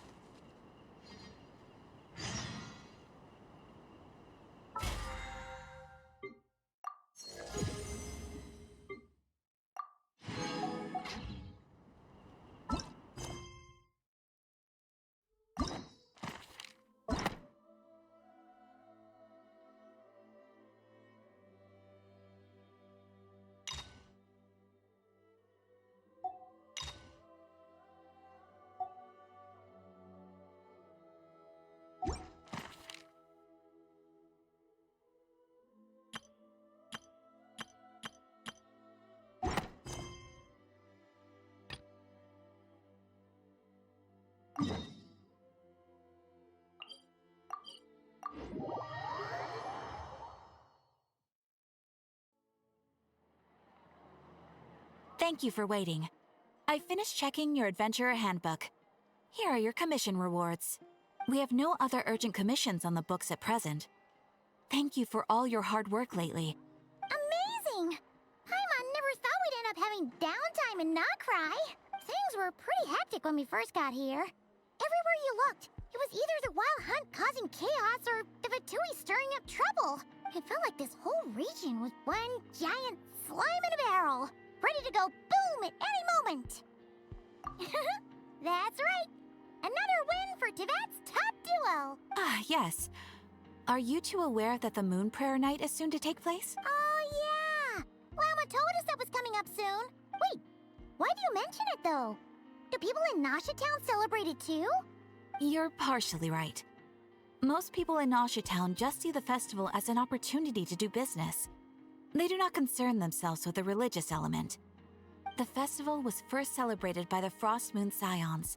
On this day, they would wear moon prayer blossoms and celebrate the birth of the moon goddess through song and dance. They would also prepare food and handicrafts and give them as gifts to others. Over time, it became Nodcry's most lively festival. Oh, sounds like fun! Great! Well, in the meantime, since Catherine doesn't have any commissions for us, let's focus on some personal business instead. When we first got here, you mentioned that this was where your spaceship landed? We didn't get to follow up on it at the time, because we got wrapped up in that whole rare air situation, but now we can finally start investigating it properly. Well, there's a saying Paimon's heard around these parts, which goes, if you lift up a rock, you'll find something you weren't looking for. By that logic, you'll never find what you're looking for while you're searching, but the moment you stop looking, it'll jump right out at you. Could be worth a try though, right?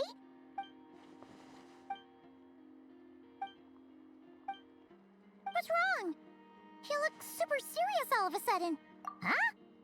Paimon gets why you'd be concerned about Columbina, but what does the doctor have to do with anything? Oh, that's true. And now that you mention it, we're definitely overdue for a showdown with the Fatui. It is weird that he hasn't shown himself this whole time. What could he be up to? True. Paimon would much rather deal with Marionette anyway. Maybe it's the pressure of being a Fatuse? Especially as a Harbinger. Does she feel like she's gotta act tough to keep up appearances or something? But then, every time we headed out with Rarier, she always wound up having to repair Polonia and her other robots. That's gotta sting. Losing face always hurts more for people who care a lot about their image. She's probably still furious about it. What? Relax! She's not even here! Huh? What's the matter? Oh, nothing. Sorry. We'll be on our way now. Where are we again? Oh yeah,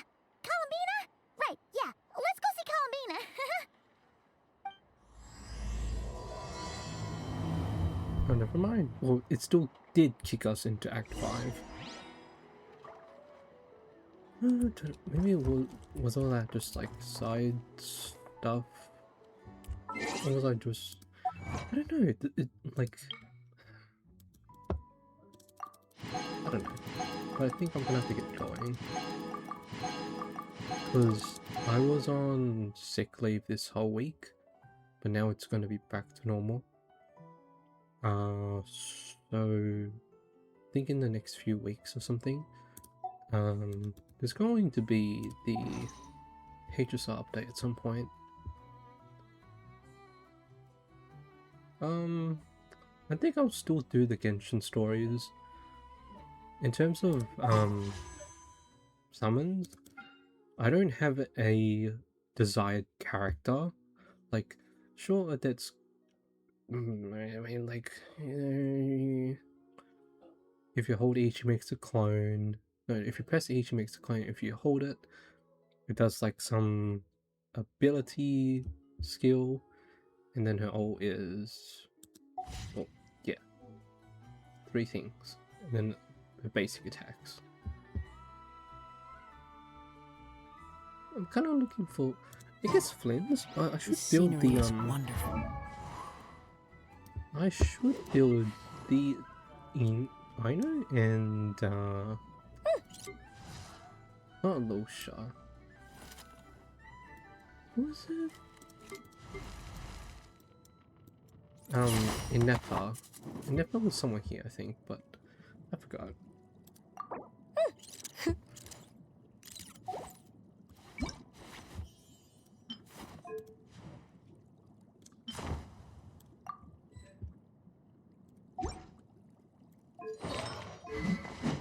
A great sword? What the? Why? Why does she have a great sword? Sack eaten. I think it's more of the Fam. It's Fam. Yep, you just want to spam ult. Spam ult, spam ult, spam ult. That's pretty much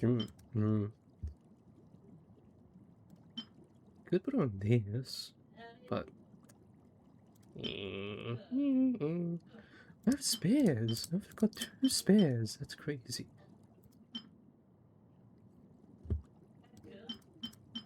Okay, well. Surely enough to convince anyone to become a one.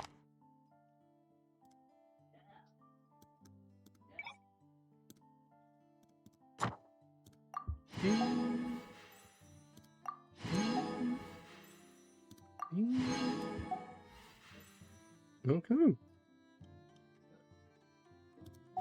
Okay, Act 5. So 3 more acts. Well, anyways, back to Copper. If any likers are in the chat, thanks for dropping by. And thanks for Vishri for dropping by today. Alright. Take care and enjoy